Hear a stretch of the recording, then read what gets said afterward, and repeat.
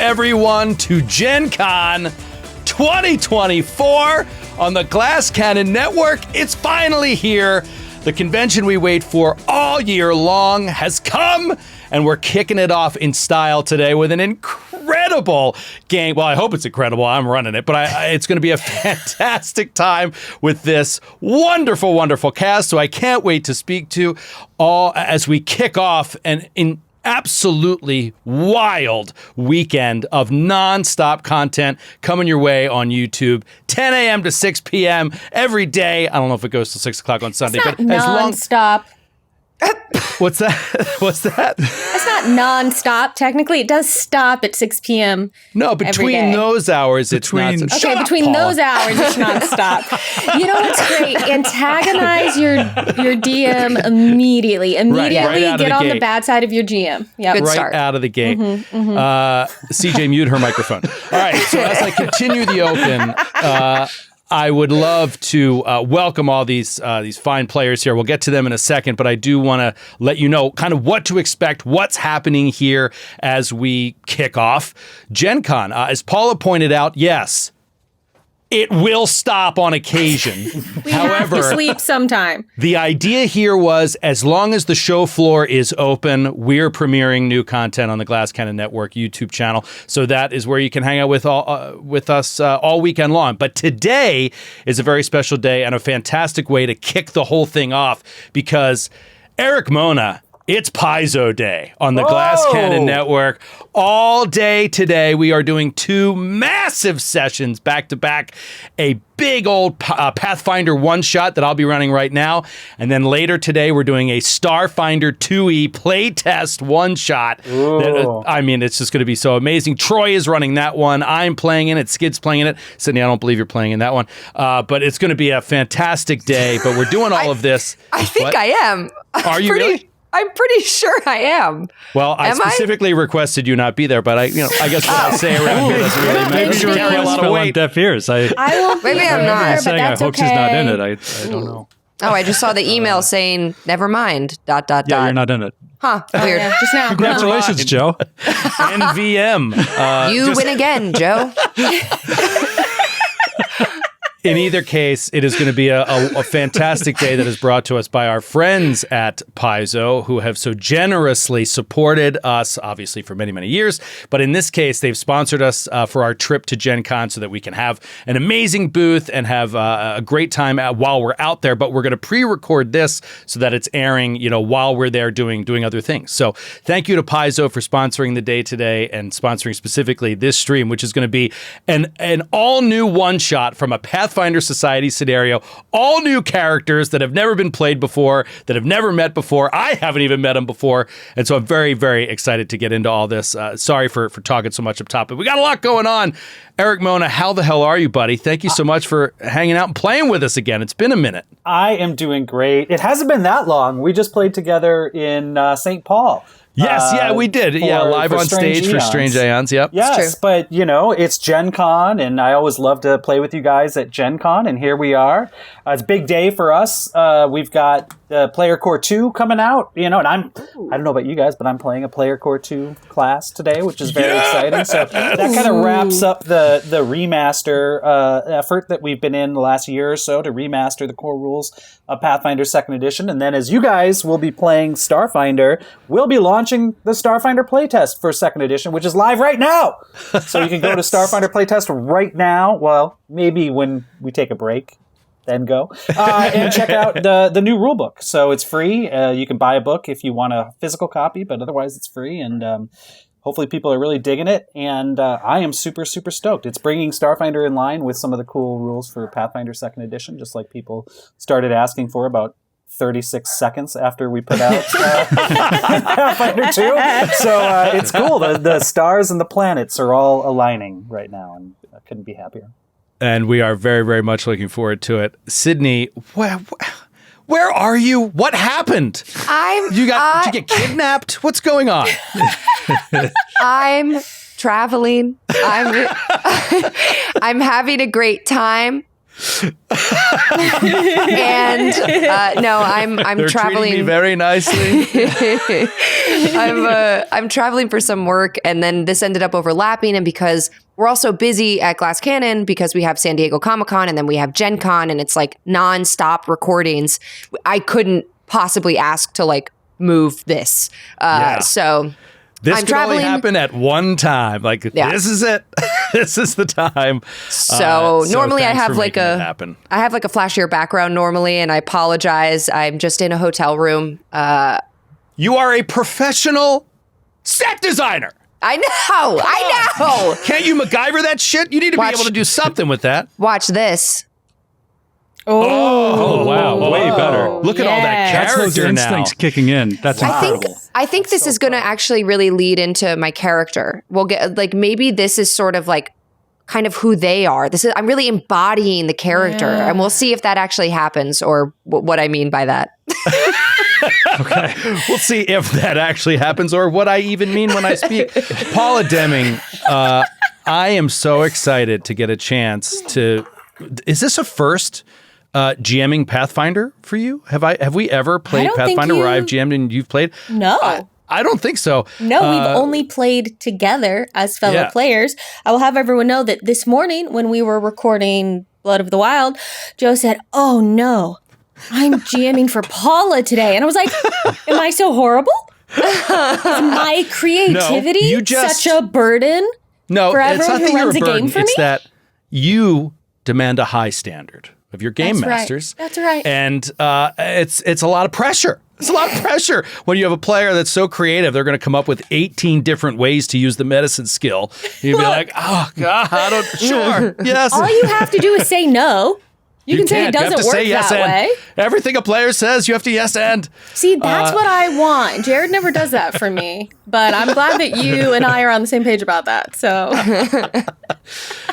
Skid, good buddy. Can I just start off by saying you look fantastic? Oh, thank you.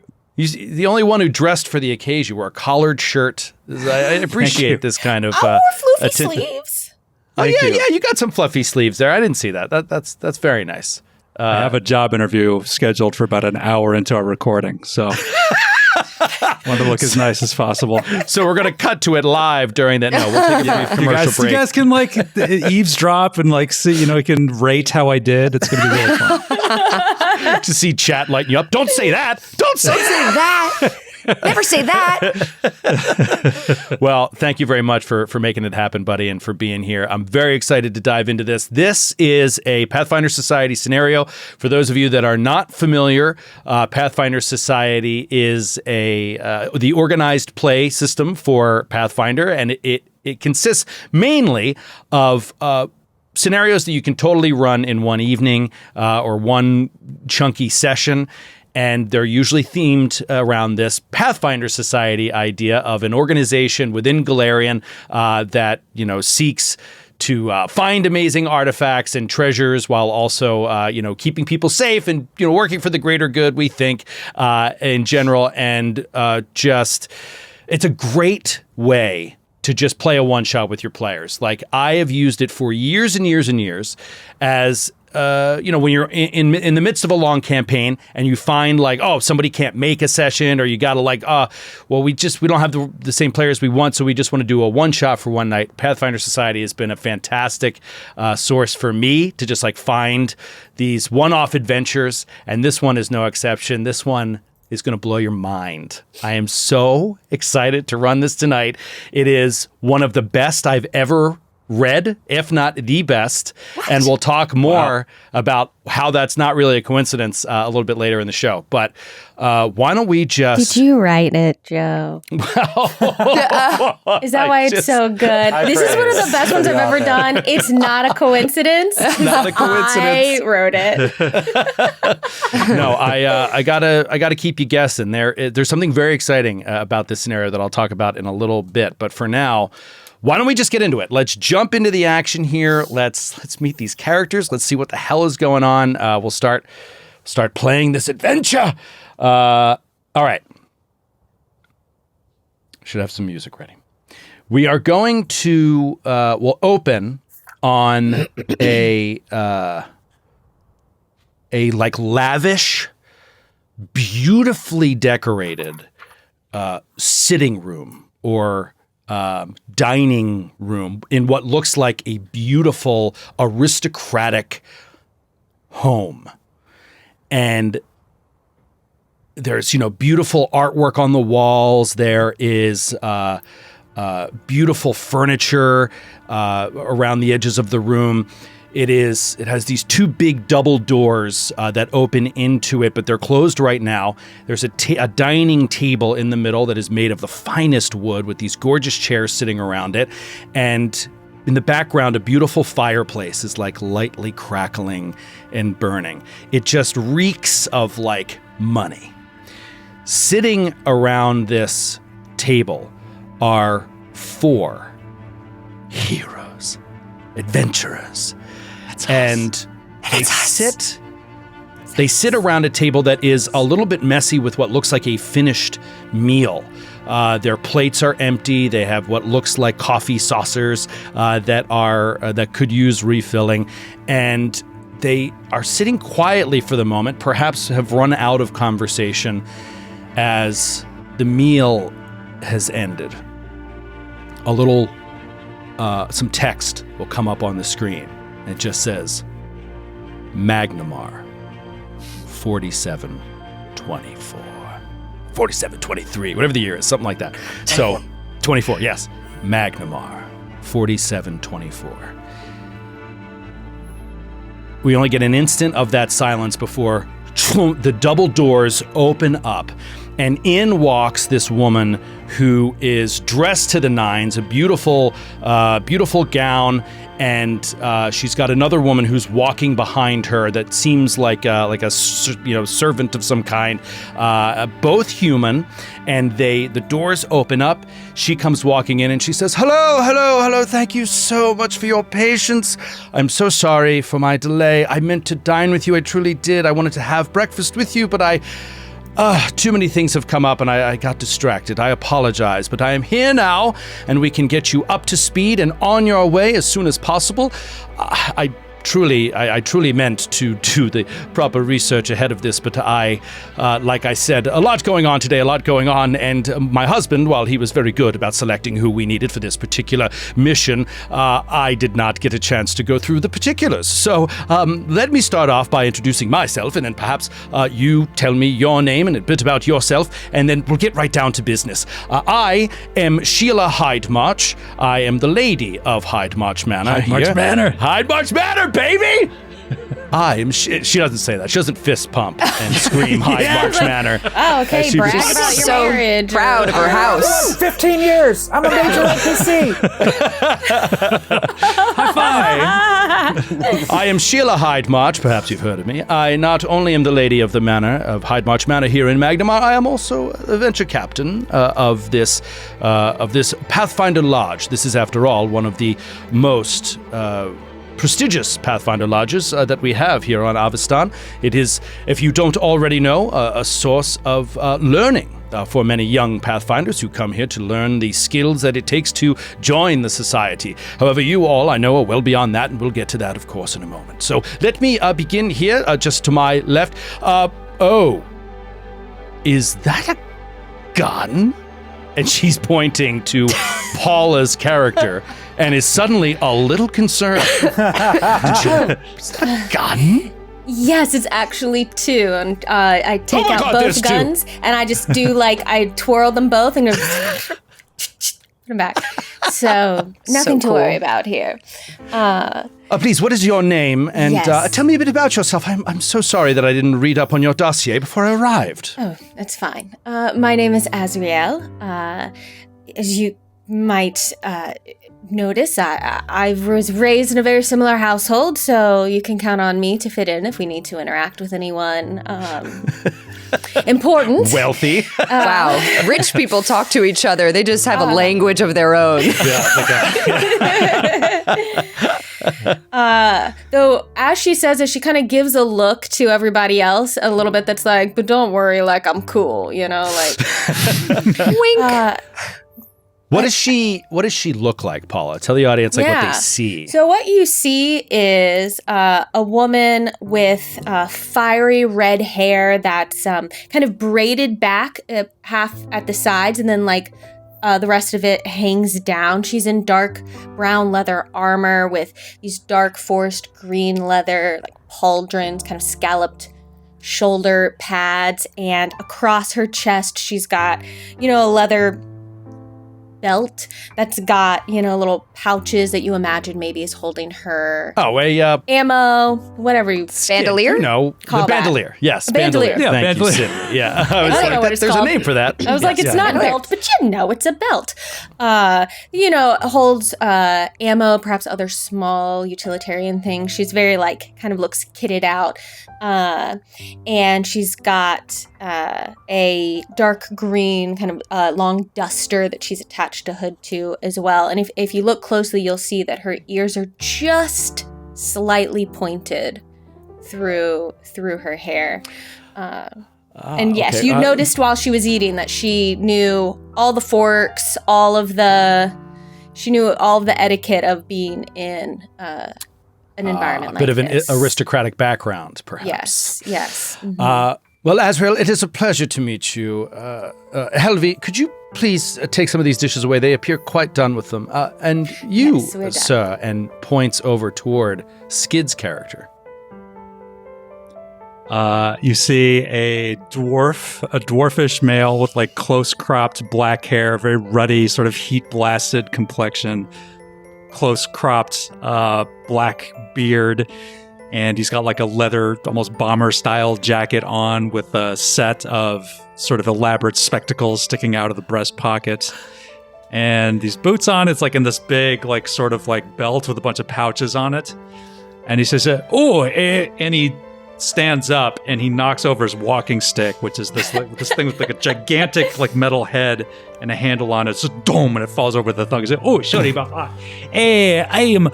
Rollo Tomasi, at your service. Happy to be here in Magnamar. And it gives a big bow. It is a pleasure to meet you. Rollo, was it? Rollo? Yes, Rollo. Yeah, Rollo. Please. That was excellent. You speak like a native. Thank you for coming. And then he turns to a woman sitting next to Rollo. Erik, describe this character. All right. Sitting next to the dwarf is a human woman. She's about 39, 41, somewhere in there. She's wearing padded armor, sort of white and red with a little bit of red filigree around it. And she has a quiver of arrows over her back. She has short blonde hair. But the most notable thing about her features is she looks very beautiful. And yet there is a horrific scar kind of cutting across her face, kind of around her nose and down her cheek. And she's sort of quiet. She hasn't spoken a lot during the meal. She observes everyone very carefully. Azrael probably noticed that she has some familiarity with high-class silverware, but nonetheless used her salad fork on her main course. So she's okay, but she's not fully inculcated in the realm of the rich. And you probably notice also a pretty nasty-looking sword at her side, a long sword at her side. Cool. Yes. Cool. Amazing. And then she turns to one other character. What's her name? Oh, yeah. What's her name? She says, I am Kestra, late of Corvosa. Corvosa. And I am here to aid the Pathfinders in whatever way I may be able to. For they have always seemed to be protectors of the common people and concerned with keeping evil at bay. That is very interesting. And she holds your glance for a little bit longer. Seems like she wants to say something, but she holds back and turns to what I believe is another human woman at the table. Is that right, Sydney? Okay. Yeah. Describe this character, and please, and your name. Ladies! Sorry, Skid. All the women, Three high ladies five. and a dwarf! You see when she turns to this other woman, she has sort of dark, short cropped hair, but that swoops kind of long in front of her face. Perhaps it kind of looks like my hair in a way, but longer and moodier. And she has her head down and she's eating some sort of like blood sausage that was left over from the morning. And she just rips into it and kind of looks up, and you see one of her eyes. She wipes her mouth with her arm sleeve, and she goes, "Well, hi there. My name's Sweet Caroline." Oh my God. She brushes off herself and kind of wipes her greasy hands and holds one out, but then thinks better of it, and then wipes her hair, but then realized she wiped her hair, and then she just kind of puts it on her own shirt. And she goes, just giggles at this, just openly giggles at this display. Not derisively, but just like enjoying it. And Sweet Caroline also giggles. Yeah. Well, as you can see, I'm not really from around these parts, but I do know the woods quite well, and I have never lost a package or a person. Sometimes I lose money, but that's only when I gamble it. Wink. And she has 2 commas strapped to her thighs. And dope. Strapped in a way, it's very interesting, like leather tying, strapped in a way where it's almost like pull off athletic pants. Like she could pull these commas out real fast, but they're strapped so tightly that she could like run through the woods and they're not going to become loose. And she, cool. All her leather is very like tightly bound to her and very quiet looking. Very charming. Very charming indeed. My husband knows how to pick them. And again, a lingering glance at Kestra. Is it Kestra or Kestrel? Kestra. Kestra. With an A. Can we... What's going on with this glance? Can I, like, read into... Do I know why she's given... Sure, give me a look? society roll.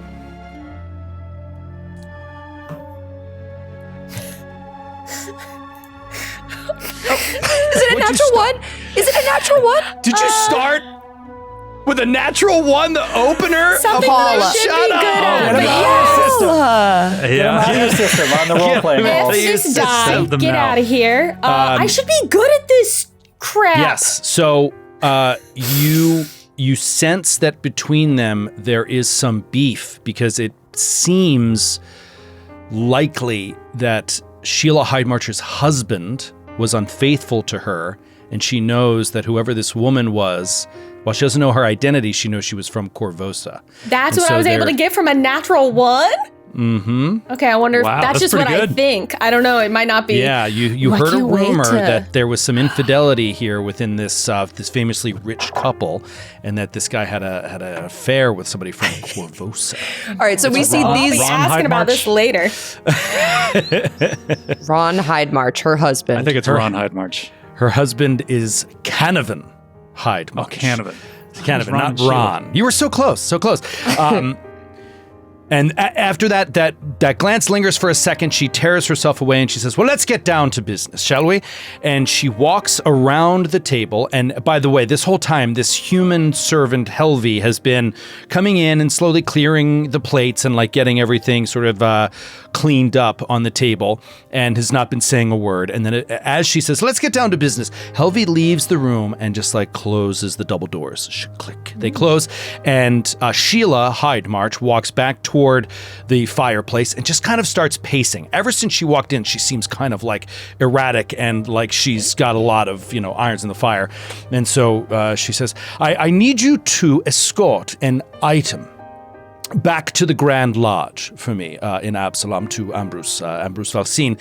And I need you to do so quickly, rather quietly, and with all haste, with all urgency. You see, during a recent clean out of some old vaults, we came across a rather unique wayfinder. A wayfinder that, well, the normal wayfinder, as you all know, is the hallmark of the Pathfinder Society and is always pointing to true north. This particular item was not. It was pointing somewhere else. Upon further research, my husband and I discerned rather quickly that this particular wayfinder points to the closest entrance or exit to the maze of the open road. And her eyes like widen, like, huh? Even if that makes no sense to you at the moment. And then she just like plows on. She's like, I need you to take this item urgently to the Grand Lodge because, as you perhaps already know, the Society is working very hard on building alliances and new chapters of the Lantern Lodge in different locations in Tianjia. In the past year, we've made an incredible discovery, an ancient underworld dragon in Tianjia that, well, she goes by the name Valashinas. And Valashinas, this ancient dragon, has, from what I understand, vaults of incredible artifacts going back to times that we are well beyond our considering, and could perhaps be filled not only with things of value, of course, but also extremely valuable survival and adventuring gear. And also, it doesn't hurt that Valashinas could potentially be an amazing ally to have as we try to make friends in this new continent. It is difficult, as you know, to get lodges approved, and in order to do so, we want to make sure we go through the correct channels. And Valashinas could be very valuable to all of this. So, this brings me back to the Wayfinder. Valashinas is known to have one particular, let's call it a weakness, but it's really something that is very unsurprising when it comes to dragons. She is very swayed by novel items of which there is only one make, and so far none of us have ever heard of such a Wayfinder. So I thought, what better use for this unique item than for it to be taken and given as a gift to this magnificent ancient dragon? Let's make friends here, and then maybe, perhaps, this will help in the negotiations to not only get to look at what's in her vaults, but also help as we try to open more lodges in Tianjia. Now, this path to Absalom and to the Grand Lodge could perhaps be dangerous, we never know, so and that's why I've brought along Pathfinders of some experience, also for what, appears to be on its surface to be a simple delivery mission. But also, Ambrose Valsine, I have no doubt that he is going to need Pathfinders of the highest quality at the delivery, for it is expected that he may draft you into these negotiations in one way or another, so you may be called upon to speak well of the Society or to help make this meeting go well. So, all of that said, I need Pathfinders of experience and Pathfinders who care a great deal about the Society itself and our mission in Tianjia. I'm so sorry. I'm just very, very nervous about this particular mission, and I want to see it through and see it through well. So, I will take you up to my office. If there are not any questions, we will I will hand over the item, and you can take it to the Grand Lodge. Do you have any questions before we do that? Yes, you, ma'am. And he points to Eric's character. I'm no expert, but I have done some reading in the Pathfinder Chronicles, and I believe that the Maze of the Open Road is a secret passageway by which the Society accesses a number of lodges, and that this is a path that connects through. Yes, of course. You're all familiar with the Maze of the Open Road, yes? Of course. And he looks around at all four of you. And we are going We're not imbeciles, after all. We are going to give a special compass that always points to an entrance to the Society's secret international pathway, and we are going to hand that to a dragon? Yes, that is correct. An ancient dragon, a dragon of magnificent knowledge and power who we feel very confident would make an amazing ally to the Society. So this is a good dragon, then? This is a dragon? Absolutely. Of course. Yes. Well, I've got a question, pardon the interruption. Yes, Sweet Caroline. Yes. Well, actually, it's Sweet Caroline the Second. Sweet Caroline was my mother. Caroline Jr. I did not. I must have missed the second when you first introduced yourself. Just taps on 3 glasses with different amounts of liquid in them. They just go ding, ding. Ding. Just absentmindedly. Oh, wow. Yes, Sweet Caroline, the second. That's right. I don't mean to cut to brass tacks, but since we're talking about, well, brass that a dragon might be sitting on and these important items that you're after, what's our cut? Your cut? Oh, of course. I'm not aware of that. You could ask my husband. My husband takes care of the books and the logistics. Also, I'm sure he has an agreement with Ambrose that you will be paid upon delivery in Absalom. This is, you will be compensated fairly, I assure you. This is just like every other society mission. The deal is always the same. Of course, I just sometimes ask for it up front, for incidentals on the road, such as needing horses or needing to stay at an inn or, somebody breaks their leg. Things happen out there and it can be rough. Of course, yes. Well, we take care of that after it happens. And in this case, you don't need to worry about horses or any other means of transportation. You will, after all, use the maze of the open road. You've got the Wayfinder to point your way there. And so a simple portal that is right here on our grounds will take you to the maze. You will work your way through a few portals and then it will take you right to Absalom. No horses necessary. Convenient. None of that smelly horse hair on you. Well, nothing to worry about. Some people like the way horses smell. That's something nice about it, I would say. But are you not concerned Do at they? all? Yes, some people do. I do. Do you have any questions pertinent to the mission? And he's just looking at Azrael. Azrael just straightens up a little bit and says, yes, I do.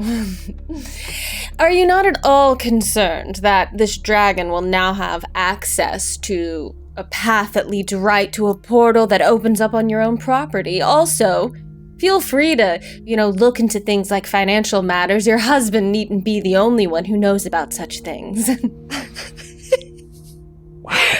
I take a step backward. Sweet Caroline takes 2 steps backward. Kestra's just doing this creaking between of the chairs. 2 other ladies, just like, what? What? My husband has an amazing mind for finances and logistics. It is not something I have any interest in. I Fair. prefer to do mission briefings, and I think it's important to get to know you personally a little bit more. That is where we have decided together that our jobs shall be in this manner. Now, Yes. as far as Valashinas is concerned, no. Valashinas has been, of course, heavily vetted by Pathfinders globally, and there is no concern whatsoever that the dragon would use the gates against us. This dragon is so far beyond our conceptions of peace and rationality that I can't even it's hard to even conceive of a creature like this doing something so needlessly foolish as turning on an ally. Of course. Well, if the society is satisfied, then so am I. Well, it's good to hear. All right, Other let's get to it. questions? Can I see the Wayfinder? I would love to take a look at it, see how big it is, see how heavy it feels in my hand, things like that. Yes. It is, when you look at it, very unimpressive, to be honest, but it looks like every other Wayfinder. But when you see where that needle points, it blows your mind. Follow me. And she walks out of the room, opens up the double doors, and then makes her way up this grand staircase within this house. Now, you all have come to this manor, this estate, prior to this meeting, maybe even the night before, and you have a sense of the size of it. Think of it almost like a college campus in a way. It is a rather large estate with multiple buildings, and you were invited in this morning to the manor house. So this is the house where Sheila and her husband, Sir Canavan, live and work, day to day.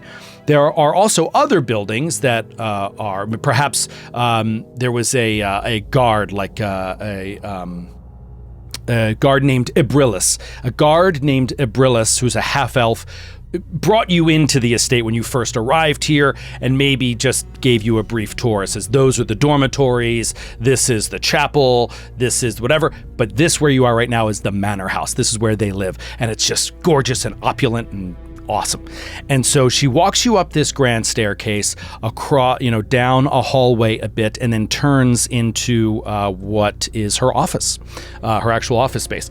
So you step in and follow her into the office, and you see just shelves and shelves and shelves of books. It looks like Erik's background everywhere, all around in this office. Also, similar to Erik's background, there are like trinkets and what seem to be I'm trying to think of the word, but just like mementos or things that seem to be from all over the world, artifacts and stuff like that are like kind of like decorations around this office. Like little souvenir magnets on souvenirs, the fridge. that kind of stuff. Like it's snow globes, decorative spoons, the works. That kind of Keychains stuff. with your name on it. It is the office a of lot of keychains that say Sheila on them. That's right. With like different license plate designs. Yeah, exactly. From Mini license different plates. continents. And Exactly. There's just like there's magnets. They're just like every nation of Avestan River all kind of fit kingdoms together. Magnamar. River kingdoms. Sandpoint. New Thassalon. a really crazy looking one that is the world wound, Oh, that one. I survived the hear about world that story. wound, Yes. and all I got, was was this this. lousy magnet.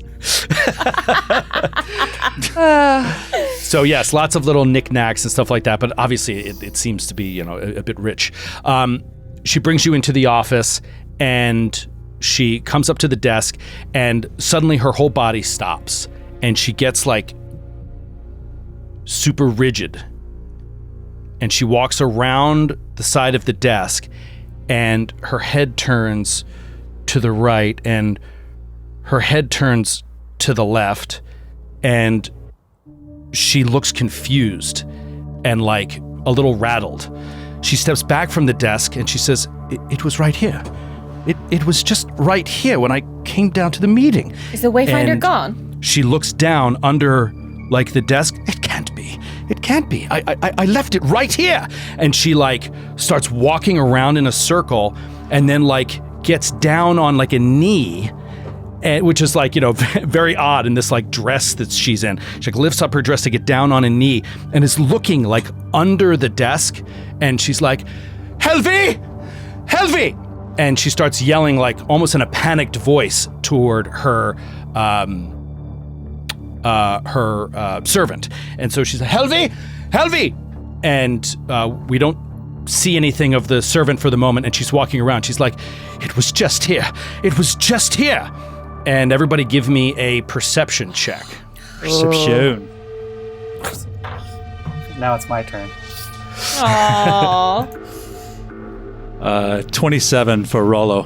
Whoa, Rollo. 23 for Azrael. I got an 18 for Sweet Caroline. Sweet Caroline the second, and a natural 1 for Kestra. Yeah, which is a 9. Which is a 9. Okay, good to know. All right, so Rollo and Azrael, you both, as she starts looking around, perhaps your eyes scan around the room, and you, Azrael, you notice some footprints in the floor, in the rug, just behind her desk, and they seem to be like, you see what looks like some grains of like blotting of mud. And Rollo, you look and you notice at an external window that is looking out over some of the grounds, you see there seems to be some water that is like dripping down from the windowsill onto the hardwood floor underneath. Well, he pulls out his like fancy multi-part spectacles, and he like pops down a couple of lenses, like he's in amazing. the optometrist's office, and he's like looking at it, and it's just like, oh, there. It's just like tilted. He bends down and like rubs the mud between his fingers, and it was just like, I think we see here the breach here, right here, and he's like points at the footprints and the water dripping down. Yeah, so she turns around and she looks. She says, no, it can't be. It's all protected. It's all very guarded. It must be in the house. Helvi! And she starts walking towards those doors. Skid Rollo sees that there's some water here at the edge of this windowsill, and you see that there's a seam in the window where it's slightly open. This outer window, and these windows kind of like have latches and they open out, and this one is like the latch is undone and it's just kind of like gently open in the breeze kind of, so it's been opened, and she's moving back toward the double door, or the door into her office. I'm gonna go over to the window and like push it open and look outside. Okay, you push open the window, and as you look outside, there's just like a fresh breeze of like summer air just kind of like wafting into your face, and you look down and you notice that just underneath the windowsill, there is a crossbow bolt that is sunk like deep into the wood on the outside, just below the window. The moment that you see this it is a crossbow bolt. The moment that you see this crossbow bolt underneath, you hear this explosion, and it just goes boom, and the entire floor that you're on just like rattles with this like with the aftershock of this force of this like explosion. You just hear boom, and the sound comes from outside. You don't see anything, but it seems to echo off the estate walls that you can see, and some of the knickknacks that are on the shelves and stuff like that fall off and crash to the ground, and then it's just like completely silent. You don't hear anything for a moment, and then wafting in through the window, you just hear screaming. Oh my God. We need I pull myself up. I look out the window. I try to see what happened. Whatever happened, it is outside of your field of view, perhaps on the other side of the house. What you're looking at is like the estate wall. You're on the edge of the estate, and most of the estate is out the front door. This seems to be a window that looks out the back of the residence and just, to the estate wall. As you're looking through that way, you don't see anything related to an explosion, but give me a quick perception. Sheila just like 17. You look out and you see nothing. Maybe out of the very, very corner of your eye, you can see a half-elf guard that's like running from the front gates and runs past your view within a second, like deeper into the estate. All of a sudden, you start hearing cries coming from within the house. You can't quite make out what they're saying, but they're like deep within the house. Sheila opens up the door, and you hear the voice of Helvi running like up the steps, and she's like, "It's the alchemy building, the alchemy lab, it's on fire, it's on fire!" She's screaming as she's running up the steps. Oh no. I think Sweet Caroline starts moving towards Sheila, and she says, "Where's the alchemy building?" Eurythea's house. It's across the estate, to the east. That way, it's out the front door. And she starts like slowly making her way out her office door and like towards the grand staircase, toward Helvi. "What do you mean the alchemy lab's on fire?" And they start moving toward these steps. I shove her out of the way. Boom!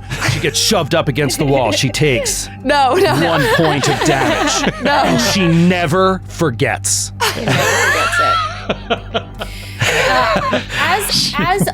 Before like the explosion Well, hold on went one off, second, Paula. Yeah. So you want to run past her? I want to run past her. I'm going to run so towards... you start bolting out the door, Paula. Just quickly, before the explosion went off, while Rollo was looking out the window, I think Azrael would have looked at the muddy footprints just to see like did it what size they were, and then does it look like that person exited or perhaps disappeared, or did the footsteps go anywhere? Give me a survival check. Yeah.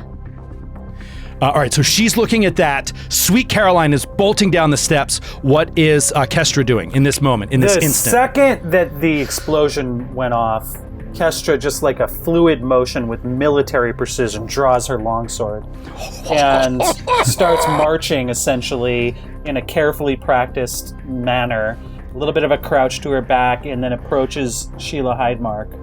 And she says, "My lady, are you safe?" I'm sure I am. I'm sure I am.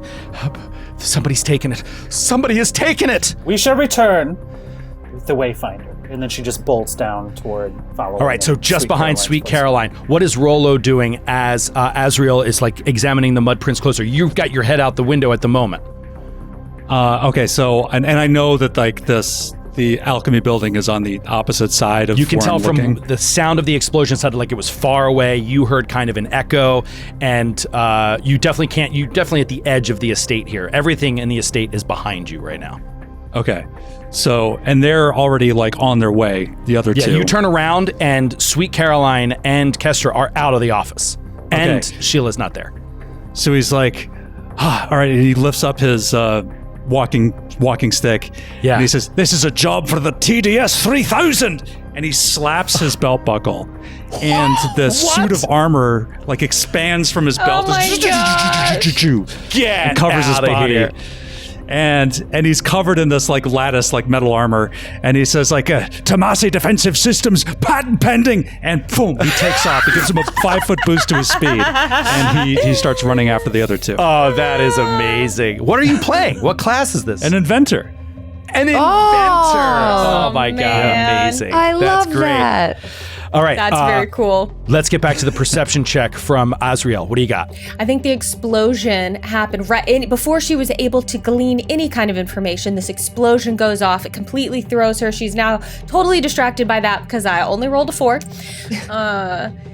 And You're not trained in survival? actually, no, I'm not. Okay. I was like, then cool. give me a perception. Let's do a perception real fast. Okay. before you leave. Do you want me to re-roll or add my... Just re-roll it. That's fine. Okay. Barely better. That is a 15. A 15. Okay. Yeah. With a 15, I can tell you don't see any mud between the desk and the front door. It doesn't seem like these footsteps go beyond the front of the desk at all. And then we'll cut back to Sweet Caroline. Boom, going out the front door of the place. As you erupt into the outside of the estate, like I said, clear like sunny day, you see a flame, like a gout of black smoke just rising into the sky in a straight column, and a raging fire, perhaps, I don't know, 500 feet away or something like that, across a bridge, which is just going over like a small babbling brook that's on the estate. It's almost like a garden bridge. It's not much, but there's like 2 separate little bridges, and they go across over to the other side of the estate. And you can just see, and you see people are like running to it from all directions. It looks like young students and a guard, and people are just kind of like closing on this thing. Yeah. Oh wait, what did you want to say, Eric?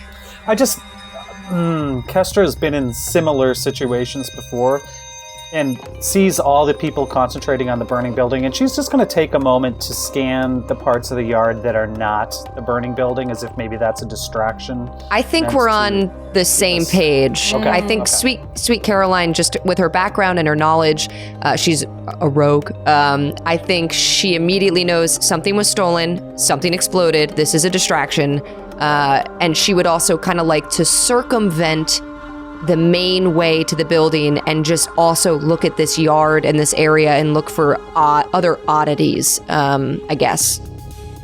Yeah. Okay. So go ahead and give me 2. Actually, this will be secret perception. So give me your bonus, Eric. +8. Kestra +8, and give me your bonus, Sweet Caroline the second. Plus Sweet 9. Caroline +9. Okay, fantastic. You guys, well, I guess I need to know what you want to do, Rollo. You've got the boosted speed, because they're kind of like moving away from the fire or coming at it from another direction, / just looking around. Do you keep going toward the fire, or do you kind of stop as well and look around? I'm going to stop and look around too when I see them. Okay, you guys all come outside and you all start like gauging the situation. Give me your perception bonus. It's Rollo. also +9. Also +9. Okay. As you are looking around, you don't notice anything in particular. Like, you don't notice, like, one person running out of the gates or anything like that. Like, nobody's coming or going from the front gates, and you don't see anything but people moving toward this fire. Okay, I think Sweet Caroline will move towards the fire, but I think if there's any other way to come to that building aside from this bridge, maybe she wants to like circumvent the crowd and kind of be a bit more stealthy. The crowd is coming from all the other ways. You have the clear shot straight to it, and nobody's going your way because nobody's coming from the manor house. Like everybody else is coming from like the dormitory or the other a couple other houses that are on the estate. I would like, how deep is the stream? Sorry, it's not a stream. It's like a pond. Okay. I will run a bridge that goes over it. I'll run across the bridge. Still looking around, maybe doing survival. Let's try to take you to the map. Let's try to go to the map. We should be able to. Oh, I should also show you Sheila Hydemarch. But for right now, let's go to the map. See if I can get you guys on here. We are using Foundry because they're the best. Yeah, Foundry. The best. All right, let's see if this works. Go ahead and check your Foundry and see if you see a map of the estate. Cool. Okay, awesome. So you are in some of these things are numbered. I don't know. What you may. Do you see anything? Do you see the numbers? No. Okay, No. great. All right, so in the lower left, if I ping it here, this right here is the office. If you see it in like the western side of the estate, this right here is the office where the Wayfinder was and where you stuck your head out. And that's what I was saying, Rolo, when I said you're looking at the edge of the estate. Right. And everything was happening behind you. As you come out the front door, you are right in front of this bridge that goes over a pond. And this building, all the way on the opposite side, behind a hedge maze, is where the source of the fire seems to be. Wow. Oh boy. So people are coming from this large building here and from the front gates here, coming across from the west and from the south and from the east. You guys are the only ones coming straight from the southwest. I think Sweet Caroline says to Kestra, we gotta secure this exit point. If somebody's running from that building, this is the only way no one's coming from. We gotta secure a spot on the bridge, and we gotta secure that hedge maze. Very well. I'll take the maze. No, I want the maze. Oh, I wanted I'll the take maze. the bridge. All right. Unless you really wanted the maze. Go! I could. All right. I love it. All right, so one of you is covering the bridge. One of you is covering the exit to the estate. I'm going to the maze. I'm going all the way across the bridge to the maze. Okay. And you want to go into the maze? I kind of want to go into the maze. Okay. And then you're going to stay on the bridge, Kestra, and keep observing? But I don't see any reason not to continue walking toward the building. No one's coming onto the bridge from the side. I've got it all covered. So I've got my sword out, and but I'm not running at this point. I'm just watching the bridge, ready to stop anyone coming the opposite direction. Okay. And what about you, Rolo? The two of them go across the bridge, and then you see Sweet Caroline runs right into the hedge maze. Come on! And she doesn't want to yell, but maybe she says to you before she leaves, follow me. Okay. With her forceful personality, Rollo can't resist, and he runs after Sweet Caroline. Don't get lost in the... They both disappear into a hedge maze. Azriel, what do you do? So currently I'm still in the office. So as soon as I think you left at that point, like once you didn't see anything else. Did you say you were leaving? No? Okay. I didn't get a chance to say. We just noticed that the footprints didn't go anywhere. Yeah. So feeling like no one is in this room. I feel like no one's in this office anymore.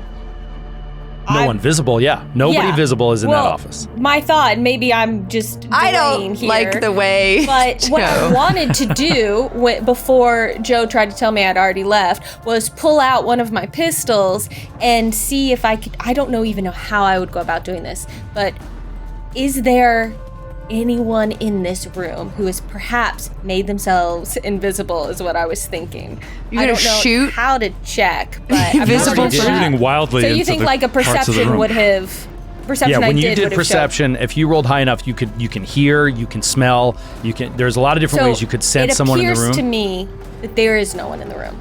Yeah, you don't get any sense of anyone in the room Right. with what you rolled, yeah. Then I will still pull out one pistol and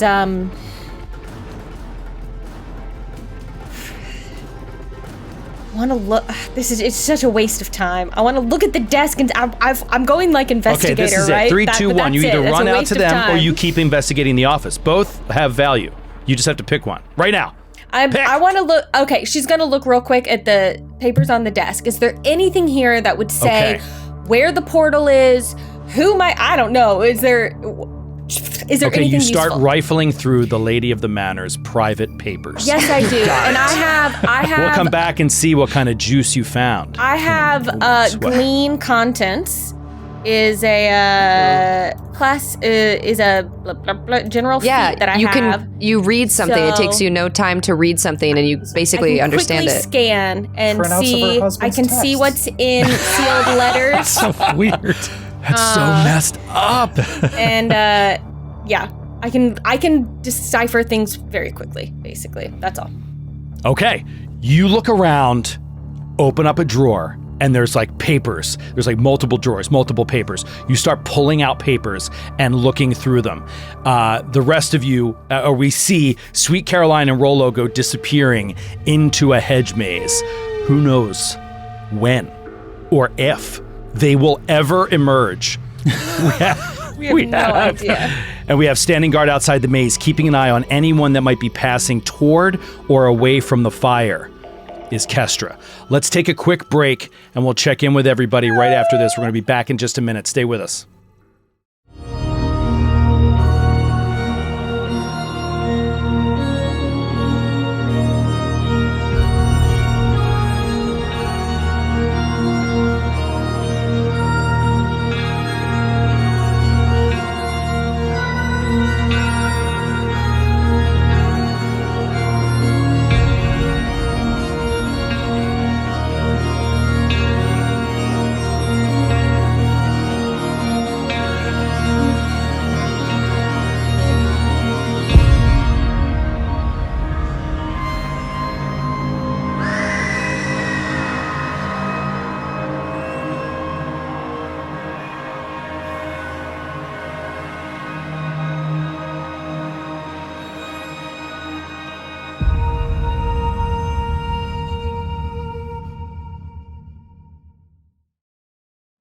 Welcome back. When last we left our heroes, 2 had disappeared into a hedge maze. 1 was rooting through a private papers of a venture captain, highly respected venture captain. It's going through a purse. Yes. And Erik Mona. There's evidence here, I'm sure of it. Erik Mona, publisher at Paizo, who's gracious enough to hang out with us today and play little Pathfinder 2e one-shot, is playing Kestra, who is in light armor, medium armor. What are we in? Padded armor. Padded armor. So in padded armor, but red. with Red and white, but some nonetheless, filigree. she has a wicked scar across her face and immediately drew that longsword, seemed to be ready for action. She's standing at the edge of a bridge over a pond, scanning back and forth to see if she notices anything strange out of the comings or goings to this fire that is smoldering behind the maze. Let's start with Kestra. Kestra, give me a... no, this will be private. Again, give me a +8 on a perception. Oh, gunshot! No. Israel came up behind you. Sorry. It misfired. I wasn't practicing good trigger control. You can't let that That's my happen while you're fault. going through her things. You're going to draw too much attention. She did say she was going to shoot randomly at the room, so maybe we hear in the distance. Hey, there's somebody in here.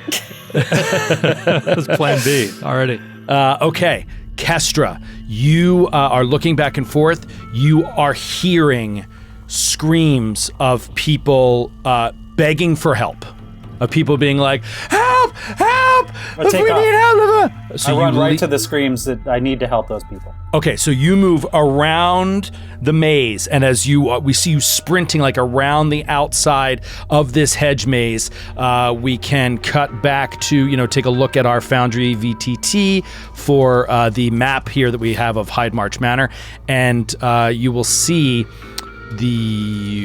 sorry, I lost it myself. You will see the around the side of the hedge maze, and in the back there is a building. That building is like burning and burning and burning, and you see about a dozen what look like young Pathfinders, sort of, gosh, what would we call them? Like, they're students. They're Initiates. Initiates. So they don't have the scars, right? And they haven't been they through do quite now. what you've been through. And some of them are panicking a little bit. Some of them are running toward the fire. Some of them are saying, grab buckets. And then all of a sudden you see this half-elf guard coming up who came up from the front gate. And he's just like, grab buckets from the blah, blah, blah, the shed over here, and let's start running water up from the pond. There seems to be some chaos. He's trying to get it under control. You don't hear any screams coming from within the fire, but it's a roaring flame. You don't really know what's going on inside of there. All right. And real quick, the last thing I'll say is as you get closer, there is an acrid smell on the air of like chemicals, of like chemical fire, because you heard them. You heard the assistant scream. This is the alchemy lab is on fire. Okay.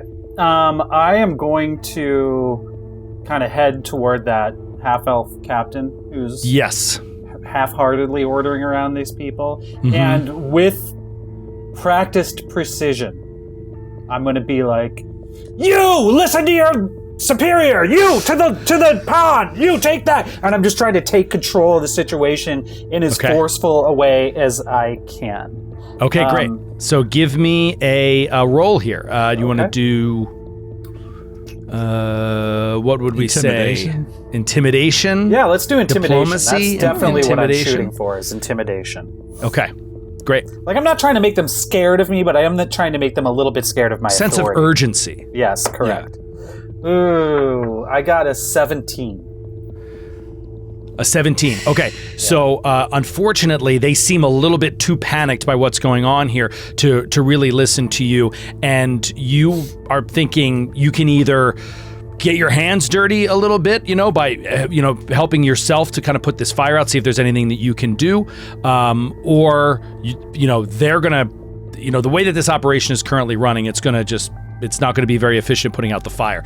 Let's go inside of this hedge maze. We cut in and we see Sweet Caroline II looking back and forth and moving through the turns and twists of a maze of hedges, and just behind her is a dwarf with a walking stick who's following behind. You have your glasses on, your goggles, your special spectacles, walking behind, looking this way and that. Go ahead and give me a survival check, both of you. Yes, my time to shine. Unless I roll kind of bad. We're not having good luck so far. All right, that's a 20. Dirty 20. Dirty 20. 17 for Rollo. 17. Okay. Both of you are making your way through the hedge maze, and you find your way to what you believe is the center. There is a beautiful fountain in there and a beautiful design, a couple benches. You've seen no people during this entire time. Now you're in the center of the maze and you hear the screams coming from the other side of like people trying to put out this fire. You can start to smell that smoke on the air, and you realize there's no one in here, and there's no one or no way like out of this place through the maze. This seems to be a dead end in terms of a clue. Okay. Rollo is going to say, this is taking too long. And he's going to fiddle with some knobs on his armor. And he says, time to see what the Tomasi Defensive Systems 3000 can do. And he is going to do an explosive leap. Whoa! Like there's an explosion that comes from his feet, like out of the armor, and it launches him 30 feet. Whoa! And so he's gonna try to like hurdle the hedge maze and like get over it like quickly. I can keep doing that. Okay. That's awesome. All right, great. So this doesn't require a roll. You just enact them, and you can leap 30 feet, jump 30 feet. Okay, so we see you fly up over the hedge maze, and you just see flames like coming up from this house. And we see it from Sweet Caroline's perspective as the dwarf just boom explodes and then disappears over the hedge wall. She was about to. She was about to answer and be like, "All right, well, we can sneak back through the." Oh. All right, I'll go. I'll sneak back. We see him burst over the hedge wall. What do you do? Sweet Caroline just kind of like goes back at the Homer Simpson meme of back into the hedge. She like quietly goes back into the hedge maze, and she's just going to retrace her steps and come out if this feels like a dead end.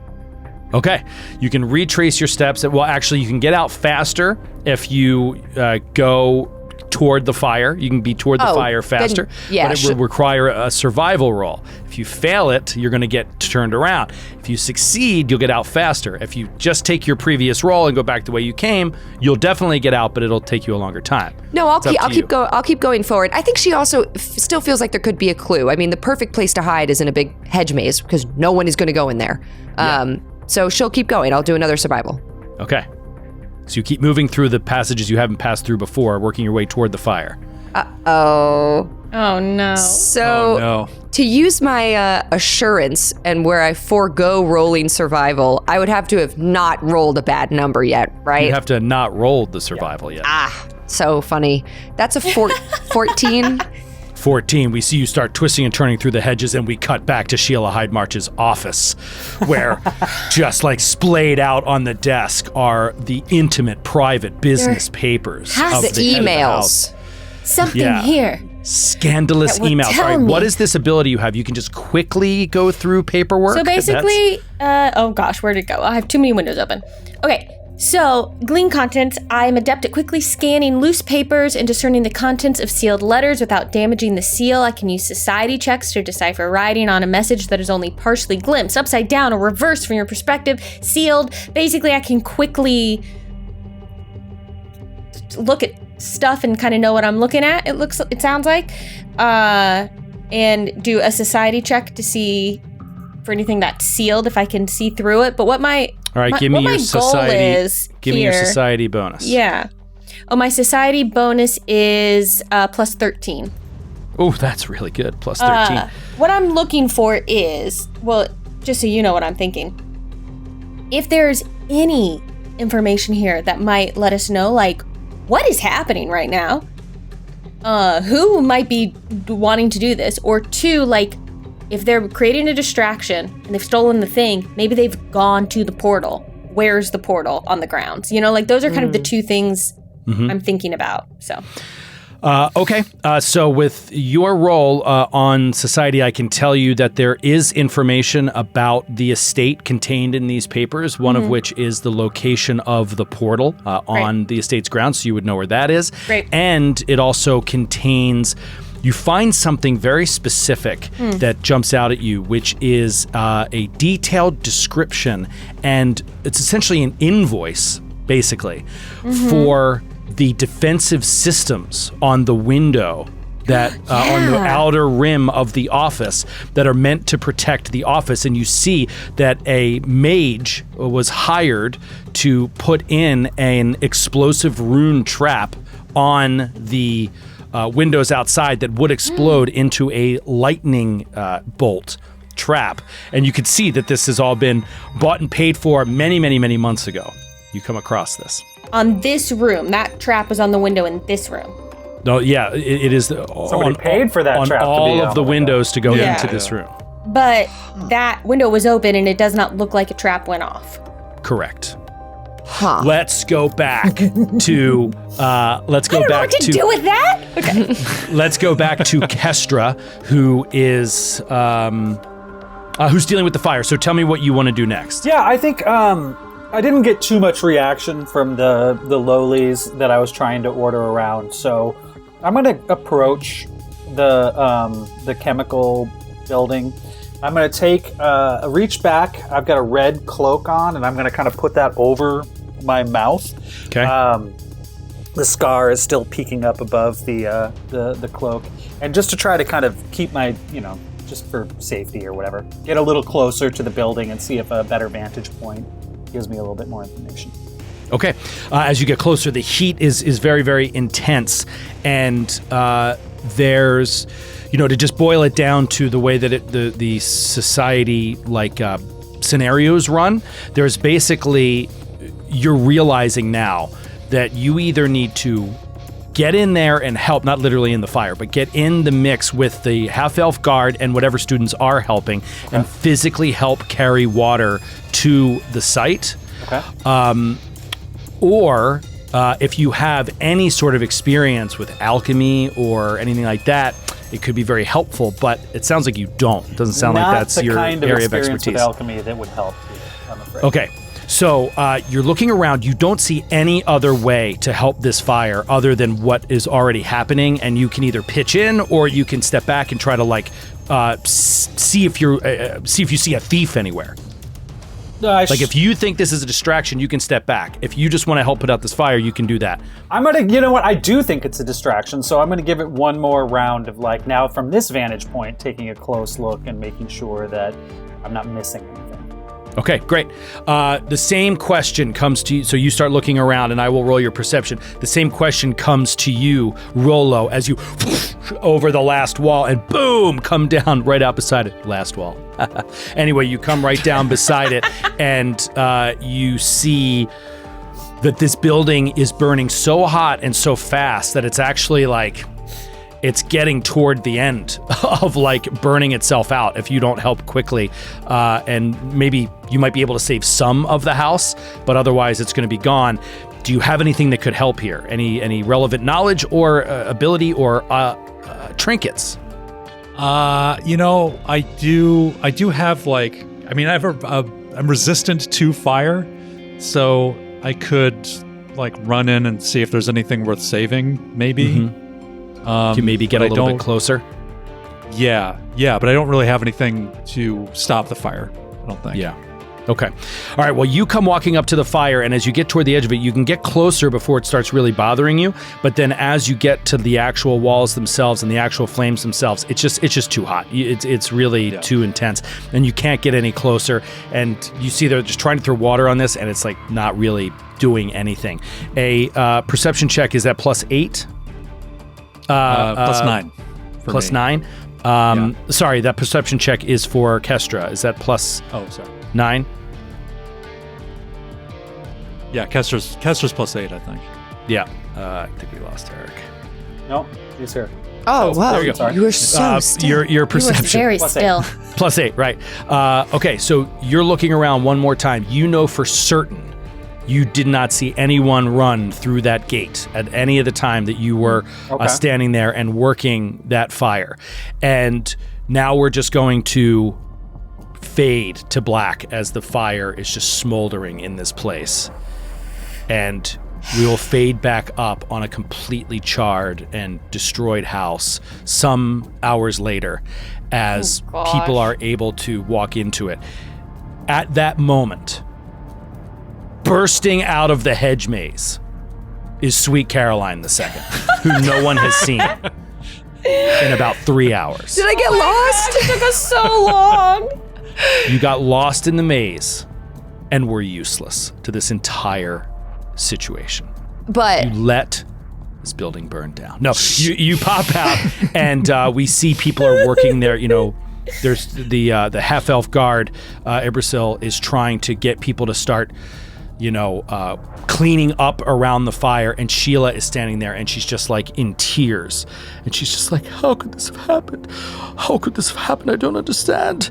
And standing next to her and rubbing her shoulder is her husband, you glean by the way that he's just sort of intimately rubbing her shoulder, and he stands slightly taller than her. He's wearing chain armor and sturdy leather outdoor pants with heavy riding boots. And he's got a shock of I say a shock, but he's got short white hair, very white hair, and he just has this serious kind of no nonsense look on his face as he's watching this fire.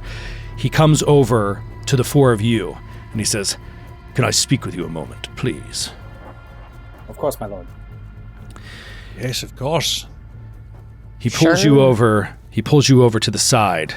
He says, I think we're all in agreement on this, yes? This fire. Whatever happened here is no accident. This is a distraction. Something to take our attention away from the office.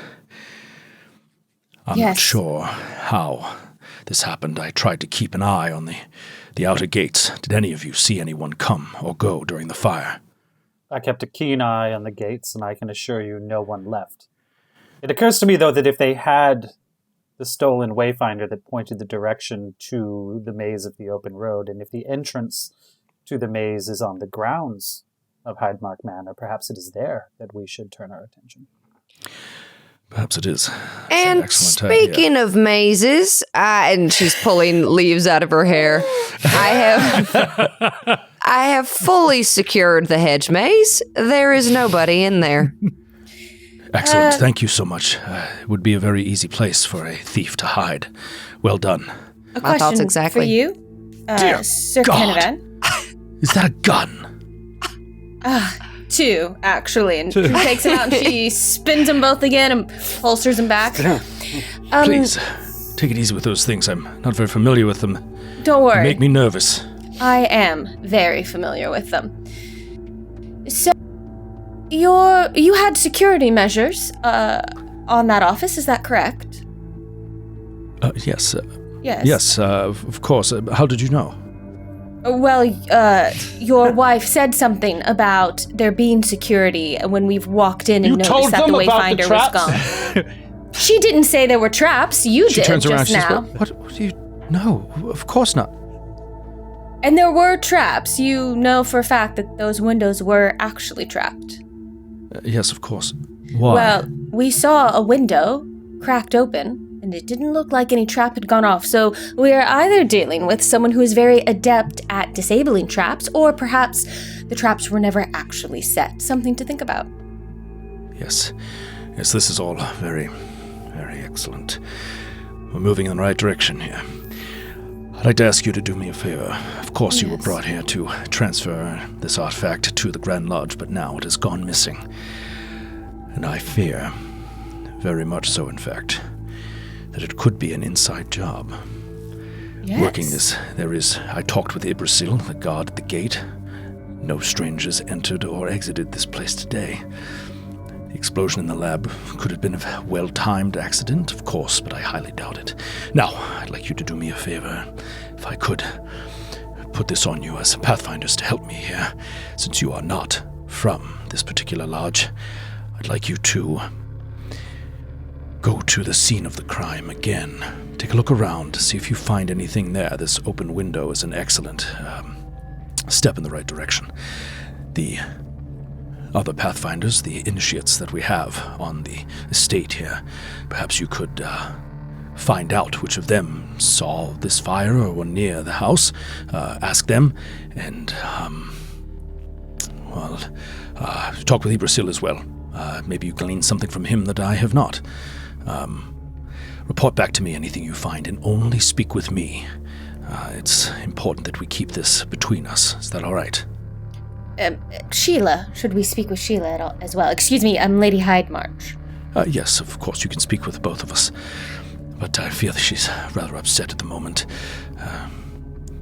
Please, help us find who did this. One more question, if you don't mind, Sir Canavan. Yes. The mage who was hired to put the traps on the windows for the security, did that person, are they also here on the grounds, or is that an outside person who you brought in?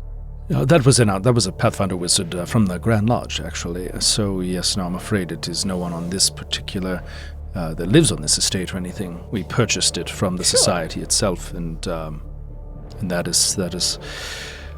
There was sensitive information. There's very, very valuable items throughout Sheila's office that have been found throughout Galarian, and so we felt it prudent to protect the perimeter.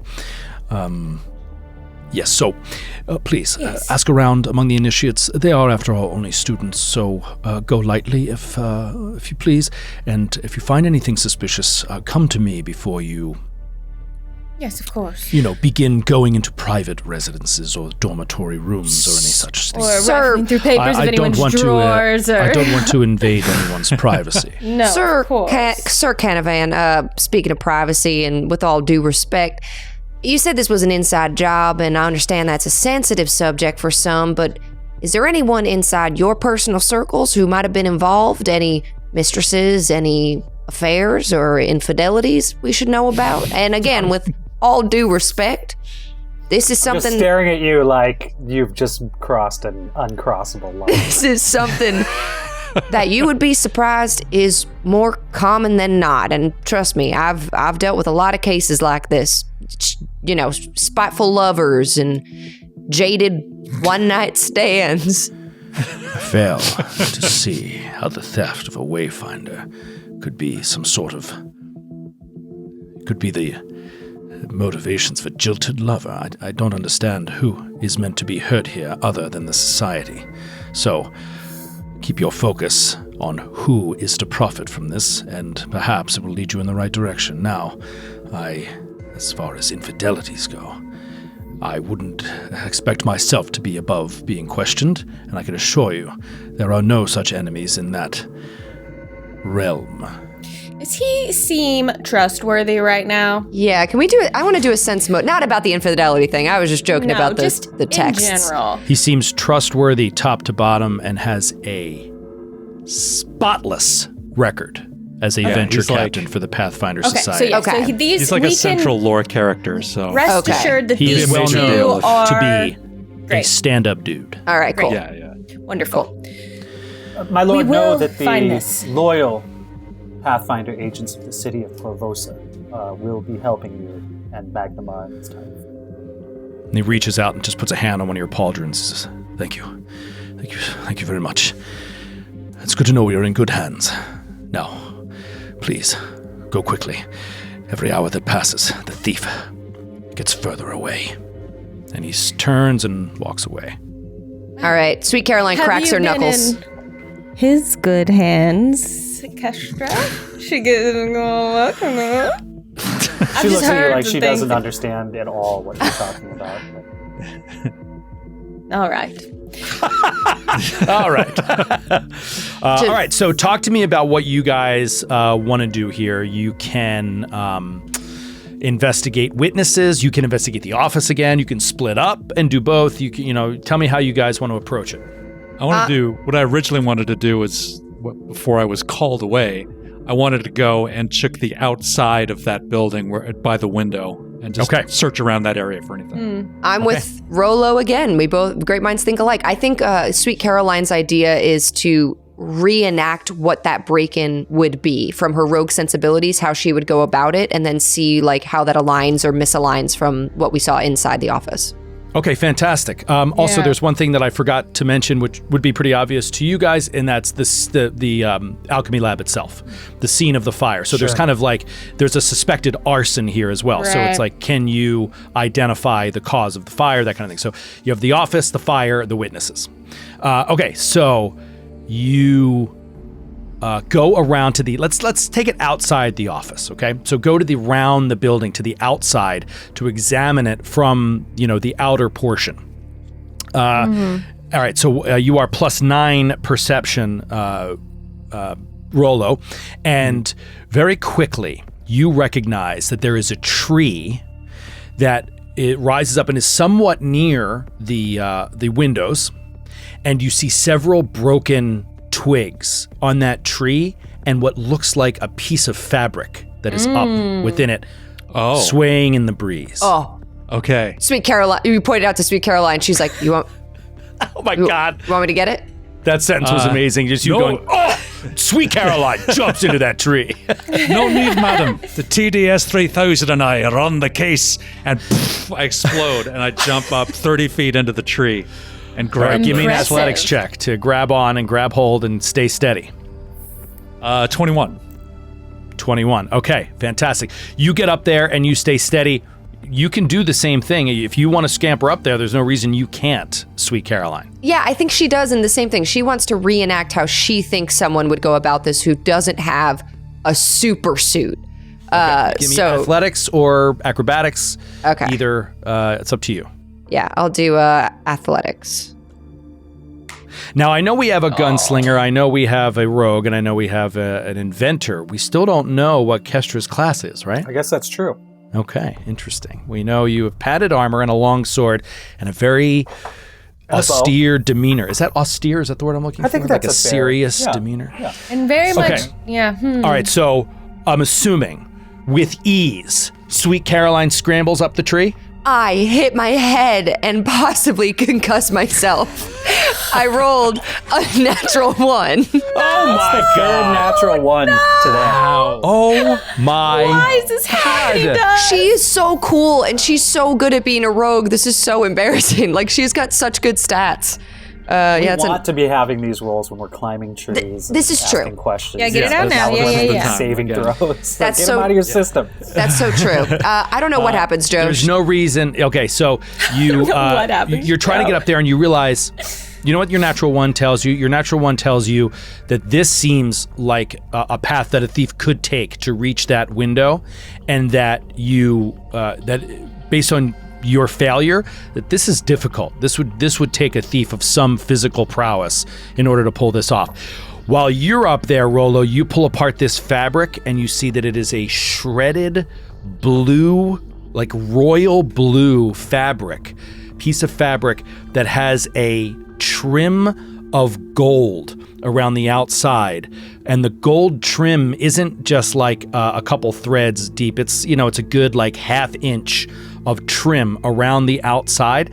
This seems to be ripped off of another piece of fabric. Give me a society roll. Are you trained in society is a question. I am indeed.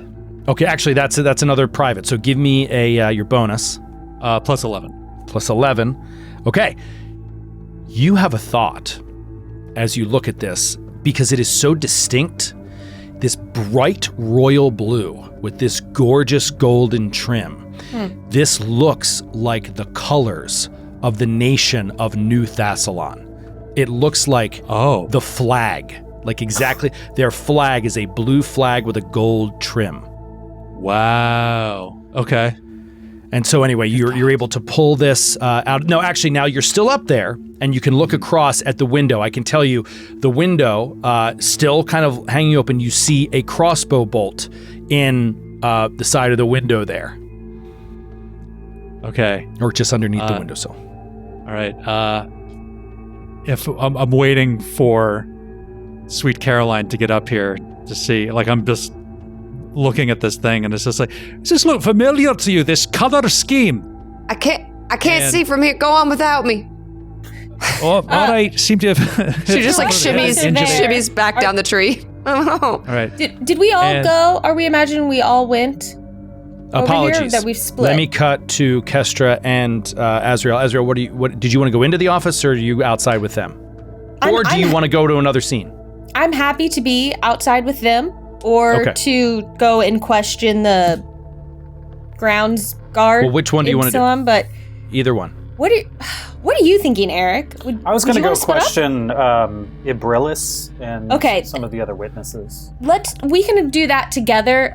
Before we split up, I would have asked Sweet Caroline to like figure out like, are there actually traps on these windows, and how difficult would it be to get through them? She'll check that once she. That's something I would love to know. But yeah, I'd love to go and do questioning as well. Okay. In that case, give me a quick athletics check to go up the side of the building there. Sweet Caroline, the second. Oh yeah, that's going to be 28. Yeah, that's it. 28. All right, so you don't need the tree. You start slipping your hand into the stonework on the outside, and yeah, you're keeping your body close and working your way up this thing like you're rock climbing. But you're careful because you've been told that this is trapped. As you get up toward the top, you see something very faint. Almost the same color as the painting that is on, like the paint on the outside of the wood frame of the window. there seems to be something else painted on it, like a rune, perhaps. So go ahead and do you have any arcana or thievery? Yes, I do. Trained in either. I also have a +1 circumstance I have Trap Finder as a feat, so I have a circumstance bonus to perception checks to find traps and AC against attacks made by traps, and to saves against traps.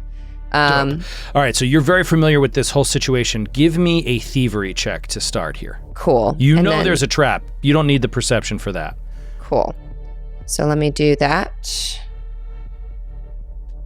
Oh, that's going to be a 29. Yeah. 29. Wow. Okay. As you get up there and close, you recognize this rune. You've seen it before. This painted rune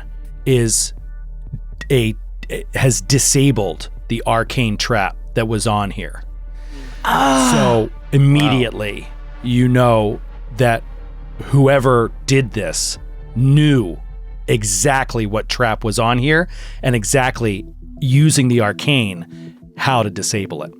So with that, let's go back to the map for a second and look at the whole scope of the estate. On the southwest corner at the back of the house, where I'm pinging here, this is where where Sweet Caroline is climbing up the wall. Across the estate here at the open sort of dormitory area and the library, etc., like this large building in the eastern side of the estate. We're going to cut to Kestra and Azriel as they're interviewing witnesses. And let's just say that you are already standing with Abrilis. I like that. I like saying that. Gate guard. And it's two of you there standing right across from him, and we just see him, like the question's already been asked. I love this. It's like an episode of Law and Order. Like we're just cutting into like in media we res. see the cam just over your shoulder looking at the witness. And Abrilis is moving boxes. Yes, moving shrimp onto a truck. And I'm holding one of those coffee cups that you only see people use on TV shows in New York. That are light and empty. Yeah, but they have the Greek thing on it. And I'm like, so tell me. Moving. Boxes of shrimp into a truck. It's amazing. It's my just job. coming down. I don't have time for this. Anyway. Stupid what can I do for you? You could stop for 5 seconds while you're interrogated by the police. That's what you could do. You know we're talking about arson here, right? Like arson. Was an arson committed? Like 150 feet from here. All right. Looks like this one flamed out.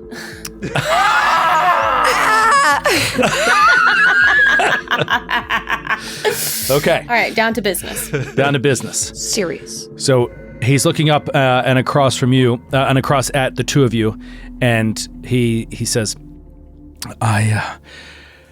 well, right after the fire, I can tell you that it wasn't too long of a time that had passed before, we realized the house was going to go up, and as the final embers were burning out, I was approached by one of the students, Ingrid, and she told me something rather concerning. I don't wish to make assumptions, but of course you are asking these questions with Canavan's blessing, and so I'll tell you what she told me, which is that... Yes, please.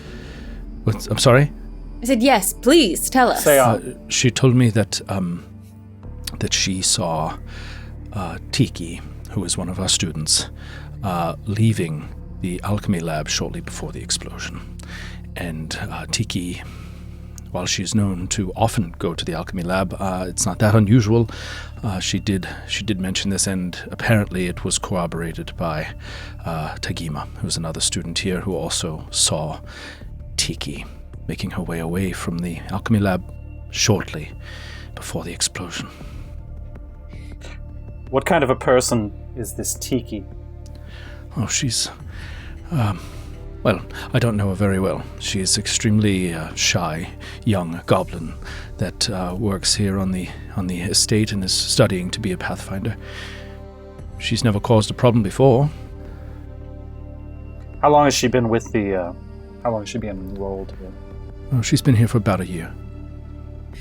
What can you tell us about Ingrid and Tagima? Ingrid is a very competent wizard, and Tagima is training in the martial arts. She is a fighter and is doing very well at her studies. Both of them are excellent students, and I don't know all about their academics, but from what I hear, Ingrid excels. Would you call Tiki an excellent student? I have not heard that she, one way or the other. I see. Might we speak to Ingrid and Tagima? Of course. You can probably find them, and he gives you a location sort of over near the pond area where he had spoken to them earlier. And sure enough, Lee, we can have you go over and speak to them if you'd like. Yeah, but before that, one more thing. Have you, Ibrillis, have you seen anyone today wearing blue and gold colors? Blue and gold colors. He's thinking back over his days. No, not that I think of, not that I can remember. By the way, if you want to go to Foundry, I can give you I can show you the artwork for Ibrillis. Yes, please. Oh my gosh. His hair is almost blue and gold colors. Yeah, almost. Yeah, a blue and green. Guilty! He's so cool. His hair kind of looks like Sydney's right now. It does. Sydney, if you just colored your hair blue and green. Actually. Honestly, he's goals, if I can say so myself. Yeah. He's great. Feel the same way about his ears. All right, Ibrillis, well, you keep those keen eyes of yours peeled for any interlopers while we go speak to these students. Okay, so you guys approach Ingrid and Tagima, and Ingrid is rather imposing, non-binary student of some height. They might be 6 foot, 6'1". About how tall I am. Yeah, so as tall as you, blonde hair, pale skin, a belt that contains all kinds of knickknacks, scroll case, and a little book pouch, and that kind of stuff. And then much shorter than Ingrid is Tagima, dark-haired and fit but small but mighty, standing next to her. And so you can open up that conversation. Thank you so much for speaking with us. The No problem. Pathfinder Society is a wonderful organization, and we're proud of you and the hard work that you're doing. Yes, thank you. Thank you very much. No, so what can you tell us? We heard from Ibrillis that you saw Tiki leaving the alchemy building right before it exploded.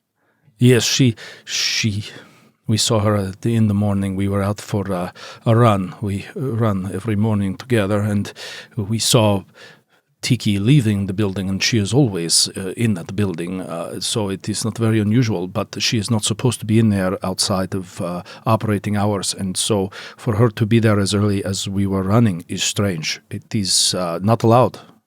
Breaking of rules is the first sign of a villain. Well, I don't know about that, but I... No, I do. Trust me. And she's and they seem sort of intimidated, by you, and their eyes scan down a little bit. There's no other reason, there's no chance that any sort of permission could have been given to Tiki to be in the alchemy building? Well, I don't know if her having any permission. It's pretty clear the times you cannot go. And she looks over at Tagima, and Tagima is like, she never has to follow the rules. She's always given breaks by Iki. Iki thinks that, well, I don't know what it is. Probably a goblin thing, but the two of them, they're always thick as thieves. Oh, you think the two goblins, of course, are going to stick together. The people who are different will stick together and band against everyone else. Well, they are together all the time. Iki is always, she's sort of mentoring Tiki, I guess, and Iki is one of the teachers here and has taken a special liking to Tiki. How long has Iki been an employee here at the manor? I don't know. And she looks up at Ingrid, who's like, I couldn't say, perhaps the lady of the manor could tell you. What do you think about goblins in general? Goblins in general? I don't think one way or another about them. All right. They are where pathfinders like us. I have no problem with goblins. are you both from? I am from the land of the Linnorn Kings, and then to give it pipes up and says, I am from Taldor. Right. May I use my lie to me feat and do a deception check just to see if, let me just double check it. We've been engaged in conversation. I want to know if they're trying to lie to me. So I can use my deception or my perception to determine whether or not they are lying. All right. So normally if somebody was lying, you would roll a perception check against my deception DC.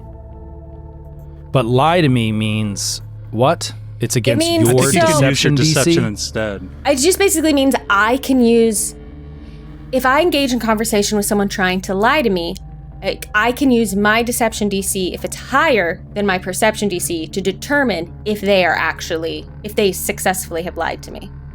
Okay, and it is? They're the same. So it's not as good as. But does that give you a second chance? They're the same. A second chance? I don't know if that would give you like a second roll. Like you make a sense motive roll, and then you would do a lie to me roll to see if they did lie to you. If they had successfully, because you said successfully. The lie to me has no roll associated with it. That's why it's tricky. All right, well, let me roll. I'll just do a secret roll here, and this is if they're lying. Oh, they have to roll against my deception versus my perception to see if they succeed at the lie. If they are lying. But it's the same. It's the same. Yeah. It's the same. So it's a 9 either way. So I'll roll for Plus them. 9 is mine. And I'll sorry. say you're eyeing them up, and go ahead and give me a perception there, Kestra. Okay. 10. 10. Okay, so as they're speaking this, you don't sense any lies, you don't detect anything, any untruths here. And Azrael, with your lie to me, you get the sense that they are, at least one of them is lying to you, and that they're sort of mixing truth with fiction. Mm-hmm. And you get the sense that you're being lied to, but it's really hard to pinpoint what is the truth and what is a lie. Okay.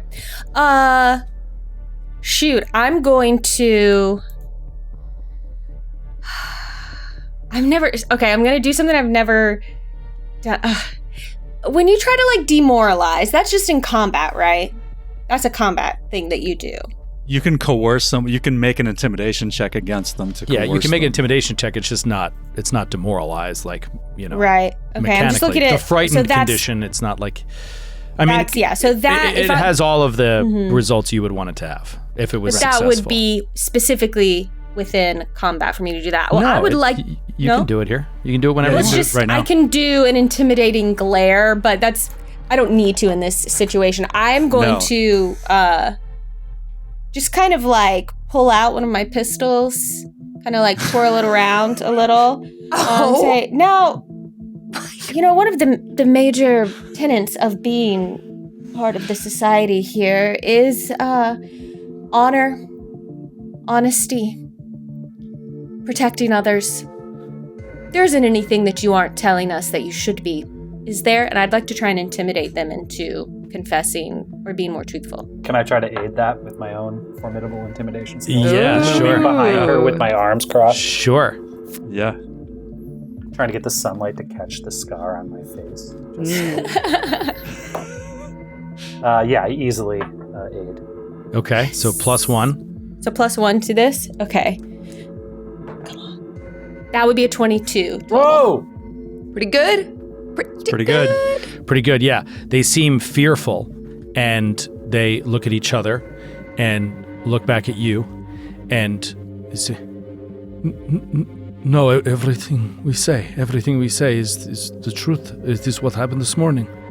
I cock the gun. I just I'm not pointing it at them, but I do cock it. I'm like, everything's the truth.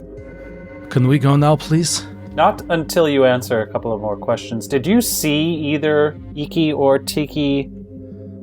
You said you saw them leave the building. Where did they go? No, just Tiki. Where did just Tiki go? Tiki, What Tiki direction? Where did Tiki leave to? back to our house, probably. She lives with us at the Bakram house. You should ask her. Why don't you ask her where she was and why she was being there? We'll talk to everyone, rest assured. Okay. Everyone will be interrogated. Well, can I go, please? The question will be put to one and all. We will ask everyone. Good. Find out what she did. And they'll start walking away. Let's go back. Oh, this is frustrating. Let's go back to up on the ledge is Sweet Caroline and Rollo is in a tree. So we're like this perfect interrogation team. And then we've got little like go gadget and spider climb. Like, so just to clarify, professional thief and this inventor guy. Yeah. Okay, so when last we left you guys, you had identified accurately that whoever got up here was a very skilled climber and thief and had the exact knowledge of what arcane rune they needed to put on the wall here in order to bypass and disable the arcane trap that had been sold to this place some many months ago. I relay that verbatim to Rollo.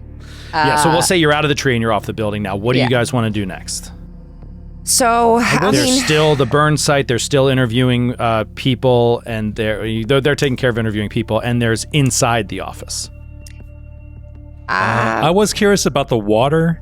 Was that anything? Yeah. All right, so inside the office. Yeah. Yeah. Why don't we go back?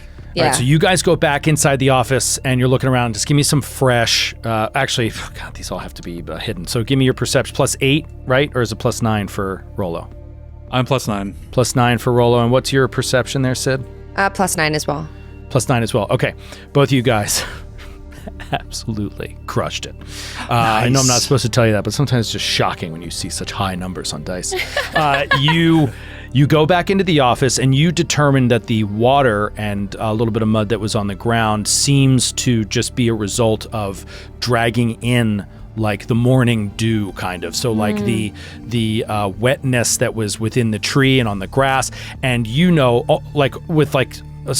you're pretty certain that someone climbed the outside tree, shot a crossbow bolt into the door, jumped over, painted a rune on, and then opened the window and didn't set the trap off, climbed in, stole the Wayfinder, and got out while you were having breakfast, like long before you had gone up there, because you know, Rollo, that you put your head out that window seconds after the explosion and you were looking right there and you didn't see anyone running by. The one thing you missed that was just a really high check is the fabric in the tree. You got to kind of like go down there to see. That's the only thing you didn't see, but like you did not see anyone running. You didn't see anybody, running out the front gate.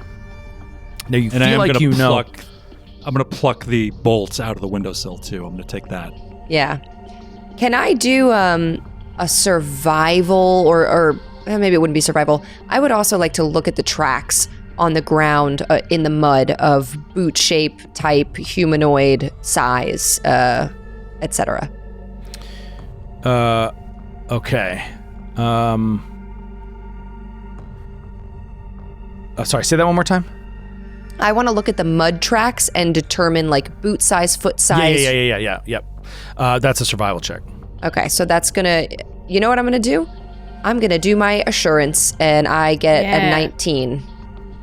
19. Okay, that is enough to know that is enough to identify the boot size. Wait, are you just adding 9 to 10? That's my assurance. Should I just roll? Assurance doesn't work that way. You do not get your ability modifier to that. So whatever your wisdom is. No. It's forego rolling survival to instead use a result of a 19, is what it says. The result is 19? Yeah. Oh, okay. Then you would, looking at the boot, you would identify it as being a boot, like, a booted foot. And it's a Canadian broken here. A boot. A boot? Someone's a boot. And else could you tell with a 19? I mean, that's pretty much it. I mean, you could tell it's humanoid, obviously. Should have just rolled. Yeah. Child size, average person, size, man yeah. size, Yeah. man size. Adult size, Okay. humanoid foot. So maybe not a goblin, for what it's worth. Yeah, it does not seem to be the foot of a halfling or a goblin, but it could be any humanoid that stood, 5 feet taller. Okay, yeah. She turns to Rolo. Well, if we're racially profiling them like the police do, I would say it's not a goblin or a gnome or a halfling or a small child. So cross that right off our list. Well, this is right. This is all important to know. And I think Rollo has like a little notebook like Paula has in real life. Yeah. And he's like writing this stuff down. It's just like, great, good to know. And slap my hiney and call me Tuesday, but that sigil outside, that was done by someone very well trained in the arcane. Only a thief who can match an exact trap to an exact rune, that's a well-trained thief. So either they had the information of what this mage created and they knew about the plans to trap the windows from the jump, or they on the spot were able to come up with that. And that's some pretty impressive components to carry around on your Perhaps person. a wizard themselves. Oh, we should add wizard back to the list. I'll put wizard on there. Yeah, circle it. Non-child wizard. Yeah. So Harry Potter has been cleared. Yep. Not him. Let's go meet up with All right. The only other thing that I would say you pick up from being within the office is that you were in there. You noticed the artifacts, the trinkets, all the stuff that's in that office. The reason that Canavan said that they paid to get that thing trapped. All of it was in there when you went in there, and the explosion went off. If you're talking about a thief that's trying to get as much money as they can, this was a very bad job. If you're talking about a thief that specifically wanted that Wayfinder, that's more likely what the case was. Right. Yeah. Nothing else is missing in the office. Right. That's definitely Okay. odd. Yeah. And that's like someone might want to cover their tracks by stealing more stuff if they really did want to, obscure the fact that they were after this thing specifically, which is Rollo would definitely now be curious about wanting to check out the site of the fire because he's an alchemist himself. Oh, really? He's trained in craft alchemy, so he Get would love outta to. here. to Okay, check great. that out, too. Let's go. All right. So you guys start heading to the scene of the fire. What are the next? What's the next interview going to be? We should try and find Tiki and Iki, but I Iki. have a feeling Iki is going to be easier to find than Tiki.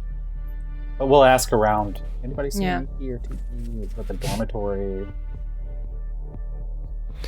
Okay, so if you're asking around for Iki, maybe even Sheila can tell you that Iki can be found in the library. She's currently working. She's a staffer, on the estate. And so you want to go there and talk to her. Yeah, so I think that's our better bet. Yeah, she might know where to find Tiki as well if we want to actually talk to her. Correct. Okay, so you go in and we see you speaking to Iki. Why don't I go ahead and bring up Iki for you to see? There's Iki. I love Iki. Yeah, Iki, an older goblin, look like a obviously librarian. been through some shit. She's got bone earrings and like in the image, she's wearing half of a skull wrapped around her forearm, tied with leather straps, and she's got the iconic red eyes and bare feet, and she as you come in, she's working in the library, just literally putting books back. Like she's taking. She looks to be in the midst of a production of Hamlet. She's speaking with she's also holding yes. a goblin skull. Yeah, in the artwork. But that is Iki. As you come up to her, she is actually working. She's taking a rolling cart filled with books and putting them back where they belong. Do you have any books about betrayal? She turns around like as you come up behind her. Oh, it's you. What is it? What do you need? You're Iki, correct? I am, yes. Why? Iki, I am Kestra of Corvosa, and this is my associate, Azriel. Hello. We have some questions for you regarding what happened here on these grounds today. Well, all right. But I have to get these books put back. I can't be just stopped by any old investigation that's going on. No, Yes, I of assure you course. that you can. Here's my coffee, and We'll you make it can... quick then. We are operating on the direct orders of the Hide Marks themselves. You will make the time that is required of you, whether you want to or not. Do you understand? Well, when you put it like that, yes, fine. Okay. Good. I knew Somebody that chose direct words charisma as would a work. dump stat. Charisma's my highest stat. Anyway, Now, what can I do for you? I wish to give you my full attention. This there is a are tragic members, there are students here in the grounds who have pointed an accusatory finger at your protege, Tiki, as having fled the alchemical building shortly before it went up in flames. I see from your scowl that this generates some sort of internal monologue. Perhaps you could share your thoughts with us. That's just foolish. It's young, immature, inexperienced students just misunderstanding what's happening and thinking. So what is happening, Iki? What is happening is that Tiki has a very great deal of potential, and she is not the most well-liked around here. She keeps to herself. Well, that's because she's brilliant, and she's working very hard to be a very good Pathfinder, and she hasn't made very many friends around here, and I tried to take her under my wing, and in so doing, yes, some of the more judgmental ones, well, they sort of will assign my past sins to her. I assume they told you all about my past here at the estate and the famous break-in, so of course, once a thief, always a thief. I guess I'm passing it on to my protege. Iki. No. All of us have made mistakes in the past. And she sort of absent-mindedly touches a scar on her face, and she says, some of those mistakes were quite difficult to come back from. We are not here to condemn you for actions that you or others have taken in the past. We are here to explain and understand Good. what has happened here today. Good. We do not come with accusations. We come with questions. And if you can provide the right answers, then perhaps you and Tiki can be fully cleared of any suspicion. Well, Well, truthful they- answers, not just the right ones. Truthful answers. I have right no interest in ones lying to you. Let's are just get always- on with it. Oh, good. Then just When cut I- to the chase and tell us the truth. Well, many, many years ago, I snuck over the walls, and I'll admit, I was a thief. I snuck over the walls and I broke into well, now I know it's the Barracan house. I didn't know what it was then. And I broke in and tried to steal some shinies. Well, they found me and they caught me, and the guard held me up. Well, I met Sir Canavan and Sheila, and they were very merciful. And they were very kind to me, and they took me in and trained me in the ways of the estate and how to be a Pathfinder and why it's important to help each other and why that is much more rewarding than stealing a few shinies. So, yes, I had a bit of a checkered past, but we are all family here now, and since I decide to help out Tiki wherever I can, I feel some of these students, well, they like to gossip and rumor, and they probably think that Tiki is going to become some sort of thief like me. Well, do you think Tiki gets any special treatment from the other teachers? Certainly not. Tiki gets no special treatment. She works just as hard as all the others, and she has a much tougher road. She is, after all, a goblin, and she doesn't hold herself up very well. I tried to tell her to speak more confidently, but she doesn't do it. Well, I can appreciate not feeling accepted by the people that you spend your time with. Do you know anything about disabling traps, or do you feel that Tiki knows anything about... Of course I know things about disabling traps. I told you I'm a thief. I thought you were a thief. Right? I said I was a thief. Ah. I know a And- great deal about disabling traps. Why? There were traps disabled today, and we're just trying to figure out who Where? might have the knowledge. At the office, at Sheila's office. That holds It appears all as of though her there have I been did not know multiple that. crimes committed here this morning, and we have been asked to investigate all of them. One of them was a theft from the office. Well, what sort of trap was it? How was it disabled? Well, we don't know, but our colleagues have been investigating it. Yes, well, I don't know the details about that. I'm sorry. I Where can't would tell you. Tiki be? Tiki would be at her room at this time, most likely, at the Barakan house. Yes, you'll find her there. One more question for you, and unless, Kestra, you have any more. What would you think about Ingrid and Takima? Ingrid and Takima? Oh, let me guess. They had bad things to say about Tiki? Yes. Let's say that they did. Of course they did. Confirmed. Well, they just don't understand is all. They're very talented and excellent pathfinders, but they fear what they don't understand. It's as simple as that. And they are not friends with Tiki because Tiki is not very friendly, to be honest, and they don't make the extra effort to get along. And so instead they bully her and pick on her sometimes, and I don't like it, but what am I going to say? They are training to be powerful pathfinders. Yes. All we can do is help them on their way, help them make the right choices. Do you notice, do they often go for morning runs? Yes, every day. Every day, they do. All right. Nearly. 1 day off a week, perhaps, 2. Tiki, you are an instructor here. Well, occasionally, but mostly I just help out around the estate where I can. I'm on the staff, but not exactly a professor. What were we talking about earlier? Speaking with confidence? You should speak with confidence, Tiki. You are a leader here. If you speak with confidence, they will follow your orders. If these children are impudent, then course correct them. Well, all right then. Good. A little discipline goes a long way. Now, Tiki lives in the dormitory. Barakan House, yes. Right over that way. Yes, to the north. All right, we shall go to talk to Tiki. Okay, so you guys start making your way up north to the Barakan house, just north of the, or actually it's past the scene of the burning. So how about we have you guys come together, at least for a moment. As you're walking north toward the Barakan house, you have to pass the scene of the fire. So if we go back to the map, you could definitely see, you take the path from the library here up, and there is the library, or the alchemist lab where it was burned down, and then past that is the Barakan house up here to the north.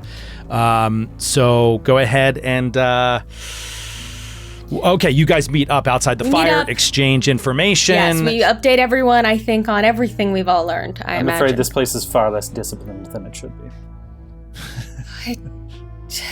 I would really like to talk to that Iki and that Tiki. Perhaps I could Would you like to come with us? We are going to speak to Tiki next. Perhaps we should go do that together. But here we are at the alchemist house. Perhaps we should check that out together first, and then investigate together Tiki. If Tiki is even around, it's difficult to tell if Tiki is involved or is simply being singled out for being different. Well, I know what I think. So do you guys want to split up and have Rollo look at the house and you guys go to the interview, or do you all want to look at the burn Let's site? all do both together. Yeah. I think would be better at this point. Okay, so you guys dig into the burn site. Let's go ahead and, I'm not going to do all these checks in secret. So go ahead and roll, well, you know what? You, Skid, can roll crafting. Okay. You can roll your crafting, and you guys, you can kind of roll what you want. When you come in, it's burned out. It's very difficult to see anything at first, but as you start picking through the ruin, there may be some clues here, and there's a few different ways that you can approach it. Survival, perception, crafting, even nature in this case would work, or medicine. There's a lot of different ways that you can approach depending on your skill set. I could perform the role of being an investigator. Did you put points in perform? Stop it. I do have points to perform, but it's not any better than anything else. I just couldn't help myself. We said earlier today that she was going to try to do this. The prophecy has been fulfilled. It's happened. I couldn't help it. Yeah, I have she to said live she was up to playing my it. reputation. When I said, "Oh no, I have to GM for Paula tonight," Jared's response was, "Oh, Well, start preparing your answer for when she asks you if she can perform picking a lock. He did say that. If I'm doing it to show off to other people, Right. it is a performance. I'm on your side. Yeah, I mean, I know. Paula I'm has only found a playing way games that to skid logically. runs. It's hard to argue against the logic that perform can be used for everything. Yeah. I'm going to perform an acrobatic stunt up that tree. Yeah, there you go. Okay, so go ahead and tell me. Well, what do you want to roll, Eric? What do you want to roll? I'm going to roll perception, and I rolled a 25. 25. Okay, excellent. With a 25, let's say you notice that there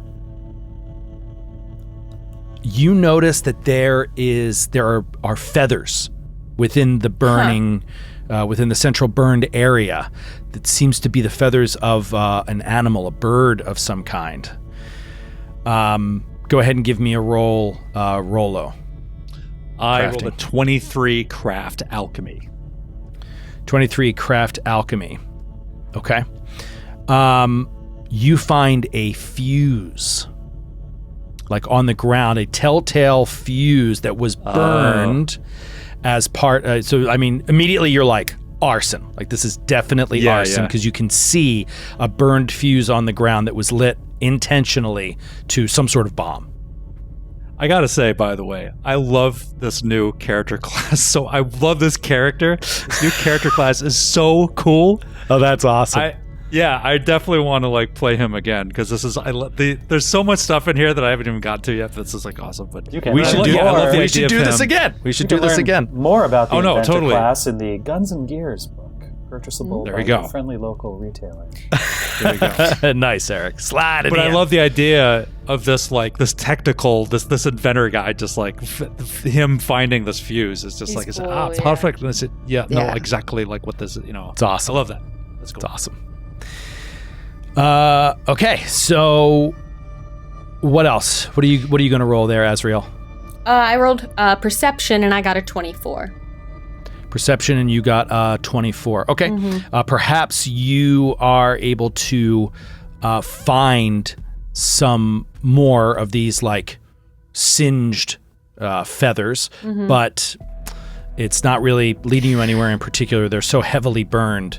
So we can't tell what kind of bird, what these feathers came from? If you want to roll on nature, you can I do will. that. What about Sweet Caroline? Sweet Caroline? Sweet Caroline puts on her cloak of the coyote and kind of like wraps it around to not get smoke inhalation. So she's got this like dingy fur gray cloak on, and she's moving stuff and she looks at the feathers, and I rolled a 22 on my survival to try to get a better picture of what these feathers are. Ooh. Okay, well, with a survival, I can tell you that the fuse that Rollo identified went all the way out to the back of the house and was kind of lit from there and was lit into the center of the house, right smack in the middle of the room, and you see that you start to see a pattern with the feathers, like a blast pattern, as if they are in a circle around this area. They're all over the house, but they seem to have all started in one place in the middle. Classic exploding bird gambit. He Is that literally 1,000 says times? that, and that seems so strange. He says a classic exploding bird. Did anybody roll nature? I rolled I'd nature. like to. I could roll a nature. 18, so I'm not sure what I can find from that, but With an 18 in nature, Azriel, you know these feathers. Oh. These are the feathers of a vulture, for what it's worth. Huh. interesting. The feathers of a vulture, however, they're so badly burned, it's really hard to tell much more about the creature other than that. Why would somebody use feathers to set up a fuse when you could use, cord or gunpowder? Why use just vulture feathers? Well, I would also say that as part of your rolling over your crafting check, Rollo, you know that there's definitely gunpowder, whatever, Oh, okay. used in this. Oh, like yeah. you can smell the reagents in the air. Like, you know that this is a bomb that went off in the middle of this place, but somehow it was surrounded in feathers. Yeah, I was just like, I think that someone smuggled a bomb in here inside one of these birds, one of these vultures. Yes. That'd be my guess. Maybe they were disguised somehow. Yeah, maybe they were doing like alchemy testing on the birds or something, or they used them for something. Do people use birds in alchemy, Rolo? Sure. Wow. Yes, they really do. The expert has spoken. Yeah.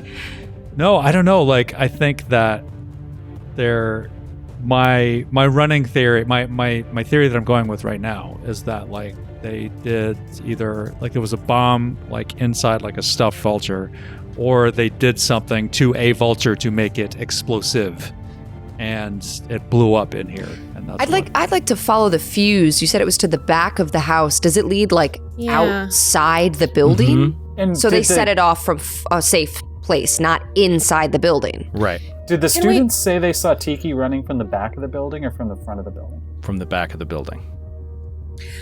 And they didn't say they saw her running. They said that she was leaving there earlier today. Okay. Can we go to the back? Rolo. Yeah, as we come you're there. You're along there to right the now. back, You see the fuse and you see where it's burned. Are you able to tell how long it would take for someone to light a fuse from this distance for it to reach its target and explode? Yeah, I do look at you could tell. Yeah, you could tell that would take maybe 30 to 60 seconds. So someone would need to light it and then move away quickly. Right. So if we can get eyewitness accounts of anyone hauling arse away from here quickly, right before the explosion. I mean, obviously. Maybe Tiki saw something back there. Maybe Tiki isn't responsible for this, but because she was in the right place at the right time, she may have seen who was. I think we should try to talk to Tiki. Yes, I think so too. For sure. I actually speak Goblin, so maybe I could, I don't know, Very get on convenient. her good side. That's wonderful. Okay, then let's go to you guys going to the Barakan house, and we'll just have you knocking on the front door. It's opened by a human man who you haven't met yet, youngish, early 20s, opens the door and just says, "Yes, can I help you?" Hi there, we're here to see Tiki. Oh, all right. I'm sure she's here. Come in, sit down. And there's like a common area in the entrance of this place, but this is like a dormitory. So these are all like the student rooms, and so he'll be like, "I'll go get her," and he one leaves. moment. And no, I'm going. And all right, he leaves. goodbye. Yes. He stops, turns around. Oh, just quickly, what do you think about Ingrid and Takima? Ingrid and Takima. Yes. Any They're opinions nice. on them? They're fun. They're nice. They're fun. Yes. All right. And he goes back into the back of the house, and within a moment, you see creeping around the corner into the doorway is this small goblin. And I think I have some. I gotta have some artwork, right? Of Tiki. She. This artwork is not representative of her personality as she comes around the corner. Okay. Woo! She's not that excited. Oh, wow. Hey, how's it going, So Tiki? carefree. Tiki! Tiki, as Tiki comes around the corner, she's like, her posture is low, her eyes are downcast. She comes around the corner, she says, "Hey, yes. Hello. Who are Tiki, you?" Come on in. Don't worry. We're from the society, and we just wanted to speak with you a little bit. About what? What happened with the alchemy lab? I don't know what happened to the alchemy lab. It's all right. Oh. Come sit down. Come sit down with us. It's all right. Sorry. Yeah. Sweet. It's okay. Oh. Sorry. It's all She right. comes over and pushes herself up onto this chair, this like regular sized chair, sits down, her legs don't touch the floor, and she's just kind of like looking across at you. Sweet Caroline says in Goblin, "Hey, We just want to talk to you. We got no beef with you. We just need to check up on, every lead. Okay. All right. I would say you all pretty much immediately notice that around her collar, especially if you look at the artwork, you see feathers sticking out around her collar and along the cuffs of her sleeves have little feathers coming out of them. And they look exactly like the ones you saw in the alchemy lab. I think Sweet Caroline points them out. These are cute. Where'd you get these? Yeah. Well, I take them off of the birds, off the vultures. What birds? Well, I collect vultures. Do you have all the vultures that you feel like you should have right now? Are any missing? How did you know that? Yes. Hangbeak is missing. They took Hangbeak. Come here, I'll show you. And she jumps up off of her chair and waddles over through the door and walks back to where her room is. I'm gonna effing kill these bullies, by the way. Oh no. And she opens up the door into her room, and you see there's 5 taxidermied vultures on this shelf, and each of them has a little plaque with a name underneath of it. And there's one plaque that says Hangbeak, and there's nothing there. There's a little dust circle around the bottom. Who do you think took Hangbeak? Well, I don't know. But sometimes they think it's funny that I collect vultures, and they take them from time to time, and I make a fuss, and then they, make me find it. But I haven't found this one yet. Oh, there's certainly never been an instance of someone who collects taxidermied birds being an odd person. Sweet Caroline elbows Rollo. Tiki, there are those who would say that you were seen near the back of the alchemy building prior to its destruction. Now, What? we do No, not that's- believe that you were there. No, that's not possible. I was not there.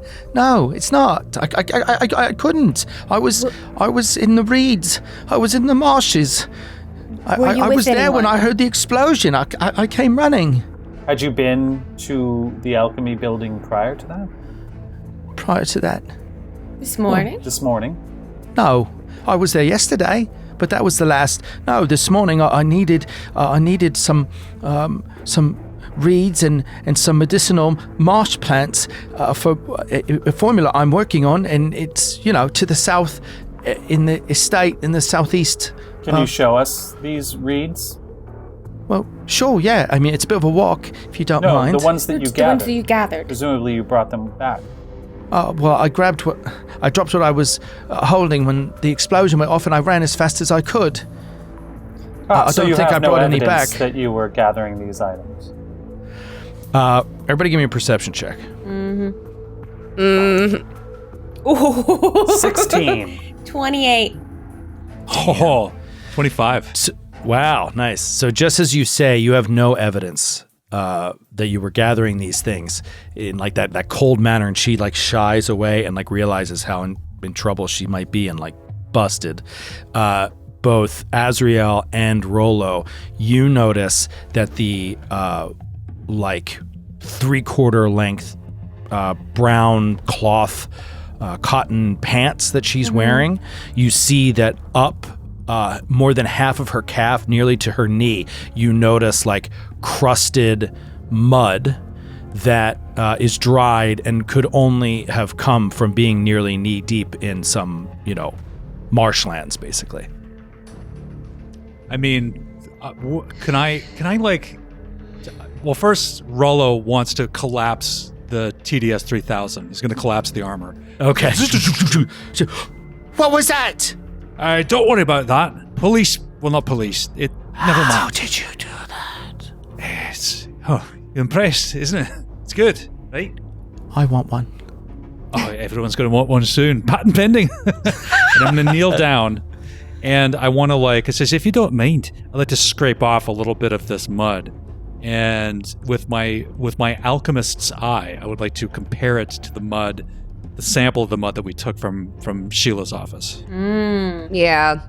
I think in that same vein, Sweet Caroline sees what you're doing, and she would like to say in Goblin, so what are you studying, Tiki? You speak Goblin? Yeah, a little bit. I picked it up from some friends I have. And she's like looking down at you as you're like scraping mud off of like her lower pant leg, and it's like, sorry, what did you ask me? What you studying? Alchemy. And now it's all lost. So much work I had in there. It's gone. What were you working on? All different formulas. Some medicinal, some elixirs, but also a few bombs, and well, I don't know. You know, Iki and I work on a lot of different projects. Well, hey, you're pretty smart. I've heard that. Iki told us. She said that? Yes, She did. said you're one of the smartest, right, Azrael? Right? She used the word brilliant. Really? She's Yes. looking up at all of you. Do you think, Tiki, in your opinion, I mean, we're investigators, but that's not to say you couldn't investigate. What do you think happened at the alchemy lab? I don't have any idea.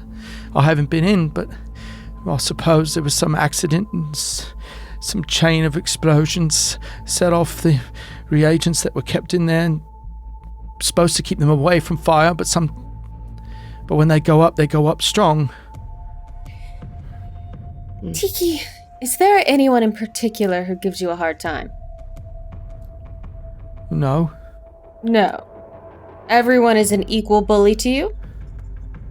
Bully? Does anyone bully you? No. Didn't you say that somebody takes your vultures and then you gotta go find them? They're just playing games. We're all friends. Well, And yeah, you can tell she's deluding herself. right. Yeah. That, or she doesn't want to rat on people, Right. and she's trying to hold herself to a higher standard. Tiki, I have two things to say to you. And I'll like push back my hair so she can see my ears. Now, I have an elven father and a human mother.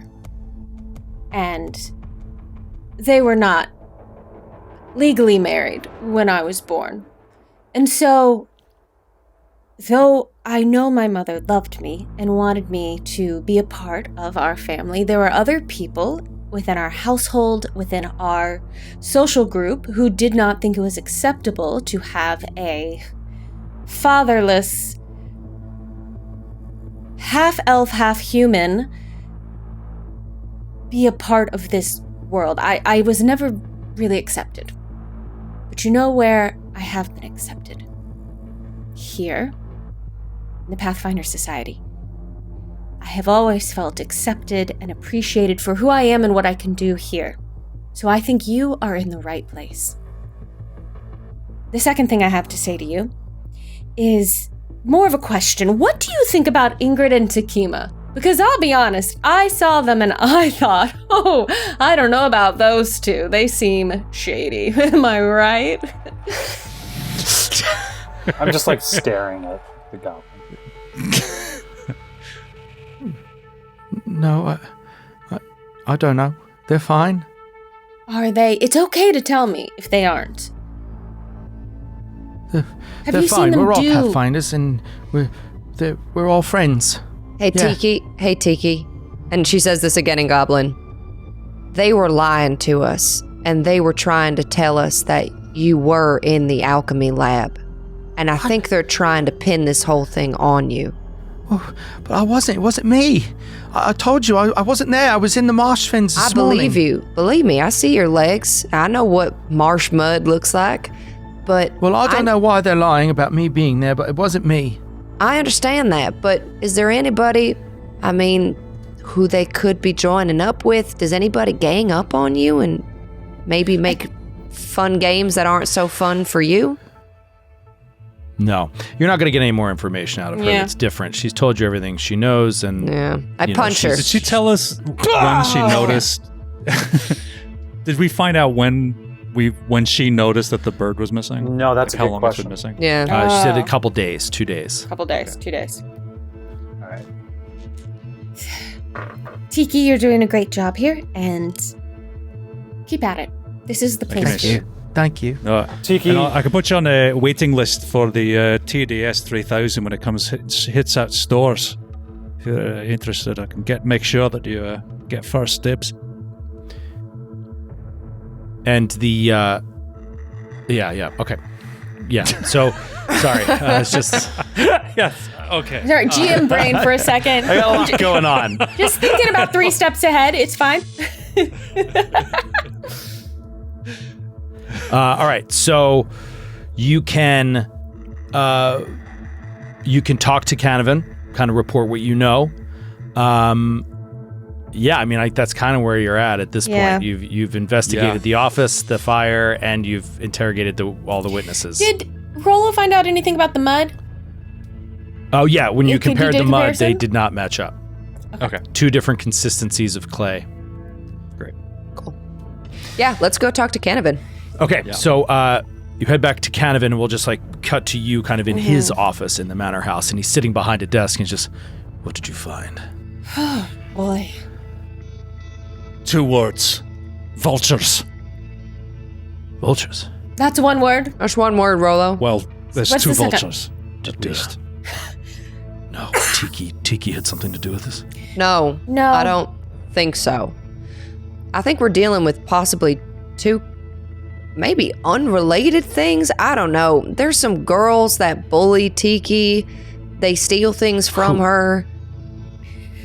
What do you think about Ingrid and Takima?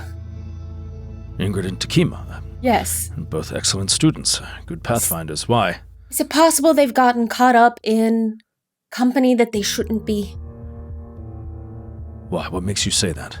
We were questioning them, and they tried to blame what happened at the alchemy lab on Tiki and Iki, which we don't think is true, and I could tell they were lying to me, but I could not get them to admit anything.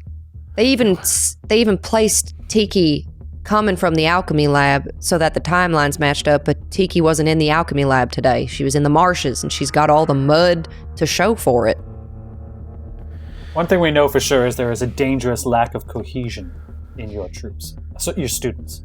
I will say, the other thing I know for sure is after Rollo and I checked out the side of the building, you had an incredible thief scale the tree, shoot a crossbow bolt into the wall, jump across, and then use Arcana magic to undo and disarm the trap that you had put on your window. In that moment, boom. So they knew gone. exactly what kind of trap it was and exactly the kind of rune they would need to place to disable it. My goodness, this is thorough work. There were also vulture Perhaps they feathers seem scattered around the explosion area, and one of Tiki's vultures, her stuffed vultures, that she collects like a totally normal person, has Totally been normal. missing. It is in fact Completely normal. Hangbeak. Hangbeak. Hangbeak. Hangbeak is no longer with us, I don't think. Yeah. As much as I hate to look, I thought that I suspected this could be inside. It could be an inside player, and so could it be Ingrid? Could it be Takima? Perhaps these 2 things are not so unrelated. Here, take this. He pulls out a piece of paper, and he starts scribbling on it, and he rips it off of a thing, and he hands it over to you. And he says, they, by my order, have the right to search your room. And he hands it over to you, and he says, search their rooms.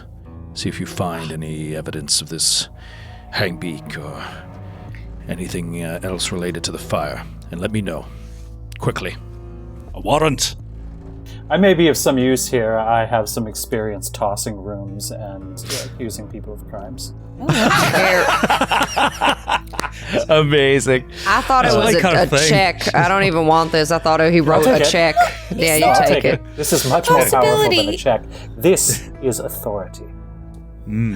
Sweet Caroline II. Huh? Is there any possibility of sneaking somewhere, being hidden, and maybe overhearing a conversation of the 2 of them might be having that would give us Just some search their insight? rooms. Or just search Let's their just search rooms. their All rooms. right. See if you find Aye, anything and come aye. back How and about tell me. this? And I'll scout ahead, scale the wall, listen at the window. Then Just you in guys case. come If they're in there, Exactly. In my experience, once someone's belongings are being tossed, they start speaking everything they have in their Well, minds. Yes, true. and See? perhaps we cut right to the She chase. gets it. Toss the room. rooms. Let me know if you find anything. Yeah, let's go. All right, let's Keep do it. in mind, they may have done nothing. So Of course. keep that in mind until you find something. Go. Right. Guilty And, until uh, proven innocent. You head Oh, off it's the with other a way. warrant to check their rooms. Let's take another quick break. We'll step away for a minute. Everybody relax for a minute. We'll be back. We'll be back in 1 minute, and we'll find out what happens when we search the rooms. We're investigating the Ingrid crime. and Takima. We'll be right back. Galarian, CSI Galarian. CSI Galarian. Law and Order Galarian, whatever.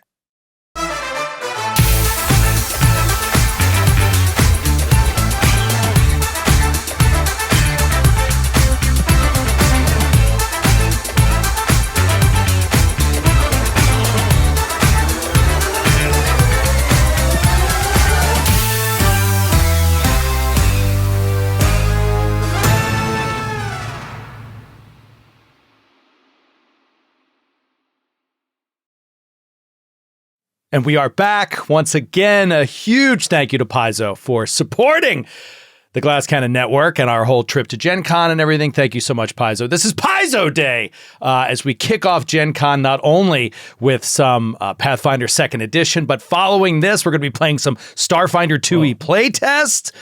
Very That was- excited for you to see that. Was that And, on purpose, Sydney? No, I don't know what That was amazing. I thought it was for How did Starfinder. I You're like, do yeah. that? It just shot. Yes. Oh, was it the rock symbol? Whoa! Wow. That's cool as hell. I didn't mean to do that. Sorry to take away from the cool announcements, but rock on, Paizo. Thank you. Yeah. Why wouldn't it happen That for the is rest so of us? I know. I want to. I keep doing it. I don't know and why nothing's happening. No, worship thank you the so devil much to right there, yeah. Paizo. And I just wanted to say that I read this scenario and I absolutely loved it, and then found out from our friends over at Paizo when we were talking about what we should run for this. They said, well, one option is for you to run the Hyde March heist, and that's the name of this scenario because they are submitting it for an any. It is and it is so good that I could see why this would be gosh. submitted for like a one-shot adventure any, and I hope it wins. So I hope it That's that would be amazing. amazing. But it's such a great scenario, and we've still got a lot more to do. So we're going to jump right back So in. I will die for Tiki. Yeah. I don't care what happens. I will die for an any. I would die for an Eddie. Both. Yeah, right. Isn't Tiki amazing? Tiki's amazing. The way you played Tiki's her, great. she came in crying and I almost lost it, Joe. You know me. I almost cried. I was like, That's all it takes. It's not a precious successful child. Pathfinder session if you don't get Paula to cry. At least twice. That's the standard. Yeah. All right. So we return to the Barakan House dorm where you had just left, leaving Tiki behind. You reported your findings, and now you're going to search the rooms of Ingrid and Takima. That's right. Takima, which room would you like to search for? Oh, by the way, I had never showed Ingrid and Takima that's artwork. right. Oh, yeah. I've got that, so we can put that up on screen. There they are. There's Ingrid and Takima. Wow. Thick as Yeah. thieves. Look at them. Joined at Thick the as hip. thieves. No, they look bad. they look like they've been coerced. I feel, I don't know what to think. Yeah, We'll get I to don't the know. They bottom look of like this. bad You'll get to people the bottom me. of this. Let's go ahead and search the rooms. Pick one blue and quickly. yellow. Ingrid. Anybody but Paul. Ingrid. Takima. Ingrid, okay. Oh. Ingrid. We're going by height. You're going by height. Yeah. We go to Ingrid's room first. Everybody, you walk in, and it appears to be. You walk in, and it appears to be a regular. The regular dorm of a young studying wizard, filled with books lying open on the bed, lots of work everywhere. Go ahead and give me a perception check. Wizard, you say, Joe? Wizard. Oh, how interesting. Wizard. I got a 20. Rollo. 14. I got 14. a 21. 21. 15. 15. Okay. As you search through the room, you don't seem to find anything incriminating. Like her room appears to be, just the messy room of a student. And she is not present? She is not present, no. Just out of curiosity, I'd like to take a look. You said there's open books around. Are any of those books open to, like, how to pop a lock? Or here's a cool No, there is glyph that nothing you can suspicious do? in this room. All right. All right. Can I knock on the room next to her room to see if anyone else is home in this hallway? You knock on the door and nobody answers. By the Let's way, go to you the guys, next room. you notice that Kestra is like feeling along the insides of the bed lining, looking in these, like, all these places that you never would have even thought to look at. It feels like she has searched people's rooms many, many times. This is It's awesome. almost like an autopilot thing for her, but she doesn't What find did you anything. do And she before? turns to you and she says, "There's nothing here. This girl is innocent." Sweet Caroline clocks that, and she's like, Kestra, did you work at a prison? Were you part of the Inquisition? In a manner of speaking, I am from Corvosa, and at various times in recent memory, the entire city has been a prison. And when one is on the inside, whether a prisoner or a guard, one does what one must to survive. Understood. Wow. You're so grizzled. Yeah. You're kind of like a cool chick. I have much to redeem.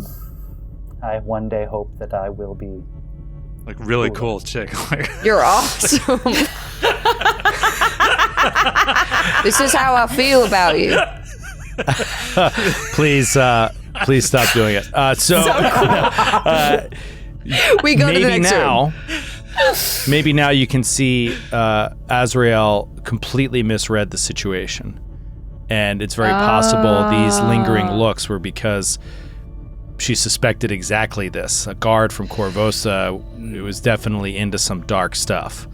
And but if her husband vouched for this particular choice, then she has to trust it. But Sheila's instincts are these people are bad business. Guards from Corvosa. so Corvosa's like a police state at this point Yeah, in the timeline? Corvosa Is that what's had going like on? an evil queen who took over the entire city fairly recently. Uh-oh. Like dictator vibes? Like, Yeah, okay. Yeah, very much. It's a so. great Interesting. adventure path. Yeah. Great adventure It's the path. Curse of the Crimson Throne adventure. The Curse of the path. Crimson that's Throne, Crimson which you've heard of. Yeah. Okay, so that was a The while second ago. but that ever would've been- Pathfinder adventure path. Duh. How cool. Yeah, Okay, but what I Okay. misread was the rumors of the affair situation. Yes, that not was your the natural lying. one. That was your Okay. natural one coming out in the recall knowledge. Good. So we have seriously impugned the Yeah. character of the two most important people we know. Absolutely. Great. Cool. Seriously Off to a rollicking impugned. I start. love it. All right, so Yeah, let's go to the next room. Yeah. Yeah. All right, so yeah, go to Takima's room, and you go in there, and you see Takima might be a bit of a horse girl, if you know what I mean. You see horse drawings all over the place. She's just like way into it. That's the first thing that jumps out at you. But otherwise, it's there's a lot of weapons and equipment like hanging on the walls and She's stuff training like to be that. a fighter. A little bit neater, but she's trained to be a fighter. So go ahead and give me a perception check in here. Jeez. 15. Okay. 19. I'm so on autopilot. I'm not very good at this. You're just sleepwalking through this. Also a 19. Okay.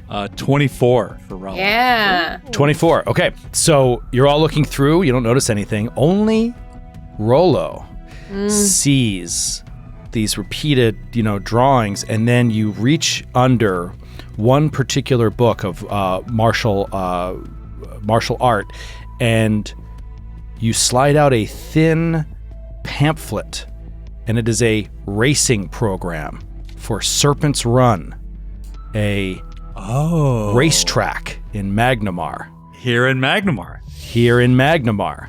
The Serpent's in the Run, upper which city. you know. Yeah, Serpent's Run. The Serpent's Run. So you see a program for this, and digging a little bit deeper, you find, this putting up your hackles that she could potentially be gambling, you start rooting through and go a little bit deeper, and you find evidence of a massive bill of debt to a company called Mendocil Loans, a loan shark working at Serpent's, out of Serpent's Run. Wow. They're not trying to be bad. They're just trying to fix an issue. And they were like, I guess I get out of this problem. Oh, you know what? I'm sorry. With the Mendocil Loans, everybody give me a society. Ooh. Or if you have underworld lore, you can roll that. 23 society for Rollo. Okay, so yeah, Rollo, you notice that you pull that out. You see that loan, and you see that Mendocil Loans is a loan shark, or you know Mendocil Loans as a loan shark that is rumored to have ties all over the city to gangs, to bad business all over the city. Zarni. Like the Zarni. Mendacious like the loans. Zarni. Yeah, we call it she's into some heavy debt with some bad people. So she probably agreed to blow up a help vulture with the distraction in the alchemy or pass some blame on to someone else. Gambling addiction was always one of our favorite weaknesses among the commoners. It can be used as a wedge to get people to do whatever you wish. This very likely that we have found our villain, or at least a cat's paw of the true villain. Interesting young woman. I say we wreck her room. I want to wreck it. I just want to tear all the books off the shelf, start throwing stuff out of the window. Wait. Why are you doing that? Why would we wreck her room? Because we're cops, and we can. No, that's not anymore. I'm trying to turn away from that.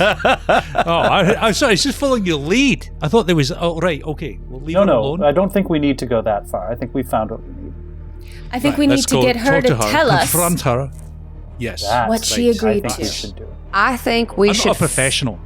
I think we should find out inventor. where Big they trade. are. I do too. Good idea. There's something I need to get in my gear. Where shall I meet you? I need about 10 minutes. I think you should, let's just move this along, and we'll say that you go to Sir Canavan, and you basically say, bring them here Okay. in front of you, and we'll just interrogate them again with all this evidence right here in the office. Yeah. And we can wait until after you do your thing to do Why that. don't you guys get started, and I will join the interrogation in progress. All right. Okay. We'll see you when you're ready. As you wish. Excellent. Okay, so we cut to interior Sir Canavan's office. Sheila is standing behind the desk, and she looks pissed. He is sitting at the desk calmly, his hands crossed in front of him, and his hands folded in front of him. There stand Ingrid and Takima looking very nervous, and Rollo, Sweet Caroline II, and Azrael all standing there as well. And we'll just say you confront them with this evidence of the gambling debt. Takima's like, I'm sorry. They came to me. They said, well, he said if I just created this distraction, that he would forgive the debt. And Ingrid said she'd help. She's just a good friend. She had nothing to do with this. She's just a good friend. And Ingrid's like, no, I made my choice. I want to protect my friend from these gangs. I want to help her.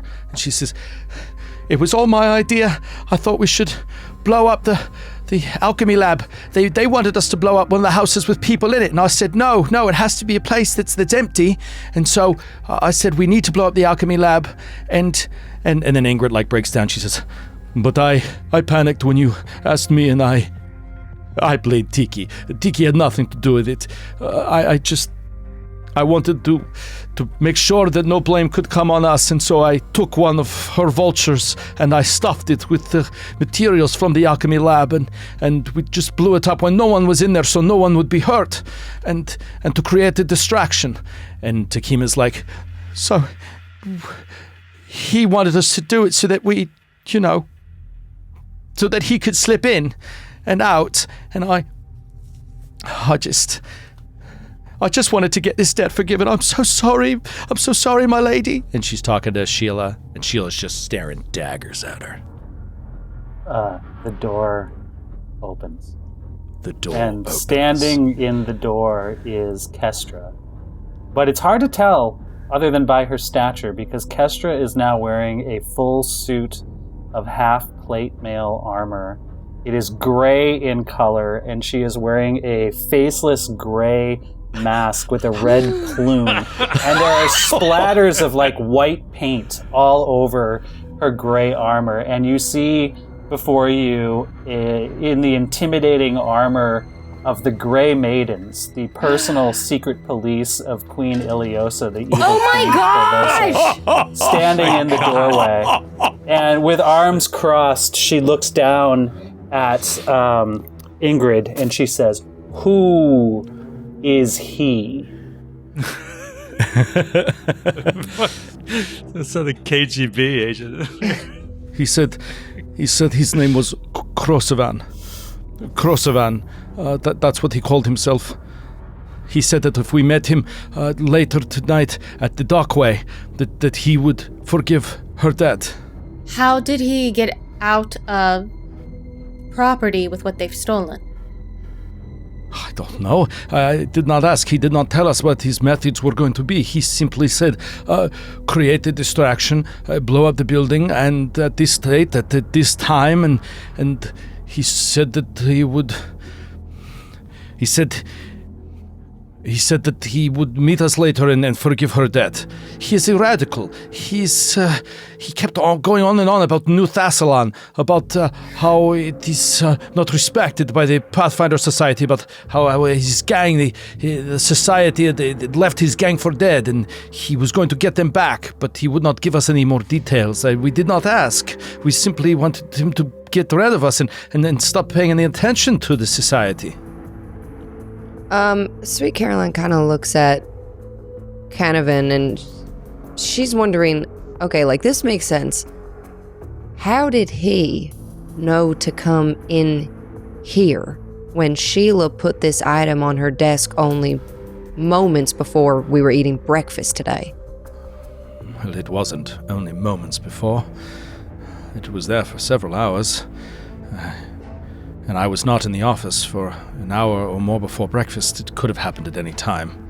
Well, have you ever been in contact with this man or this group? How would he even know where your office is exactly? Ingrid's like, I told him. You what? I told him about the Wayfinder. You I felt what? Well, it is just a small trinket. It does not have very much value. It is a strange artifact. No one. It points the direction to a secret magical passage that. And Sheila Hydemarch is like, "What are you thinking?" And she's just totally cowed, and I'm sorry, they're totally cowed. They put their head down. You've put the entire society in danger. You've killed dozens of people, and just tears start coming down out of her eyes. And you blame somebody who was innocent. And Takima's like, it wasn't her fault. I told you, it's all my fault. I'm the one who got into debt. It's all my fault. And well, perhaps the time is done for assigning blame, and the time is now for making it right. Yes, Penance. We can help you. We'll go with you. We'll go with you to the dockway, and maybe he still has it. Maybe you could get off of him there. And Sheila Hydemarch is like, absolutely not. You will not be leaving these grounds. If all of you want to go and see if you can recover the Wayfinder from this Krosovan, then please do, and with all haste. These two are staying with me. Right. You're going, the two of you. I fear going to spend the rest of your lives in detention. And Amazing. And so it's let's go meet up with this guy. Let's go down to the docks. I would like to stealth to the docks and not just make our presence known immediately. I have an ability I'd like to use from afar. I can basically read lips. So I would like to watch them and see if I can uncover any conversation about the Wayfinder, about its whereabouts. Did they bring it? Like anything before we just march in there. Okay. Then let's cut to there. So we'll jump cut to you guys outside. And it is getting late. It's not night, but it's summer, so the day goes long, and it's starting to get kind of toward dusk, and you pardon me, and you start to approach this place that they told you to go. They told you to go to a place called the Old Fang in the Dockway district, an old rundown bar, and you say okay and head out there, and you want to go with a stealthy approach. Okay, so from afar, I would say you examine the area and go ahead and first give me a stealth check. Oh, this is very, very interesting. Is that everyone or just all of us? Whoever is with her, checks. No. We will assume that she is closer than everybody else, unless others of you are close. 19 stealth. I could 19. go. I think I would also go. I'm fairly stealthy, and I like to be able to get the jump on things. So let's see if stealthy. if that's all right. I am not. 21 stealth. 18. He's just an unarmored man. Clank, Half plate, clank, half clank, plate. clank. Yeah, I have an 18. I did 18 total Okay, stealth. you guys kind of try to nonchalantly make your way up toward the Old Fang, and you're looking around, and you see outside the building, on one of the corners of the building, leaning against it, is a pale human male figure with dark, oily hair. And he's just leaning against it, and he's holding something in his hand that he's just kind of like rolling back and forth. And he's looking up and down the street, and he's just sort of like seems to be killing time, but his face is partially covered in shadows. So you can't really see all these identifying features. You just got a glimpse of his pale skin, and then the oily hair is coming up over his eyes, and he's looking this way and that. He looks across, and he rolls a natural 19 on his perception. He seems to stop, and his body tenses as he looks across. Maybe it's even blocks away at you, and he sees something he doesn't like. He sticks his hand into his pocket, and he turns around and starts bolting down the street. I run. You start booking after him? How All right. how close are we to him? Couple blocks. I start booking it. All right, so Yeah, I guess you start booking it. Get him. Yeah, let's just assume that everybody starts booking it. All right, I'm more so, chasing them because I'm further behind. Right, you're starting, relatively behind. Yeah. And okay, sorry, I'm just trying to find this thing that I had. All right, so you start chasing, and we're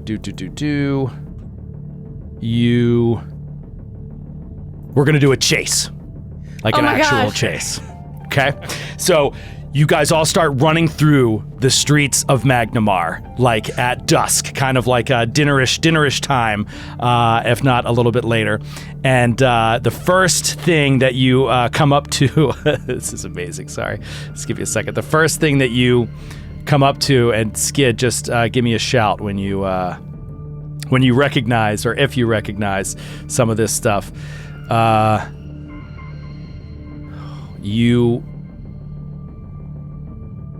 All right, here it is. Okay, so you see there is like a stockyard and a whole bunch of customers that are standing outside of like a cattle thing, and there's like a cattle sale thing going on, and there's all these people like shouting prices and stuff like at the corner of the street, and this guy goes like running past, and he just like rips open a gate that all of these like cattle are behind and just starts like slapping cattle and then runs past through them, and all these like cattle start streaming out, people start screaming and running everywhere. So now you have to like get through all of this in order to maintain pace with him. So what do you do? There's a million different ways you can like pass this check. You just got to tell me how your character does it and what skill roll you want to do. Almost any skill is on the table as long as it's within reason.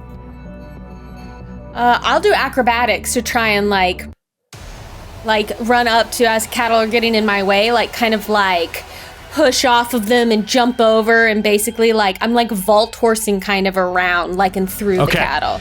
Okay. What is Rollo doing?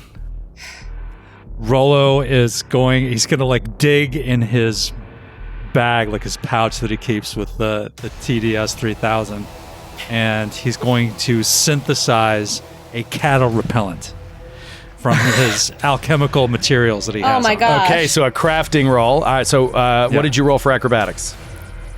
And then go ahead and give me your crafting roll while I rolled a you're 27. working. 27. 24. Holy shit. You know what? Save the rest of your rolls, because you just need to pass 2 out of the half you just have to pass. And what did you want to do? I rolled a 24. I wanted to do a cool wall run. Okay, so do. Yeah. Sweet Caroline, the second wall runs over, and you guys. Is that the Prince of Persia over there? Okay, you gain 1 point.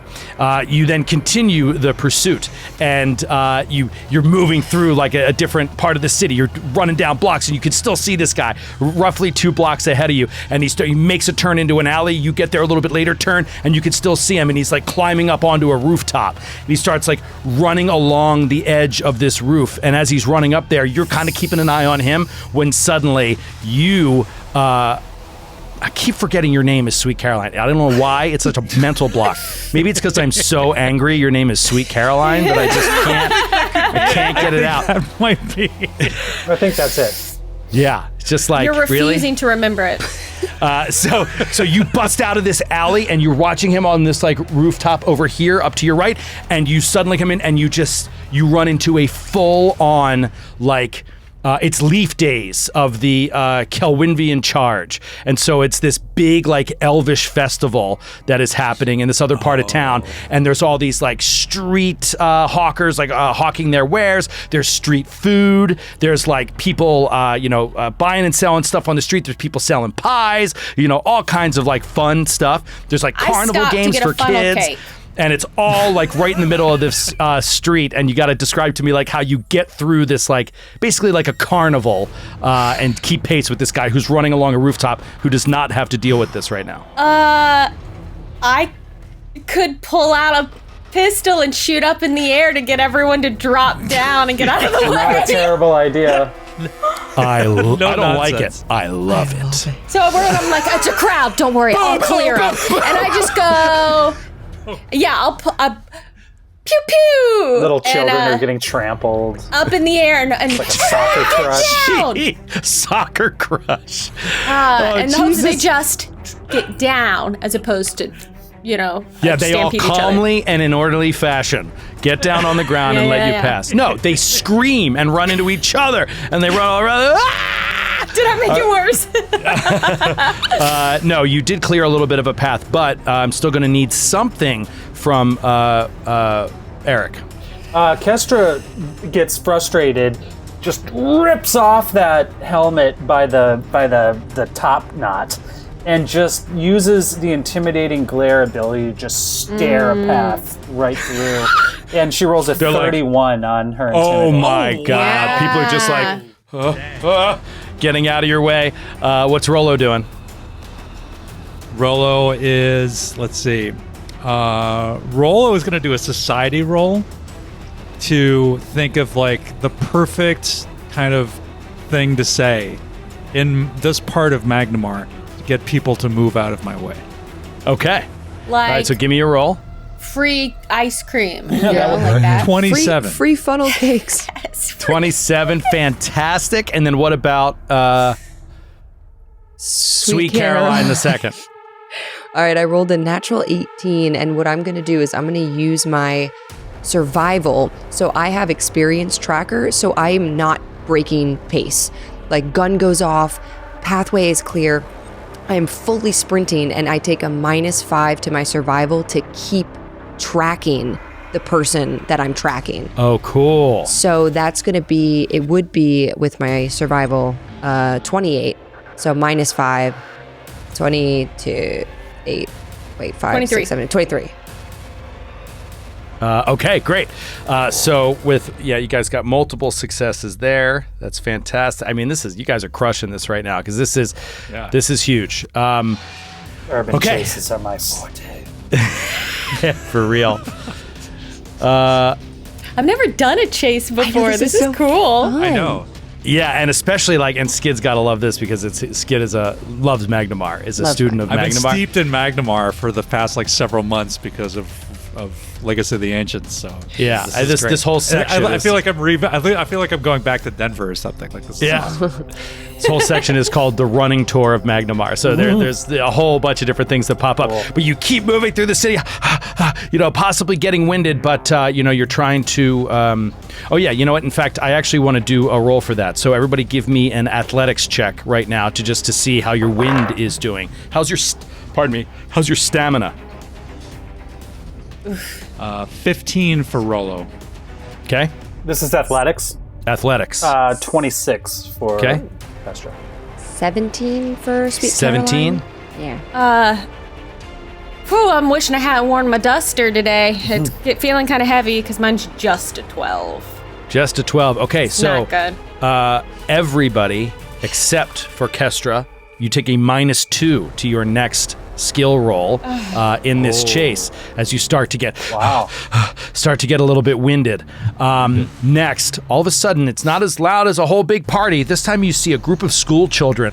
They're all in blue robes and they're playing near this fountain when this one little gnome girl wraps a blue blindfold over her eyes and she dips her fingers into the spring and her expression abruptly changes and she goes, "Halt, seekers!" I'm sorry. "Halt, seekers," she calls in this strangely adult voice. "I am the spirit of the seer spring. The one you seek is fleeing fast, and soon you will lose his trail." The girl tosses a spray of water into the air, letting the droplets shimmer as they fall. "Even now it dissolves like mist. Tell me, are you worthy of my help in finding him?" It's like this. What? It's this this fountain from this Academy of Magic in Magnamar. We're right at the corner of the Keystone District. Mm-hmm. We're right by Sear Spring Fountain. Yes, and so you need to. Oh, geez, how does this work? Interesting. Do we do performance? I could perform that I am worthy. Man, I want you to. You have to roll a perform at some point. Yeah, at some point. Okay. Man, this is so tricky.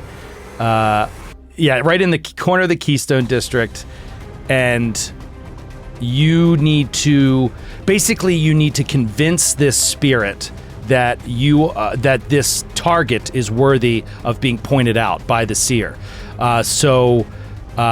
Essentially, the challenge is, and this is all mental, kind of as you're running, you will lose track and sight of your quarry unless you can mentally, it's almost like telepathy, you must sway the seer and have them believe this. So this is like arcana, diplomacy, occultism, society, religion, any of those skills you want to use to try to overcome this obstacle. Okay. Because the seer is about to magically let him get away from you. I want to do an Arcana check. Use my knowledge of magic to overcome and sway her. Okay, great. With So my do brain. that. 16. 16 Arcana. Yeah. Okay. Anybody else? I'm doing a diplomacy. Okay. Diplomacy. Go ahead. I got a 25, and Sweet Caroline says, "Madam Seeker, I don't know you, and you don't know me from Adam, but I want you to know that that man we're chasing is a very bad man, and if you let us get him, I think we could save some people. Okay. And you say this and you hear this voice that comes to you in your mind, and it's just basically like, your quarry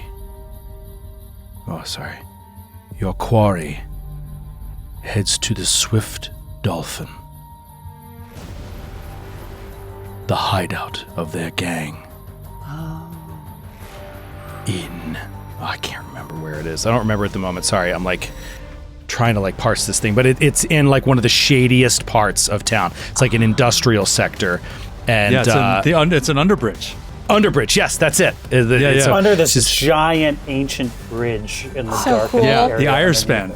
The ruins of the Irespan. That's what it is. So it's this. Sorry, that's the great so much works better. of the ancient rune lords. Yes. Yeah. So it basically says, your quarry is headed to Underbridge, the Swift Dolphin. You hear this voice in your head. Did anybody else roll one of these mental checks? I did.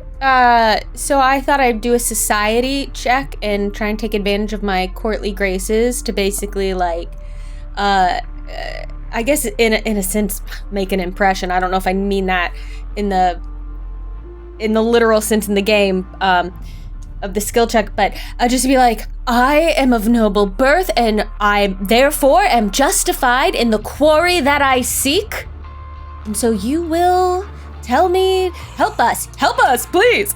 And I rolled with my -2. I still rolled a 29. Holy shit. I have a plus 13 to society, and I rolled an 18 -2. Wow, Yeah, amazing. it's pretty good. Society's I going rolled for really you. well. Okay, and so you get that same information, and what about Kestra? I'm going to try something, and I'm not sure if it's going to work or not, but hopefully, given that this is seemingly a supernatural creature, I am going to take a moment as a single action with the concentrate trait to initiate a 15-foot radius champion's aura around myself. Any follower of my deity, which is Iomade, immediately knows that I'm a champion of my deity. So I'm just trying to show that I'm a little extra special, good guy type character.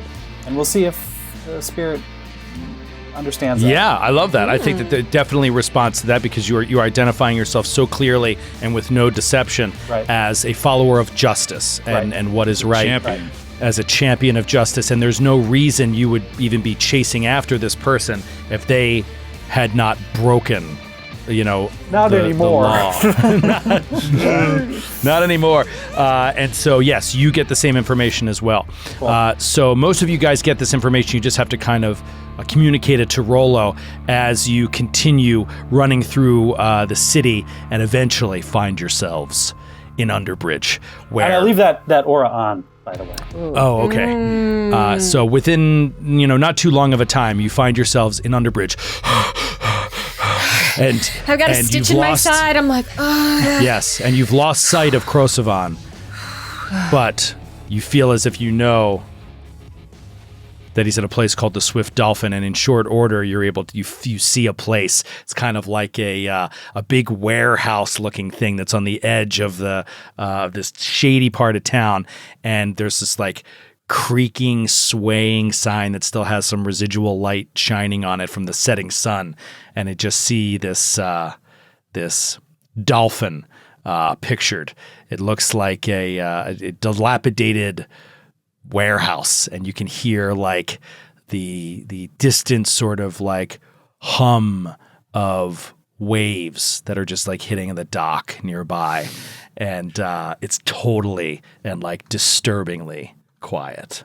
I love Underbridge. It's so creepy and weird. Are there any windows or doors to the warehouse? Yeah. So as you approach, I'm just going to have you approach the warehouse and get pretty close, because even if you're stealthy and even if you're looking from afar, you don't see anything. Okay. And then you get up there, and let's take it to the map. All right, so you come up and you can barely see anything. You just see there's a wall of this building, and you see a big double door in front of you that's closed. And like I said, just sort of like hanging outside of it is this creaking sign that says the Swift Dolphin. And it's like all beat up and old, super shady. This is like, I happen to know that this is like a drug den in Underbridge, in Magnamar. This is like the Midnight Milk something. Like that this is a drug hideout. So yeah, this is bad business here. And I think like Rollo might know this too. Like he's a worldly guy. So he's just like, I said, be on your guard. There are older and fouler things than, I don't know, that guy down here. In Underbridge. Yeah, Do we just go in? I mean, normally I'm one to stealth, but I think he knows we're coming. I've never been somewhere quite like this before.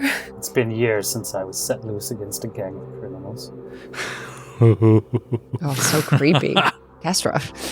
I think... We're going to have to talk later about this. About how nobility is not an accurate value of worth. That's a conversation I'd like to have with you. Oh, I don't think there's any real worth to being noble. No. Then we are No, in that's why I agreement. don't live that life anymore. Nor do But I. I use it to my advantage when it serves me. That, I understand. Let us enter. Shing. Oh, I've got a big old shield now, too. I would like to still stealth in Joe, even though there's only one door and it's probably creaky and loud. I would still like to try. And trapped. I check for traps. Okay, give me perception. Well, actually, I do that. So give me your perception You got plus lots your of trap trap finding cool bonus. stuff. Yeah, it's a 9 plus, what the heck? I think it's just plus 1. Yeah, plus 1 circumstance bonus. So 10. 10 plus 10. Yep. Okay. Oh, shoot. You run up. A quick examination of this old warehouse double door. You don't see a trap. Okay. I stealth into the door and I give everyone, the hand signals and like the shh and this way, and I go right, you go left, eyes out, and I stealth in. Okay. You open up the door. And let's look on the map here. So you got to put yourself up there. Everybody else put yourselves exactly where you mean to be at the moment this door is opened. Exactly. I'm still on the Hydemark Manor map. Did you change God. it? I I'm so am sorry. also. Me. Apologies. There we go. Oh. Should see What it a great map. Right now, it's just a... Oh boy. Okay. all right. These are so, the double doors here, so... Yeah, I'm right at the door, and I'm gonna okay. walk. There's inside. Sweet Caroline and Kestra right at the door, and you guys are... I'd be right there, too. Get me... Oh, everybody's right up front. Okay. Get me in there. Here we go. We're going to partially open the door. Whoa. So it opens up, and you look into a warehouse that is filled with boxes. There are crates piled high all throughout this place, and it is lit from inside from various sort of torches and stuff like that. But all you see are these just like piles of crates. It's just like a smuggler's haven, and you just continue to hear the waves from outside. You don't hear another sound or see another thing. All right, Sweet Caroline will cautiously take a step into the room, take another step into the room, stealthing. Just What's your stealth bonus? Plus 10. Okay. Okay. I'm going to stealth in too. I want to stealth in with And what's her. your stealth bonus? Plus 8.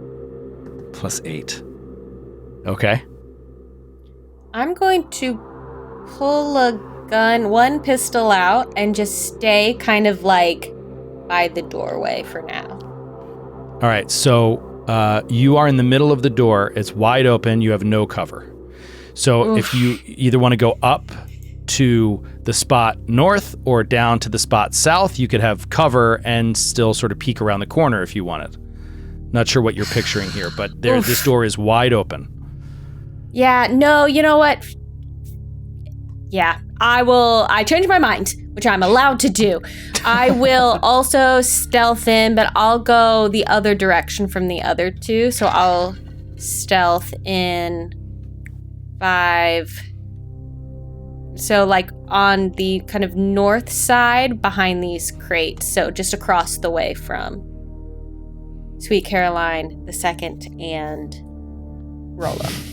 Okay, awesome. So you guys are kind of fanning out a little bit. You're coming into this warehouse. You're going up against these crates. You just see piles and piles of them, and you don't see anything. And Kestra knows she's not quiet, so she just takes up a spot. I move 5 feet to the north, and I press up against the outside wall. You press up against the outside walls as well. Okay. And then you just hear a voice from the back of the warehouse. It's just like, "Come on in. Please. We'd love to meet with you, Pathfinders.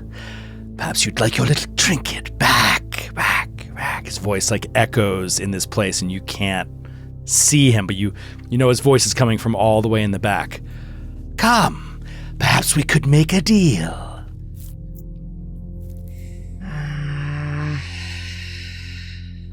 What do you do?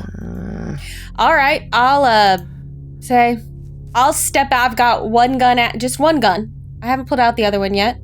And I'll step forward and say... Do it with your Oh, pawn. yeah, that's... Show me exactly what you do with your token. True. I will step out of my cover with my gun ready. Uh-huh. And I'll say, "Why don't you meet us halfway?" And, yeah. "Because I don't need to. I have what you want. If you want it, you'll need to come and get it." Well, where are you? Just back here. Just back here. And you hear his voice coming from straight in the back. The center back of the warehouse. Rollo will step out and says like, "Oh, here, I'm coming. I'm unarmed. All I've got is this walking stick. And as you can see, I'm not wearing any armor." And he's going to start just like walking down the center aisle. Now, I have towards the low voice. light vision. Is there anything? Can I see a hint It's of like lit. where? It's lit. So okay, it's great. Everything's lit. The reason you can't see them is that these boxes are piled like 20 They're feet just high. behind. Great, got it. You can't see, or you could climb up them, to see a little bit better if you wanted. But yeah, we'll say as you step up there, you just, you hear the creaking of a couple, like the creaking of a few crates, and then suddenly appearing above you at the top of this like huge pile of crates is a humanoid creature that like comes out from behind this pile up at the top, is holding a crate and just heaves it down on top of you. Roll for initiativo. Yeah. Let's go! Roll, Rick, roll, Rick, roll, Rick, roll. Roll for initiative. Roll for initiativo. I'm on my rolls. I hope they stay this good when I actually start shooting. Joe. It was good. It was pretty good. It's really good. Are we doing Joe. perception, Joe? What's that? Are we doing perception for... Whatever you want. But yeah, perception works for you, then great. I didn't get to say it because everyone was doing such good role play. But Sweet Caroline has climbed up that first pile of boxes while everyone was like stepping out and kind of distracting them. Is that cool? Is it cool if I roll stealth for my initiative? Yeah. Cool. I love it. All right, let me do a little initiative paperwork here. Kestra, what did you get for initiative? 27. Oh Nice. my goodness That's my feeling gracious. 27, okay. Rollo? 19. Okay, a 19 for Rollo. All right.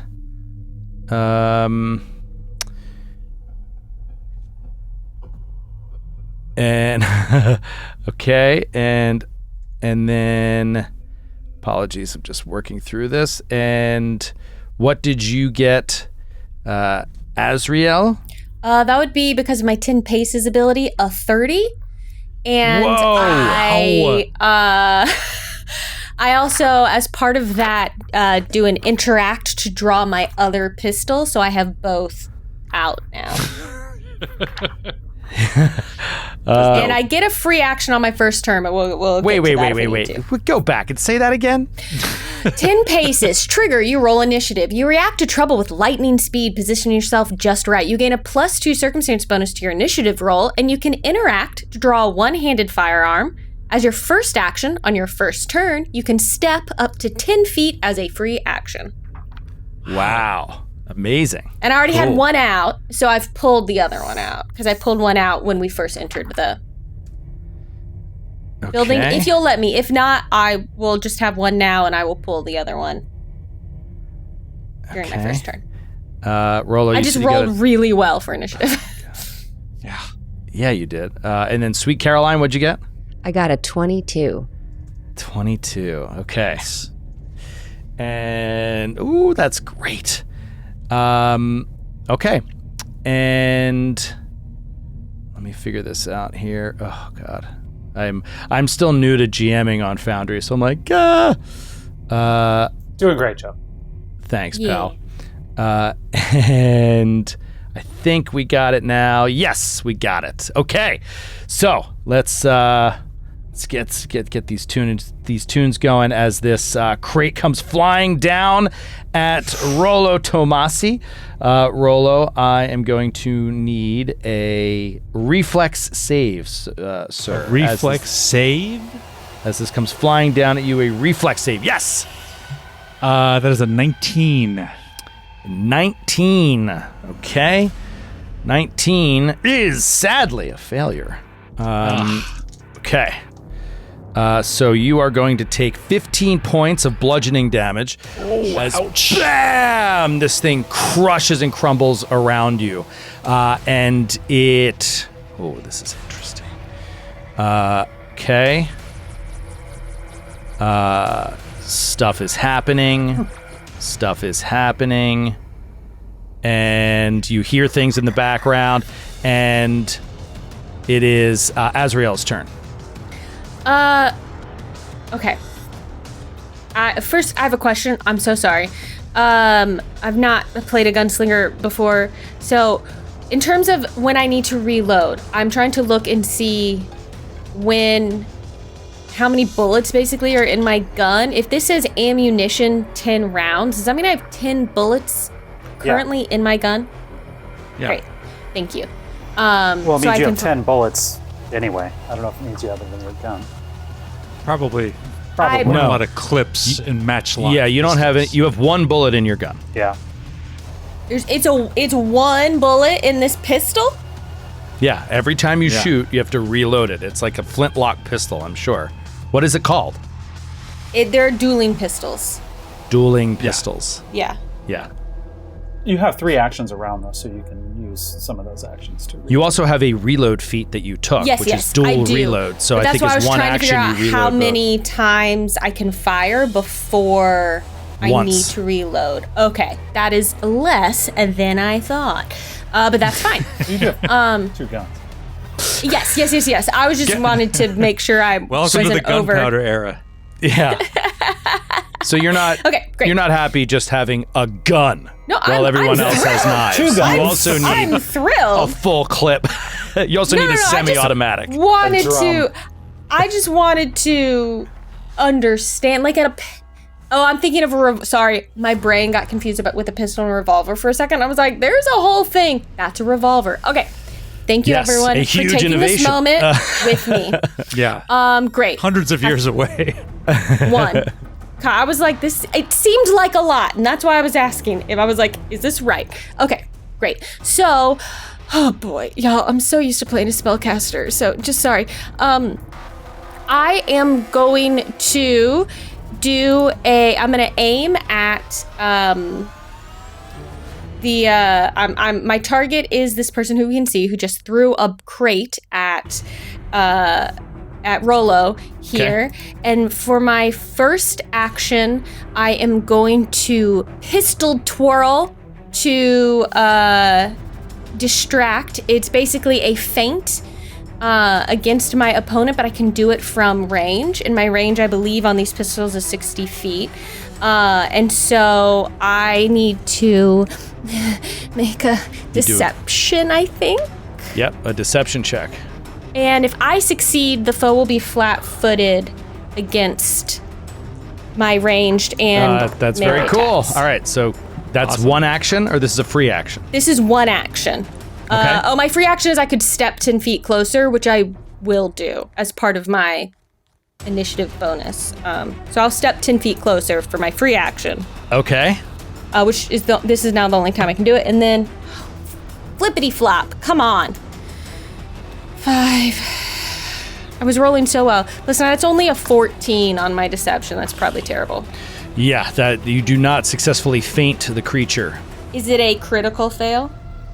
What was the result? 14. 14 is not a critical fail. Okay, good, because bad things happen to me if it's a critical fail. Okay, so I try that. It doesn't work. And then I will, for another action, fire with my +1 striking dueling. Oh, let's just do... I will do two actions. So sorry, everyone. I'm going to get into it. It's so different. I will do my paired shots. That is 2 actions, and it means I can fire from both guns, and the strikes. It's like combined your for the thing purposes that of AWOL bypassing does. resistances. Yeah, exactly. Yeah. But I roll them separately. Oh my gosh! I'm so sorry, everyone. I'm gonna figure it out. This is scary. You're doing great, Paula. You're doing great. Just roll to hit. Oh, the first one's really good. This is a better die than the other one I just rolled. This is a 19 plus 16 to hit. 19 plus shit. 16? Oh, wow. That's a that crit right? for sure. That is Are you absolutely a shitting crit. me right now? It says plus 16 on this +1, and then on my regular dueling pistol it says hit plus 15. Is that right? God I mean, damn that's a it. crit. Absolutely. That is absolutely a crit. Yeah. Eric, you look... Does that sound right to you, Eric? It does not, but keep going. No. What? I think it Can't is possibly right be because there's something very specific about the gunslinger, especially the pistolero. I don't know about others, That's what it has in here. the pistolero is an expert at guns at 5th level. But my damage isn't... Oh, yes, I'm a most master. characters are not experts at their attacks at that level. Yeah, then that's probably right. Then. And so they get that bonus to hit. The trade-off is that It's very little damage. their damage is very low, but their critical damage is very high. So it's they have a better chance to crit, and it's a gun. You know what I mean? So it's like it misses a lot, or no, it doesn't miss a lot, but if it does hit, it's usually a glancing hit, but occasionally it's bam, headshot. So then the first one... I guess crits, and the second one is a 21. Does it suffer the map? I don't believe they do until if I were to attack again. And then you take they the combine, third map. This counts as 2 attacks when calculating your multiple attack penalty, is what it says. Oh. Okay, so both of those are hits. So it's a crit and a regular hit. Wow. Yeah, okay. Holy so the smokes. crit will do 2d10 plus critical 2x 2d10 piercing 1 circumstance, and then it says plus 1d10. I don't know. Yeah, because it's deadly. If it's It's deadly. deadly. Oh yeah, it is deadly. So am I rolling 3d10s right now? No. Stop. No. What's Stop. happening? Don't do anything. Yeah. Roll 2d10 There you and go. add your bonus. You just have a regular bonus. Don't add the 1d10. Perfect. Sorry, thank you. What is your for bonus? guiding me? My bonus Is there to bonus damage? It's just +1. Okay, so 2d10 plus 1. Roll that.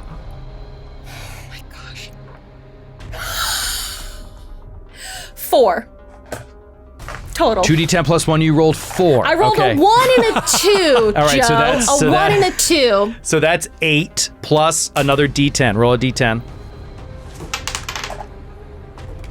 That's 3 more. All right, so 11 points of damage, and was now good for a roll. minute. Now roll damage from your regular damage from your other gun, which I think is just 1d10 That's just plus 1d6. 1. 1d6 plus 1. Because the second one wasn't a crit. Got it. Okay. That's right. It's fatal. That's it's fatal 5. D10. That's Fatal. what it is. Yeah, fatal is what. Yes, sorry. Yes, fatal D10. Okay, So so that's a 1d6 6 total. 6 total. Okay, still. Bam, bam! 2 bullets hit this this thief that's up on top of these crates, and man, does that hurt. That hurts. Thanks for your points of patience, damage. That's everyone. pretty good. No, nice job. We'll Yeah, wait on 17 Dave. points of range, damage. like that's Pretty awesome. damn good. That's great. Okay, Thanks, everyone. it is Kestra's turn. Okay, Okay, but I will Kestra draws her short bow and takes a turn around into here. What? Oh, hold on. You're moving into the warehouse. Yes, I am moving into the warehouse, and it is Okay. making me do that in a very slow manner. All right, here we go. And can I see the thief? Yes. Cool, If I you can shoot the thief. I get Yes. a 19. 19 is a hit. Okay, it takes 2 points of Nice. damage. 2 points? Yep. 2 points of damage. Got it. Okay. Sorry. At that moment, another suddenly pops up on top of these crates in the back.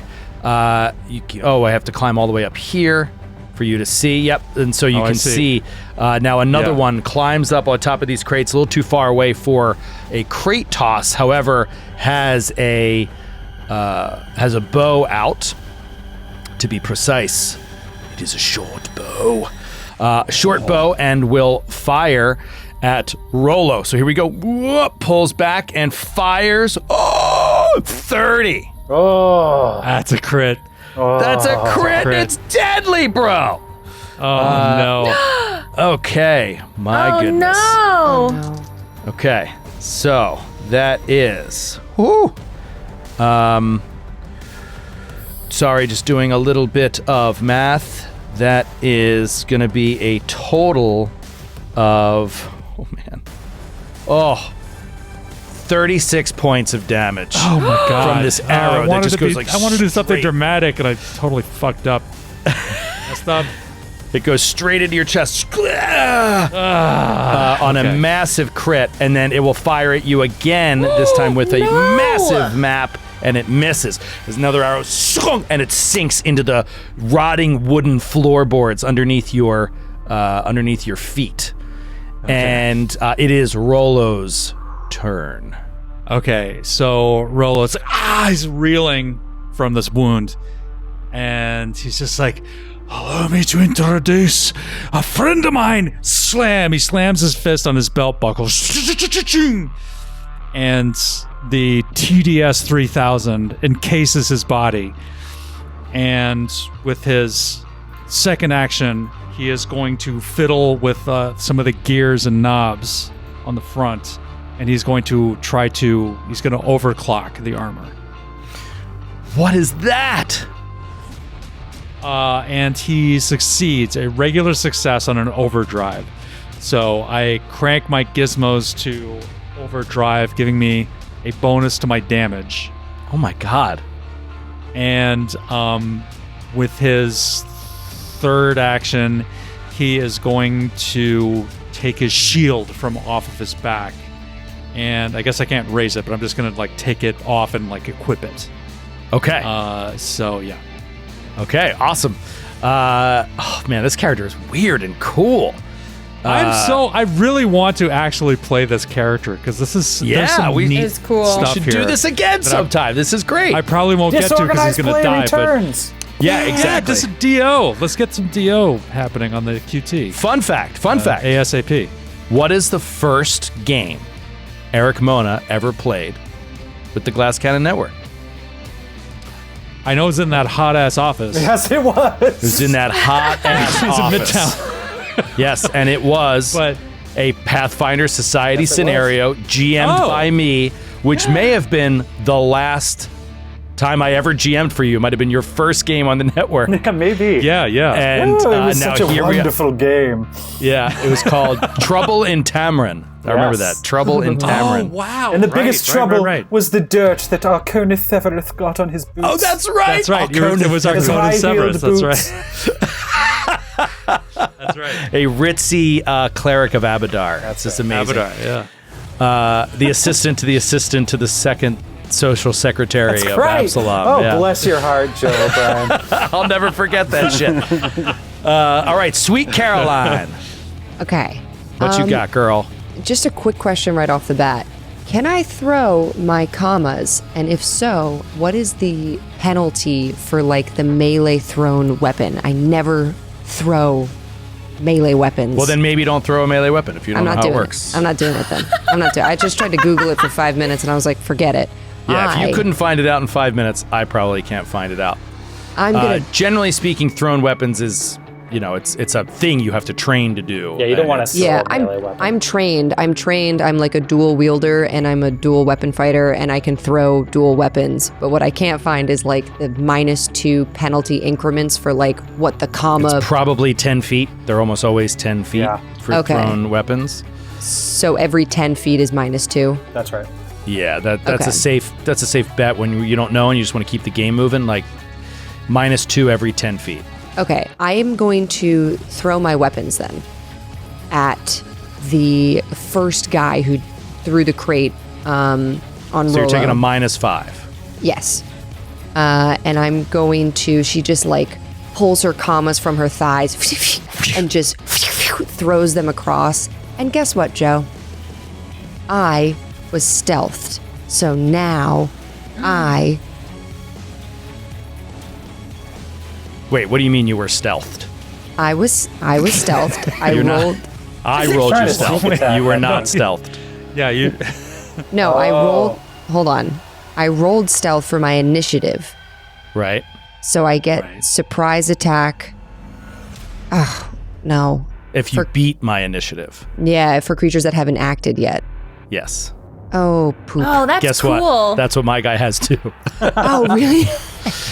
Dang, it's so cool. That would have been awesome, but that didn't work. Okay, so you know what? I'm not going to throw my weapons then because I wanted that Because you sweet... thought you were getting that big bonus. Yeah. Yeah, I thought it would be really dope. All right, instead, I'm going to make a leap across those boxes where that new guy just appeared from. That is also So cool. That is so dope. All right, so you're leaping across these boxes. They're like 20 feet in the air, like whoom, vaulting over to the next set. so bad. That is far enough, though, that you can't make that without a roll. So that's fine. That's an acrobatics, and Okay. it's the DC is going to be 15. It's 15 feet. Okay, let's see. Oh, boy. What's your acrobatics? I got it. 8, 9, 10, 11, 12, 13, 14. Oh, no, I got a 14. Oh my God! Oh no! Oh, no. Wait, do I have any Use bonus? your bottle cap. Don't we started with one, right? Just use it and re-roll that. Don't I get I never gave you a bottle cap to You start. didn't start the session with one? No, not this one. Could, Okay. could we F this, I say... quit. Could we say I use an extra action to pull myself up? Like I grabbed an edge with a 14, and then my second action is now to pull myself up onto the I'm boxes. fine with that. I think Okay. that's fair. You rolled so close. You like, and you like grabbed on, but you weren't on your feet, and then you pull yourself up. That's embarrassing. Okay. You can roll. Do we have hero points? Yeah, that's what I was just saying. No hero points in this. okay. Yeah, because it's a one shot, and I wanted to try to That's kill fine, somebody. that's fine. Yep. And she is going to make a Nice. second leap for her third action onto that next pile of boxes to That's get so cool. up close to this dude. You're putting the pressure on. I love it. Do you want me to roll again? No, because it's at 10 feet. You can okay. make that leap. I think it's 5 feet, maybe. Maybe the leap is 5 feet, unless you have the feet, and then you have to roll if it's 10. I think it's 10 feet. We talked about this on Gatewalkers. I think it's The leap? 10 feet. It's a short vertical. Take a short horizontal. Yeah. 10 feet. Yeah. 10 feet if your speed is at least 15 feet. So. She's good. Oh, I'm sorry. You can jump 15 feet horizontally if your speed. Wait, is your speed 30 feet or 25 feet? 30 feet. Yeah, so you can make a 15-foot jump without rolling. So you do that in one action. And now you've got 2 left. Okay. Cool. So then second action, I make the next jump onto the third boxes, right? Like I do 1, 2. Okay. And then I'll say that I jumped close enough to get up to him. No. No? You would have to roll for that. Okay, that's I'll roll. 20 feet. I'll roll for that. But that's DC 20. You sure you want to attempt that? Yeah. Yes. Do it. Yes. I love it. No. I rolled a 13. Oh my God. Okay. She's so embarrassing. You had some cool leap, sort of. Oh, this is so bad. All right, I I might be fall? doing it wrong, but I think that it's hard. It's hard to jump 20 feet. I fall down. All right, so you leap and you hit these crates, and then you fall, boom, boom, boom, and you are prone directly at the feet of the enemy. This is so bad So you're for you. up there, but so you're prone? bad. Oh, that's Up worst there, case but yeah, because scenario. they're all like, she's up on those boxes, but you shortened it up a little bit. So actually, I will say, to be fair, that you are 10 feet away from the enemy. Because you didn't make the leap all the way. But you land, boom, collapse right there, 5 feet away from the enemy. head. And here we go. We're coming to the end of the round here as the initial character is going to...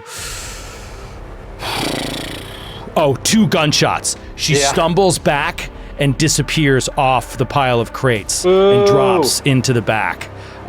Holding her wounds as she drops back down behind. It is the next round. Oh man, this is tricky.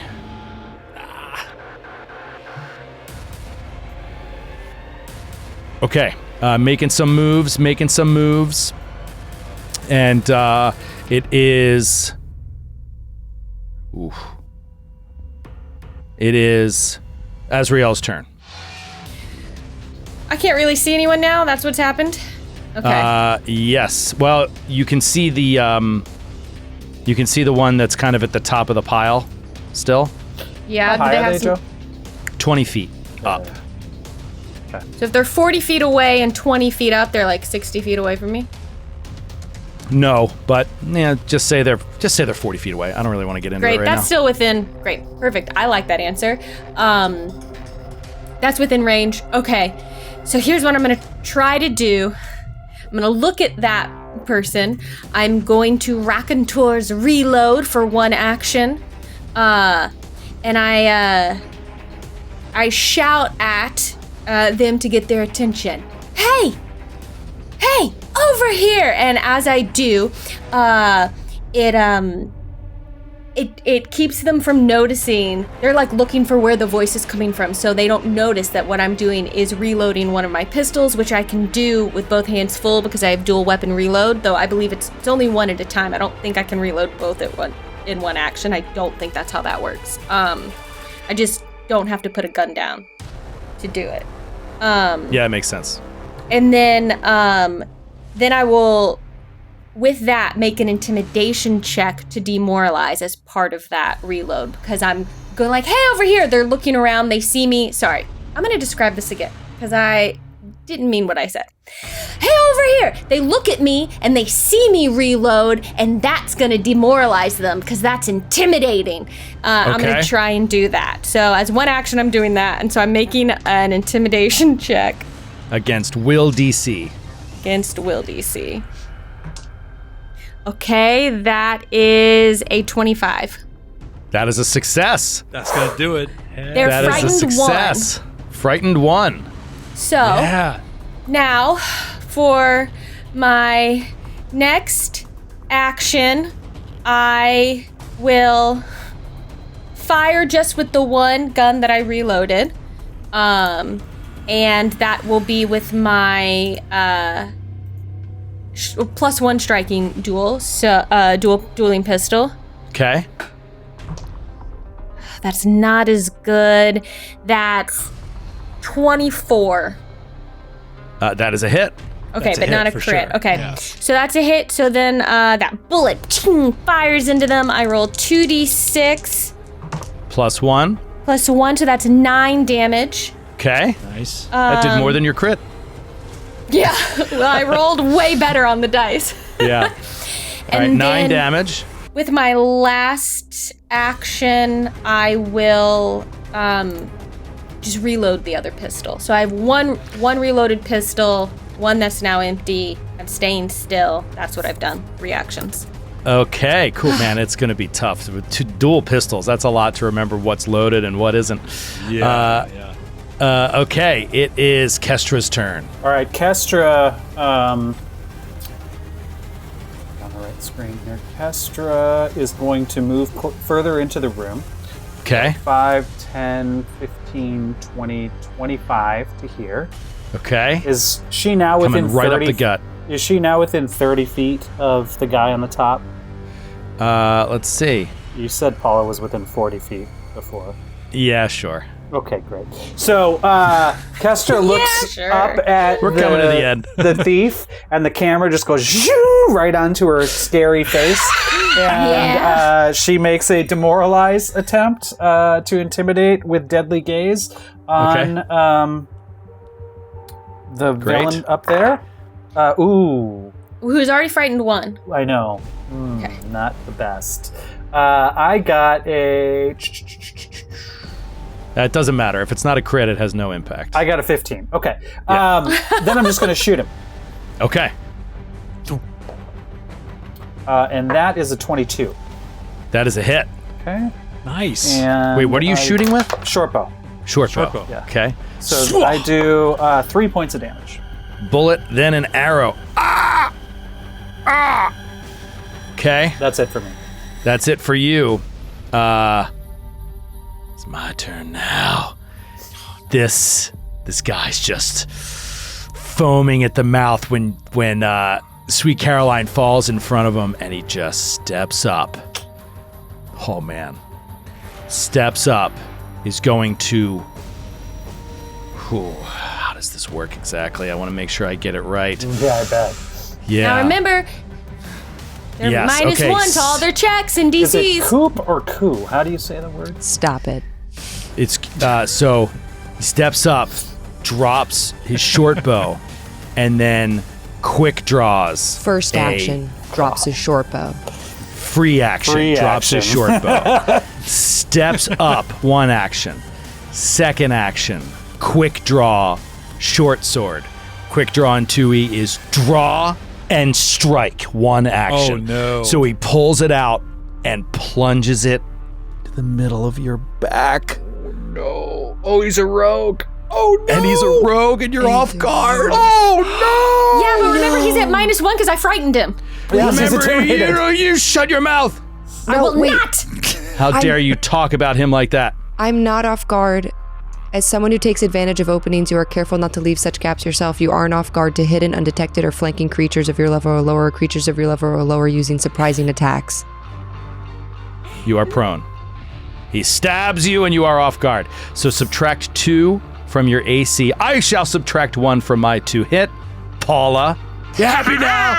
Yes, I am. And he strikes. That is a 22 to hit. That hits. Yes! Joe's waited his whole life to do this. I just wanted to hit once. Just wanted to hit once. Okay, and then he will do... Ooh, not great. He will do... Apologies. 14 points of damage. Hachi machi. 14 Oh, I apologize. 15 points of damage, and then we'll attack again with the map Zoni, but it is an agile weapon. Here we go. 20. Come on. Oh, God. Yes! Huge. Much better that time. That is 18 points of damage on the second strike. That is awful. I'm so hurt. And that is his turn, and it is Rolo Tomasi. Okay, so Rolo is says like, time to see what you can do, lass. And he's going to do an explosive jump over the rogue, opposite, so he's in flanking position. Oh my god. And he is going to do an unstable overdrive megaton hit. In the world are these abilities? So he's going to basically overclock his armor to get an extra bonus. We'll see. This is a flat check. Okay, he fails. So that means I get the bonus this time, but I can't do it again for another 10 minutes. Oh, okay. So that's it. But I get an What is the additional flat die check? to damage. It's 15. Oh, If I critically fail, the whole thing like goes to hell. But Yeah. So I just fail. Do it once.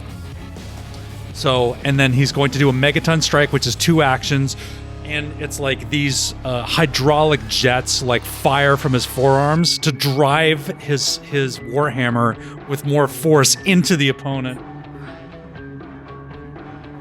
That is a 28 to hit. God. Take him out. Because And he's flanked. He's flanked and frightened. that is a crit. That is a crit. I was going to say his frightened condition went away at the end of his turn, which would have made it a crit. But now that he's off guard, it is. Wait. No. Oh, wait. What was that ability you had, Sydney? Nothing. Don't worry about it. I don't think I have it. They called- are rogues. It's but called Deny Advantage. Deny Advantage. I don't have it. So yeah, you got it. You got it. You son of a bitch. Denied. That's right. That is 56 points of damage. I'm sorry. What? Wait, what is it? Boom! So it's a slam of what? Your what is it? My Warhammer. It's he flips his walking stick into his opposite end, and it's a Warhammer. Oh my god. These jets fire and boom, slams it into this guy's head. And this thing just explodes in just biological matter all over Sweet Caroline II. Dead. One shot. 3000 patent pending. It's in my mouth. It's all my up gosh. in my mouth. It's in my nose. No. Done. Well done, buddy. That's so is that your turn? Are you done yet, you That's son it. of a bitch? Yeah, it was one action to jump up there and 2 for the Megaton Strike. God damn it. Wow. Okay, Sweet Caroline, you've got holes in your back and you're up. What do you do? Okay, I'm up. I say to Rolo, nice one. And then I sprint and leap off to attack this man on the ground. Wait a minute. Wait a minute. What? All right, that's fine. Okay. Okay, so yeah, I didn't know if you had seen him. You didn't say anything. I think he would be pretty surprised that I jump off right Yeah. in front of him. I'm surprised. So you leap up from above, down behind, and you see this pale skin. You see the guy that you saw leaning against the Yes. warehouse at night. He turns around, and you see hanging around his neck a wayfinder. You're We're gonna toe get to that. toe behind a wall from your allies. What do you do? Would you say maybe he is surprised? Mayhaps I could use my sneak attack? No, you're shaking your head He no. sounds pretty surprised. This guy- You were surprised when Sydney said she wanted to do that. I So- thought that You were she like, was "What?" cheating. I didn't realize she wasn't cheating. I was shocked that she wasn't cheating. I'm No, sure he would be too. he is not surprised because he is so much better than you at everything you do. He is exactly you, but way more trained. So he is extremely you can see he's very deft. He's got his blade out. You land and he's ready for you. Fine. What? Then- you do? You see her holding her commas as she jumps down, and you see she's got these rings on both hands. They're very flashy, and she double slices with her 2 commas. So let's do that.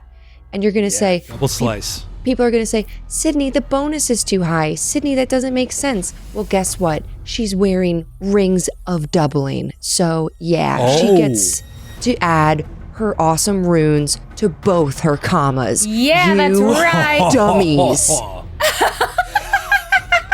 Wait, what is this? Oh, you don't know about my cool rings that I bought with my starting wealth? Oh, yeah, they're awesome. Man, they sound great. Wow, there's a real adversarial tone happening here. I don't know what goes on in y'all's other game, but Pretty dope. That's surprising as well. That should also make a surprise. Okay, that's... I'm shocked he's not surprised because that's a 31. He seems pretty surprised. Yeah, I'd be surprised. I'm like, I can't believe you can afford that. I'm off guard. Yeah, I can't. I can't believe you could afford that. Okay, amazing. All right, so what is this? This is 1 comma that's hitting him? First comma, 31 to hit. Okay, that is a hit. Okay. And when I do my double slice, it's the same kind of thing. I make 2 attacks and I combine their damage. So do you want me to make the second attack first? Yes. Does it suffer the map? Let me just make sure. What's it called? Double. Oh, no. If it doesn't have the agile trait, it takes a -2 penalty, but it has the agile trait. So I don't What's take it the called? map. Double what? Double slice. Double slice. It's like the fighter You know feat? about this, Joe. Same as Yeah. the fighter feat? Yep. Okay. Yeah. All right. Second one. That's might not. 23 to hit for the second. That is a hit. Okay. Nice. So, here we go. So it's 13 for the first one. Holy shit. Wow. Oh What the my hell god. did I do wrong here? Max damage. 12, 13, 14, 15, 16 for the second one. You just did 29 damage that's right. on a non-crit? Wow. She is a deadly assassin. She is so good. I guess. My god, Damn. where is this damage coming from?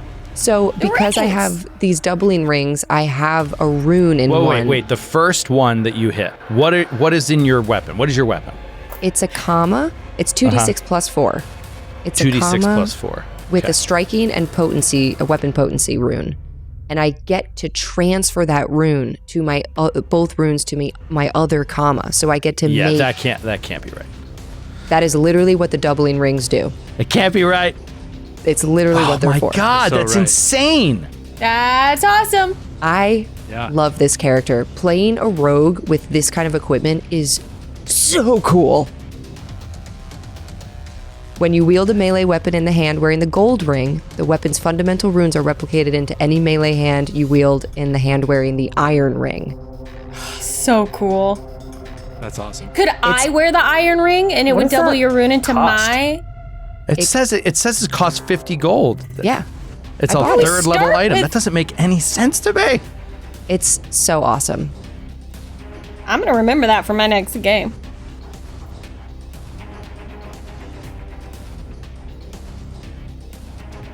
Yeah, okay. Yeah, all right.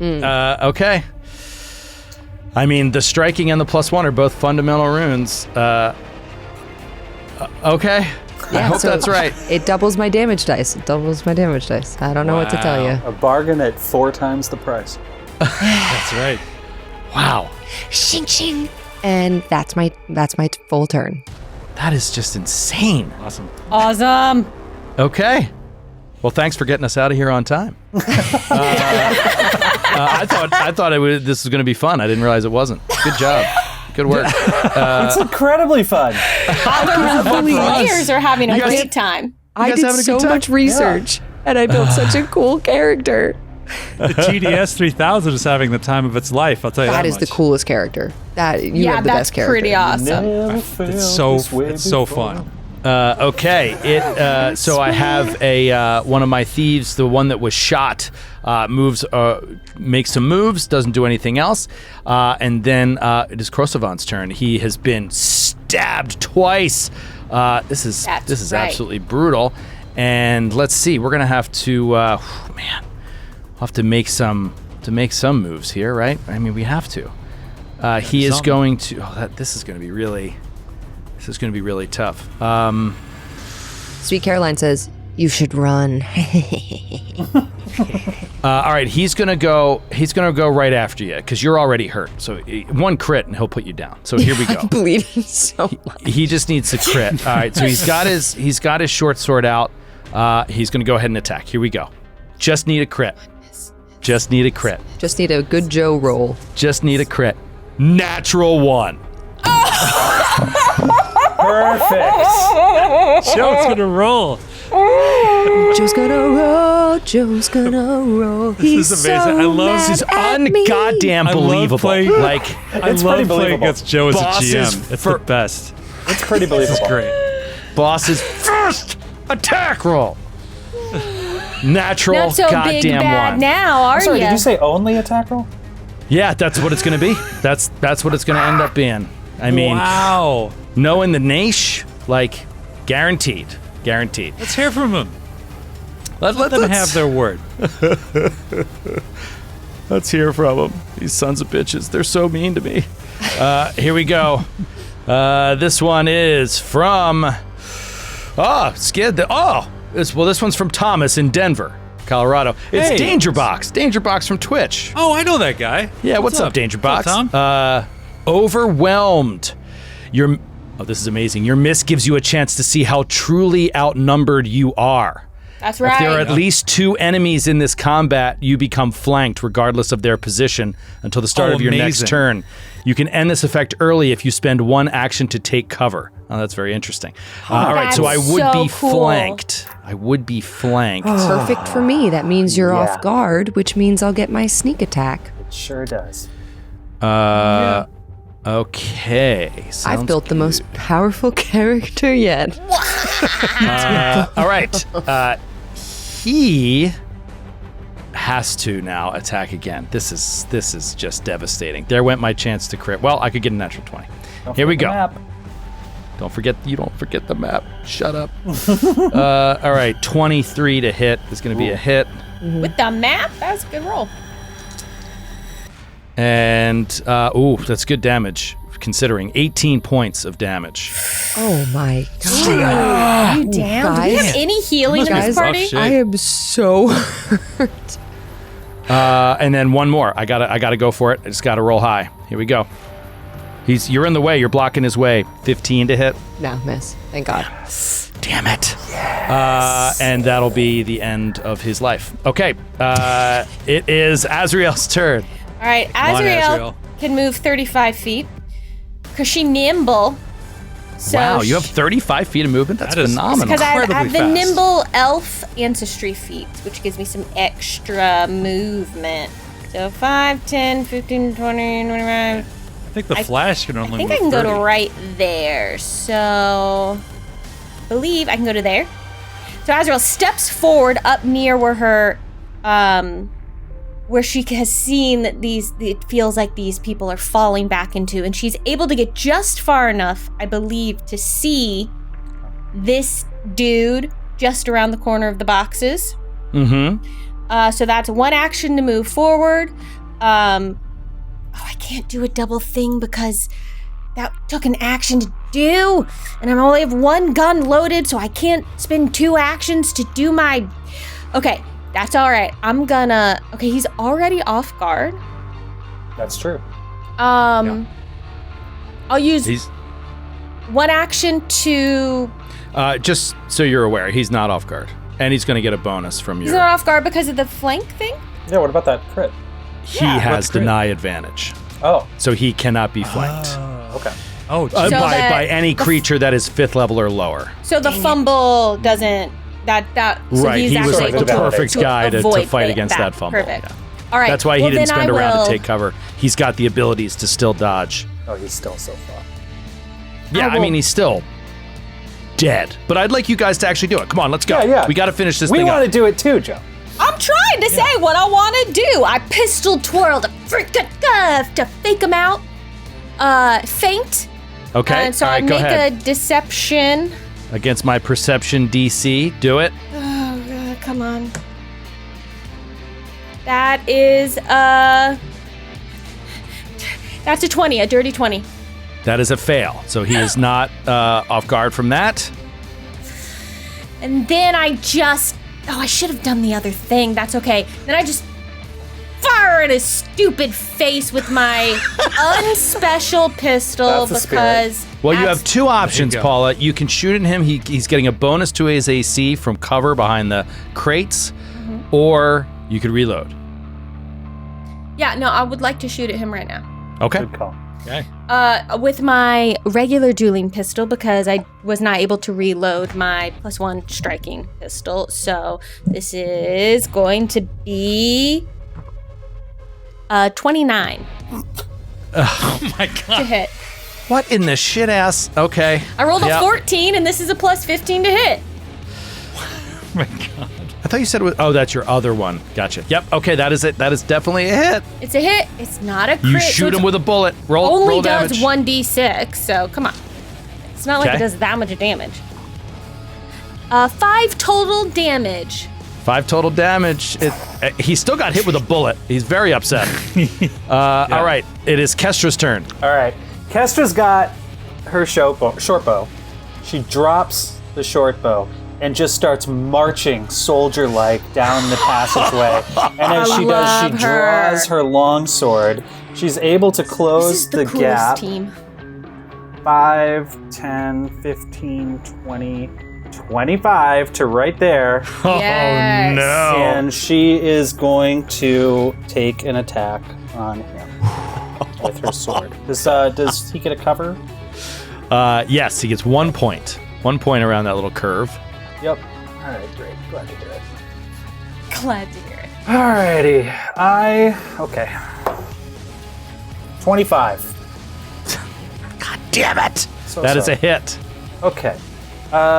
Let's see here. This is going to be rough. This is not going to be great for you.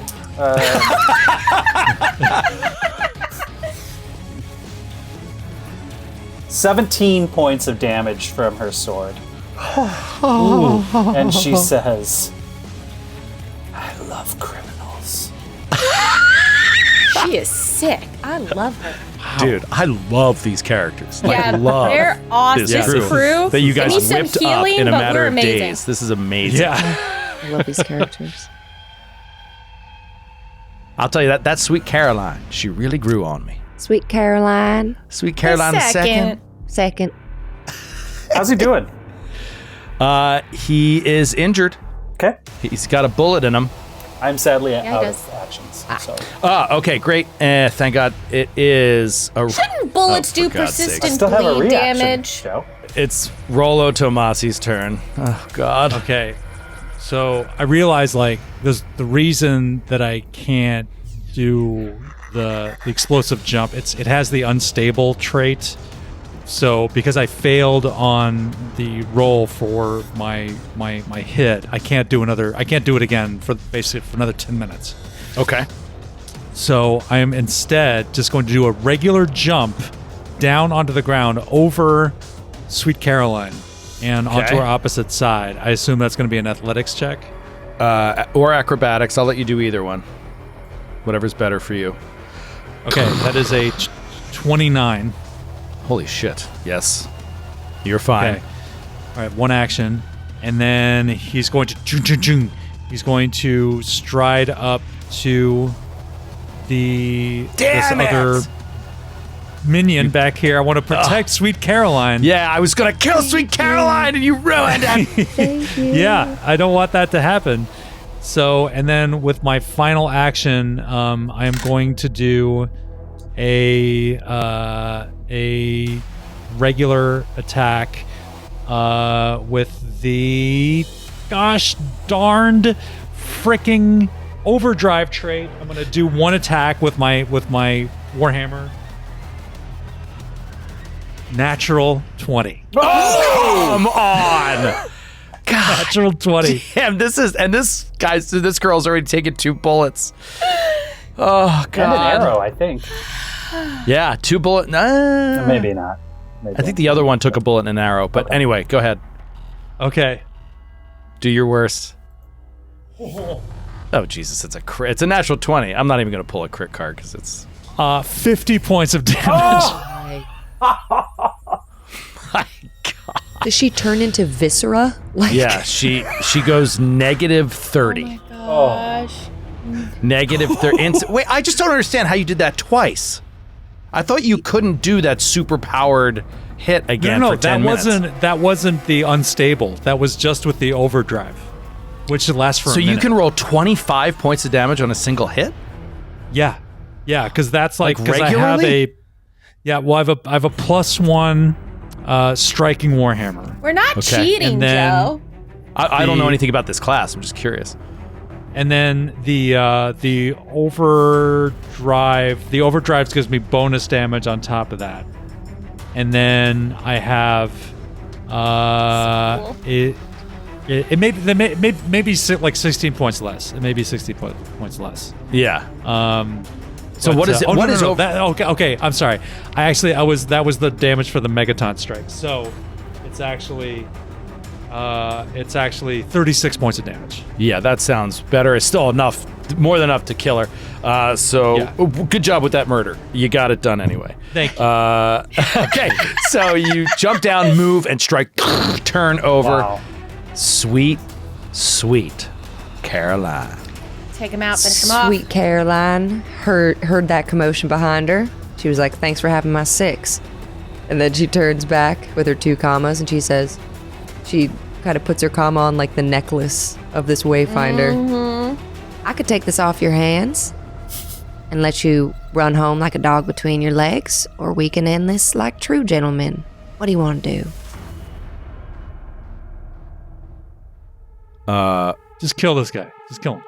You're offering a truce here or a deal? Oh yeah, I'm saying I'll let you live if I can just take this wayfinder back. Fine. He looks around, he sees this gray maiden behind him. He knows the gray maidens. He's like, fine. Take it. Take it back. Let me go and you can have it. I don't care. She puts out her hand. We can't let him go. Let me walk to the door. I No. take it off, you just kill me. What's the difference? You have to give it before you go anywhere. He pulls it off over his head and slams it into your hand. Thank you. And she puts it on her head, and then she takes her 2 commas and she double slices and murders this man. No! You can't do that! Dude, you are like not in the Pathfinder Society. Like you are getting kicked out She does. immediately. She I won't tell. She doesn't do it. She puts it over her head and she says, "If anybody asks about those cuts I gave you, you can tell them Sweet Caroline sent you." And she just walks past him and to you, and to the Grey Maiden, and it just like passes everybody on her way out. She's like, "Come on, everybody." Wait. Is everybody leaving this Fuck guy? no. No. I walked away. I have the wayfinder. All right, you have the Wayfinder, but we're staying in initiative here. Yeah. And it is his turn, and he goes to run away out the back door. Nobody has an AOL, correct? I don't. Well, I have no, I don't think I have it. I don't know. 99% certain I think. All right, so he takes off, but he gets to the door, double moves to the door, single action open the door, And stops. and he's out of action. Yep. Good. And now it's really okay. So What do we do? it's We just let him go? just tell me what you do real fast. Do you kill him or do you let him go? It's really up to Rollo and Kestra. I'm going to kill him. Okay. Well, I'm gonna not try to kill him. I'm gonna try and subdue him and knock him out because Bring him in. I can't murder someone. okay. So then you can't. can run up to him I know with you 2 can't, but I actions, can't. and then give me a roll. Give me a me? non-lethal. All you have to do is non-lethal damage to put him at 0. Okay. Oh yeah, I crushed it. I got like a 40. Well, then Hold on a then second. you crit I him. might be overstating things. I got. And you also take a -4 Yeah, so I got a 28. with the -4. Yeah. Okay, that is a hit, and all this damage is non-lethal. So what do you do damage-wise? So I just say, foolishly said that we would not kill you, but you are coming in, and I do 14 points of damage. 14 points of damage, and that is enough Oh, thank God. to knock him unconscious right at the door at the moment he was about to escape. And I turn to Sweet Caroline and I say, "No more deals!"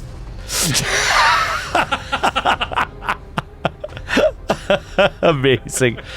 Azrael will just like blow the smoke on her pistols, holster them, and be like, "Looks like we accomplished our mission. We should return." Yeah, we should take this back to the manor ASAP as possible. That's right. And a fine test run for the TDS 3000, if I do say so myself. It's incredibly impressive. We make a good team, actually. We kind of do. Yeah, you guys are pretty badass. We got to wrap it up, though. Team. We're already over time. In closing, first of all, I loved your characters. Great job. What a cool team. It's a really cool team. I hope we see him again.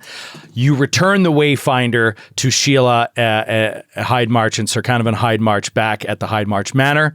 They are thrilled to get this. You keeping Krosavan alive, you're able to kind of explain what happened, and you can see how he started to.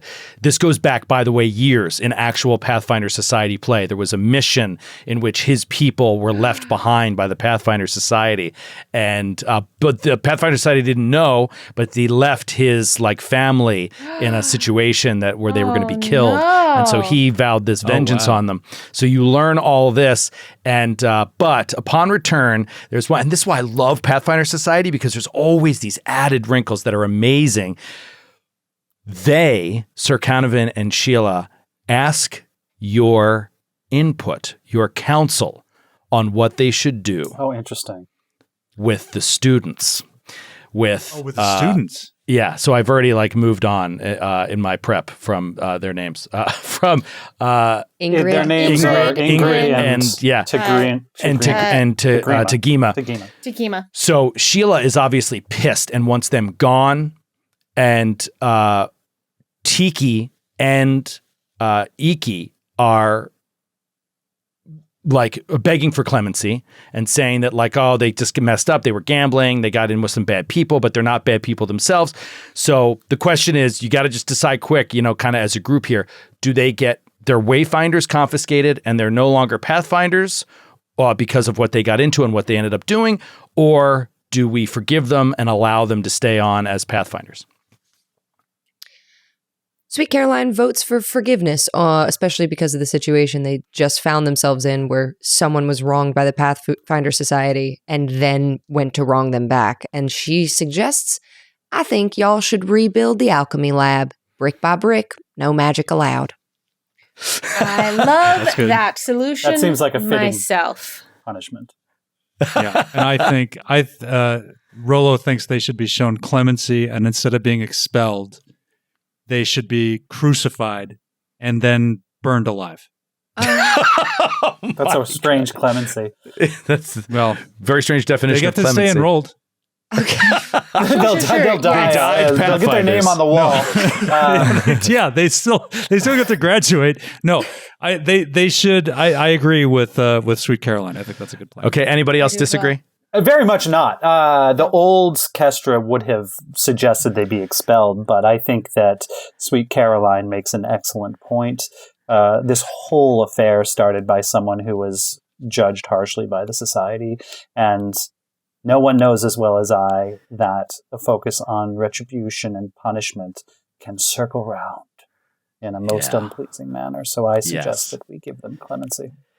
Yes. Okay, so this is all organized play. So everybody plays this all over the world, and then you actually report back to the society what happened. And so if your group gives clemency, you report that. If they don't, you report that. Then they see what all the results are. And then that's what happens in the story of next season. Whoever the majority. It's so cool. And so these characters could continue on as NPCs, or they could be gone, depending on how it was voted, which is very, very cool. Awesome. And so thank you again to Paizo, and congratulations on submitting this for an Ennie. I hope it gets an Ennie. By the way, I butchered parts of it, especially with the chase, but the chase is way longer and really awesome. There's an entire encounter that we didn't do because we had to cut it for time.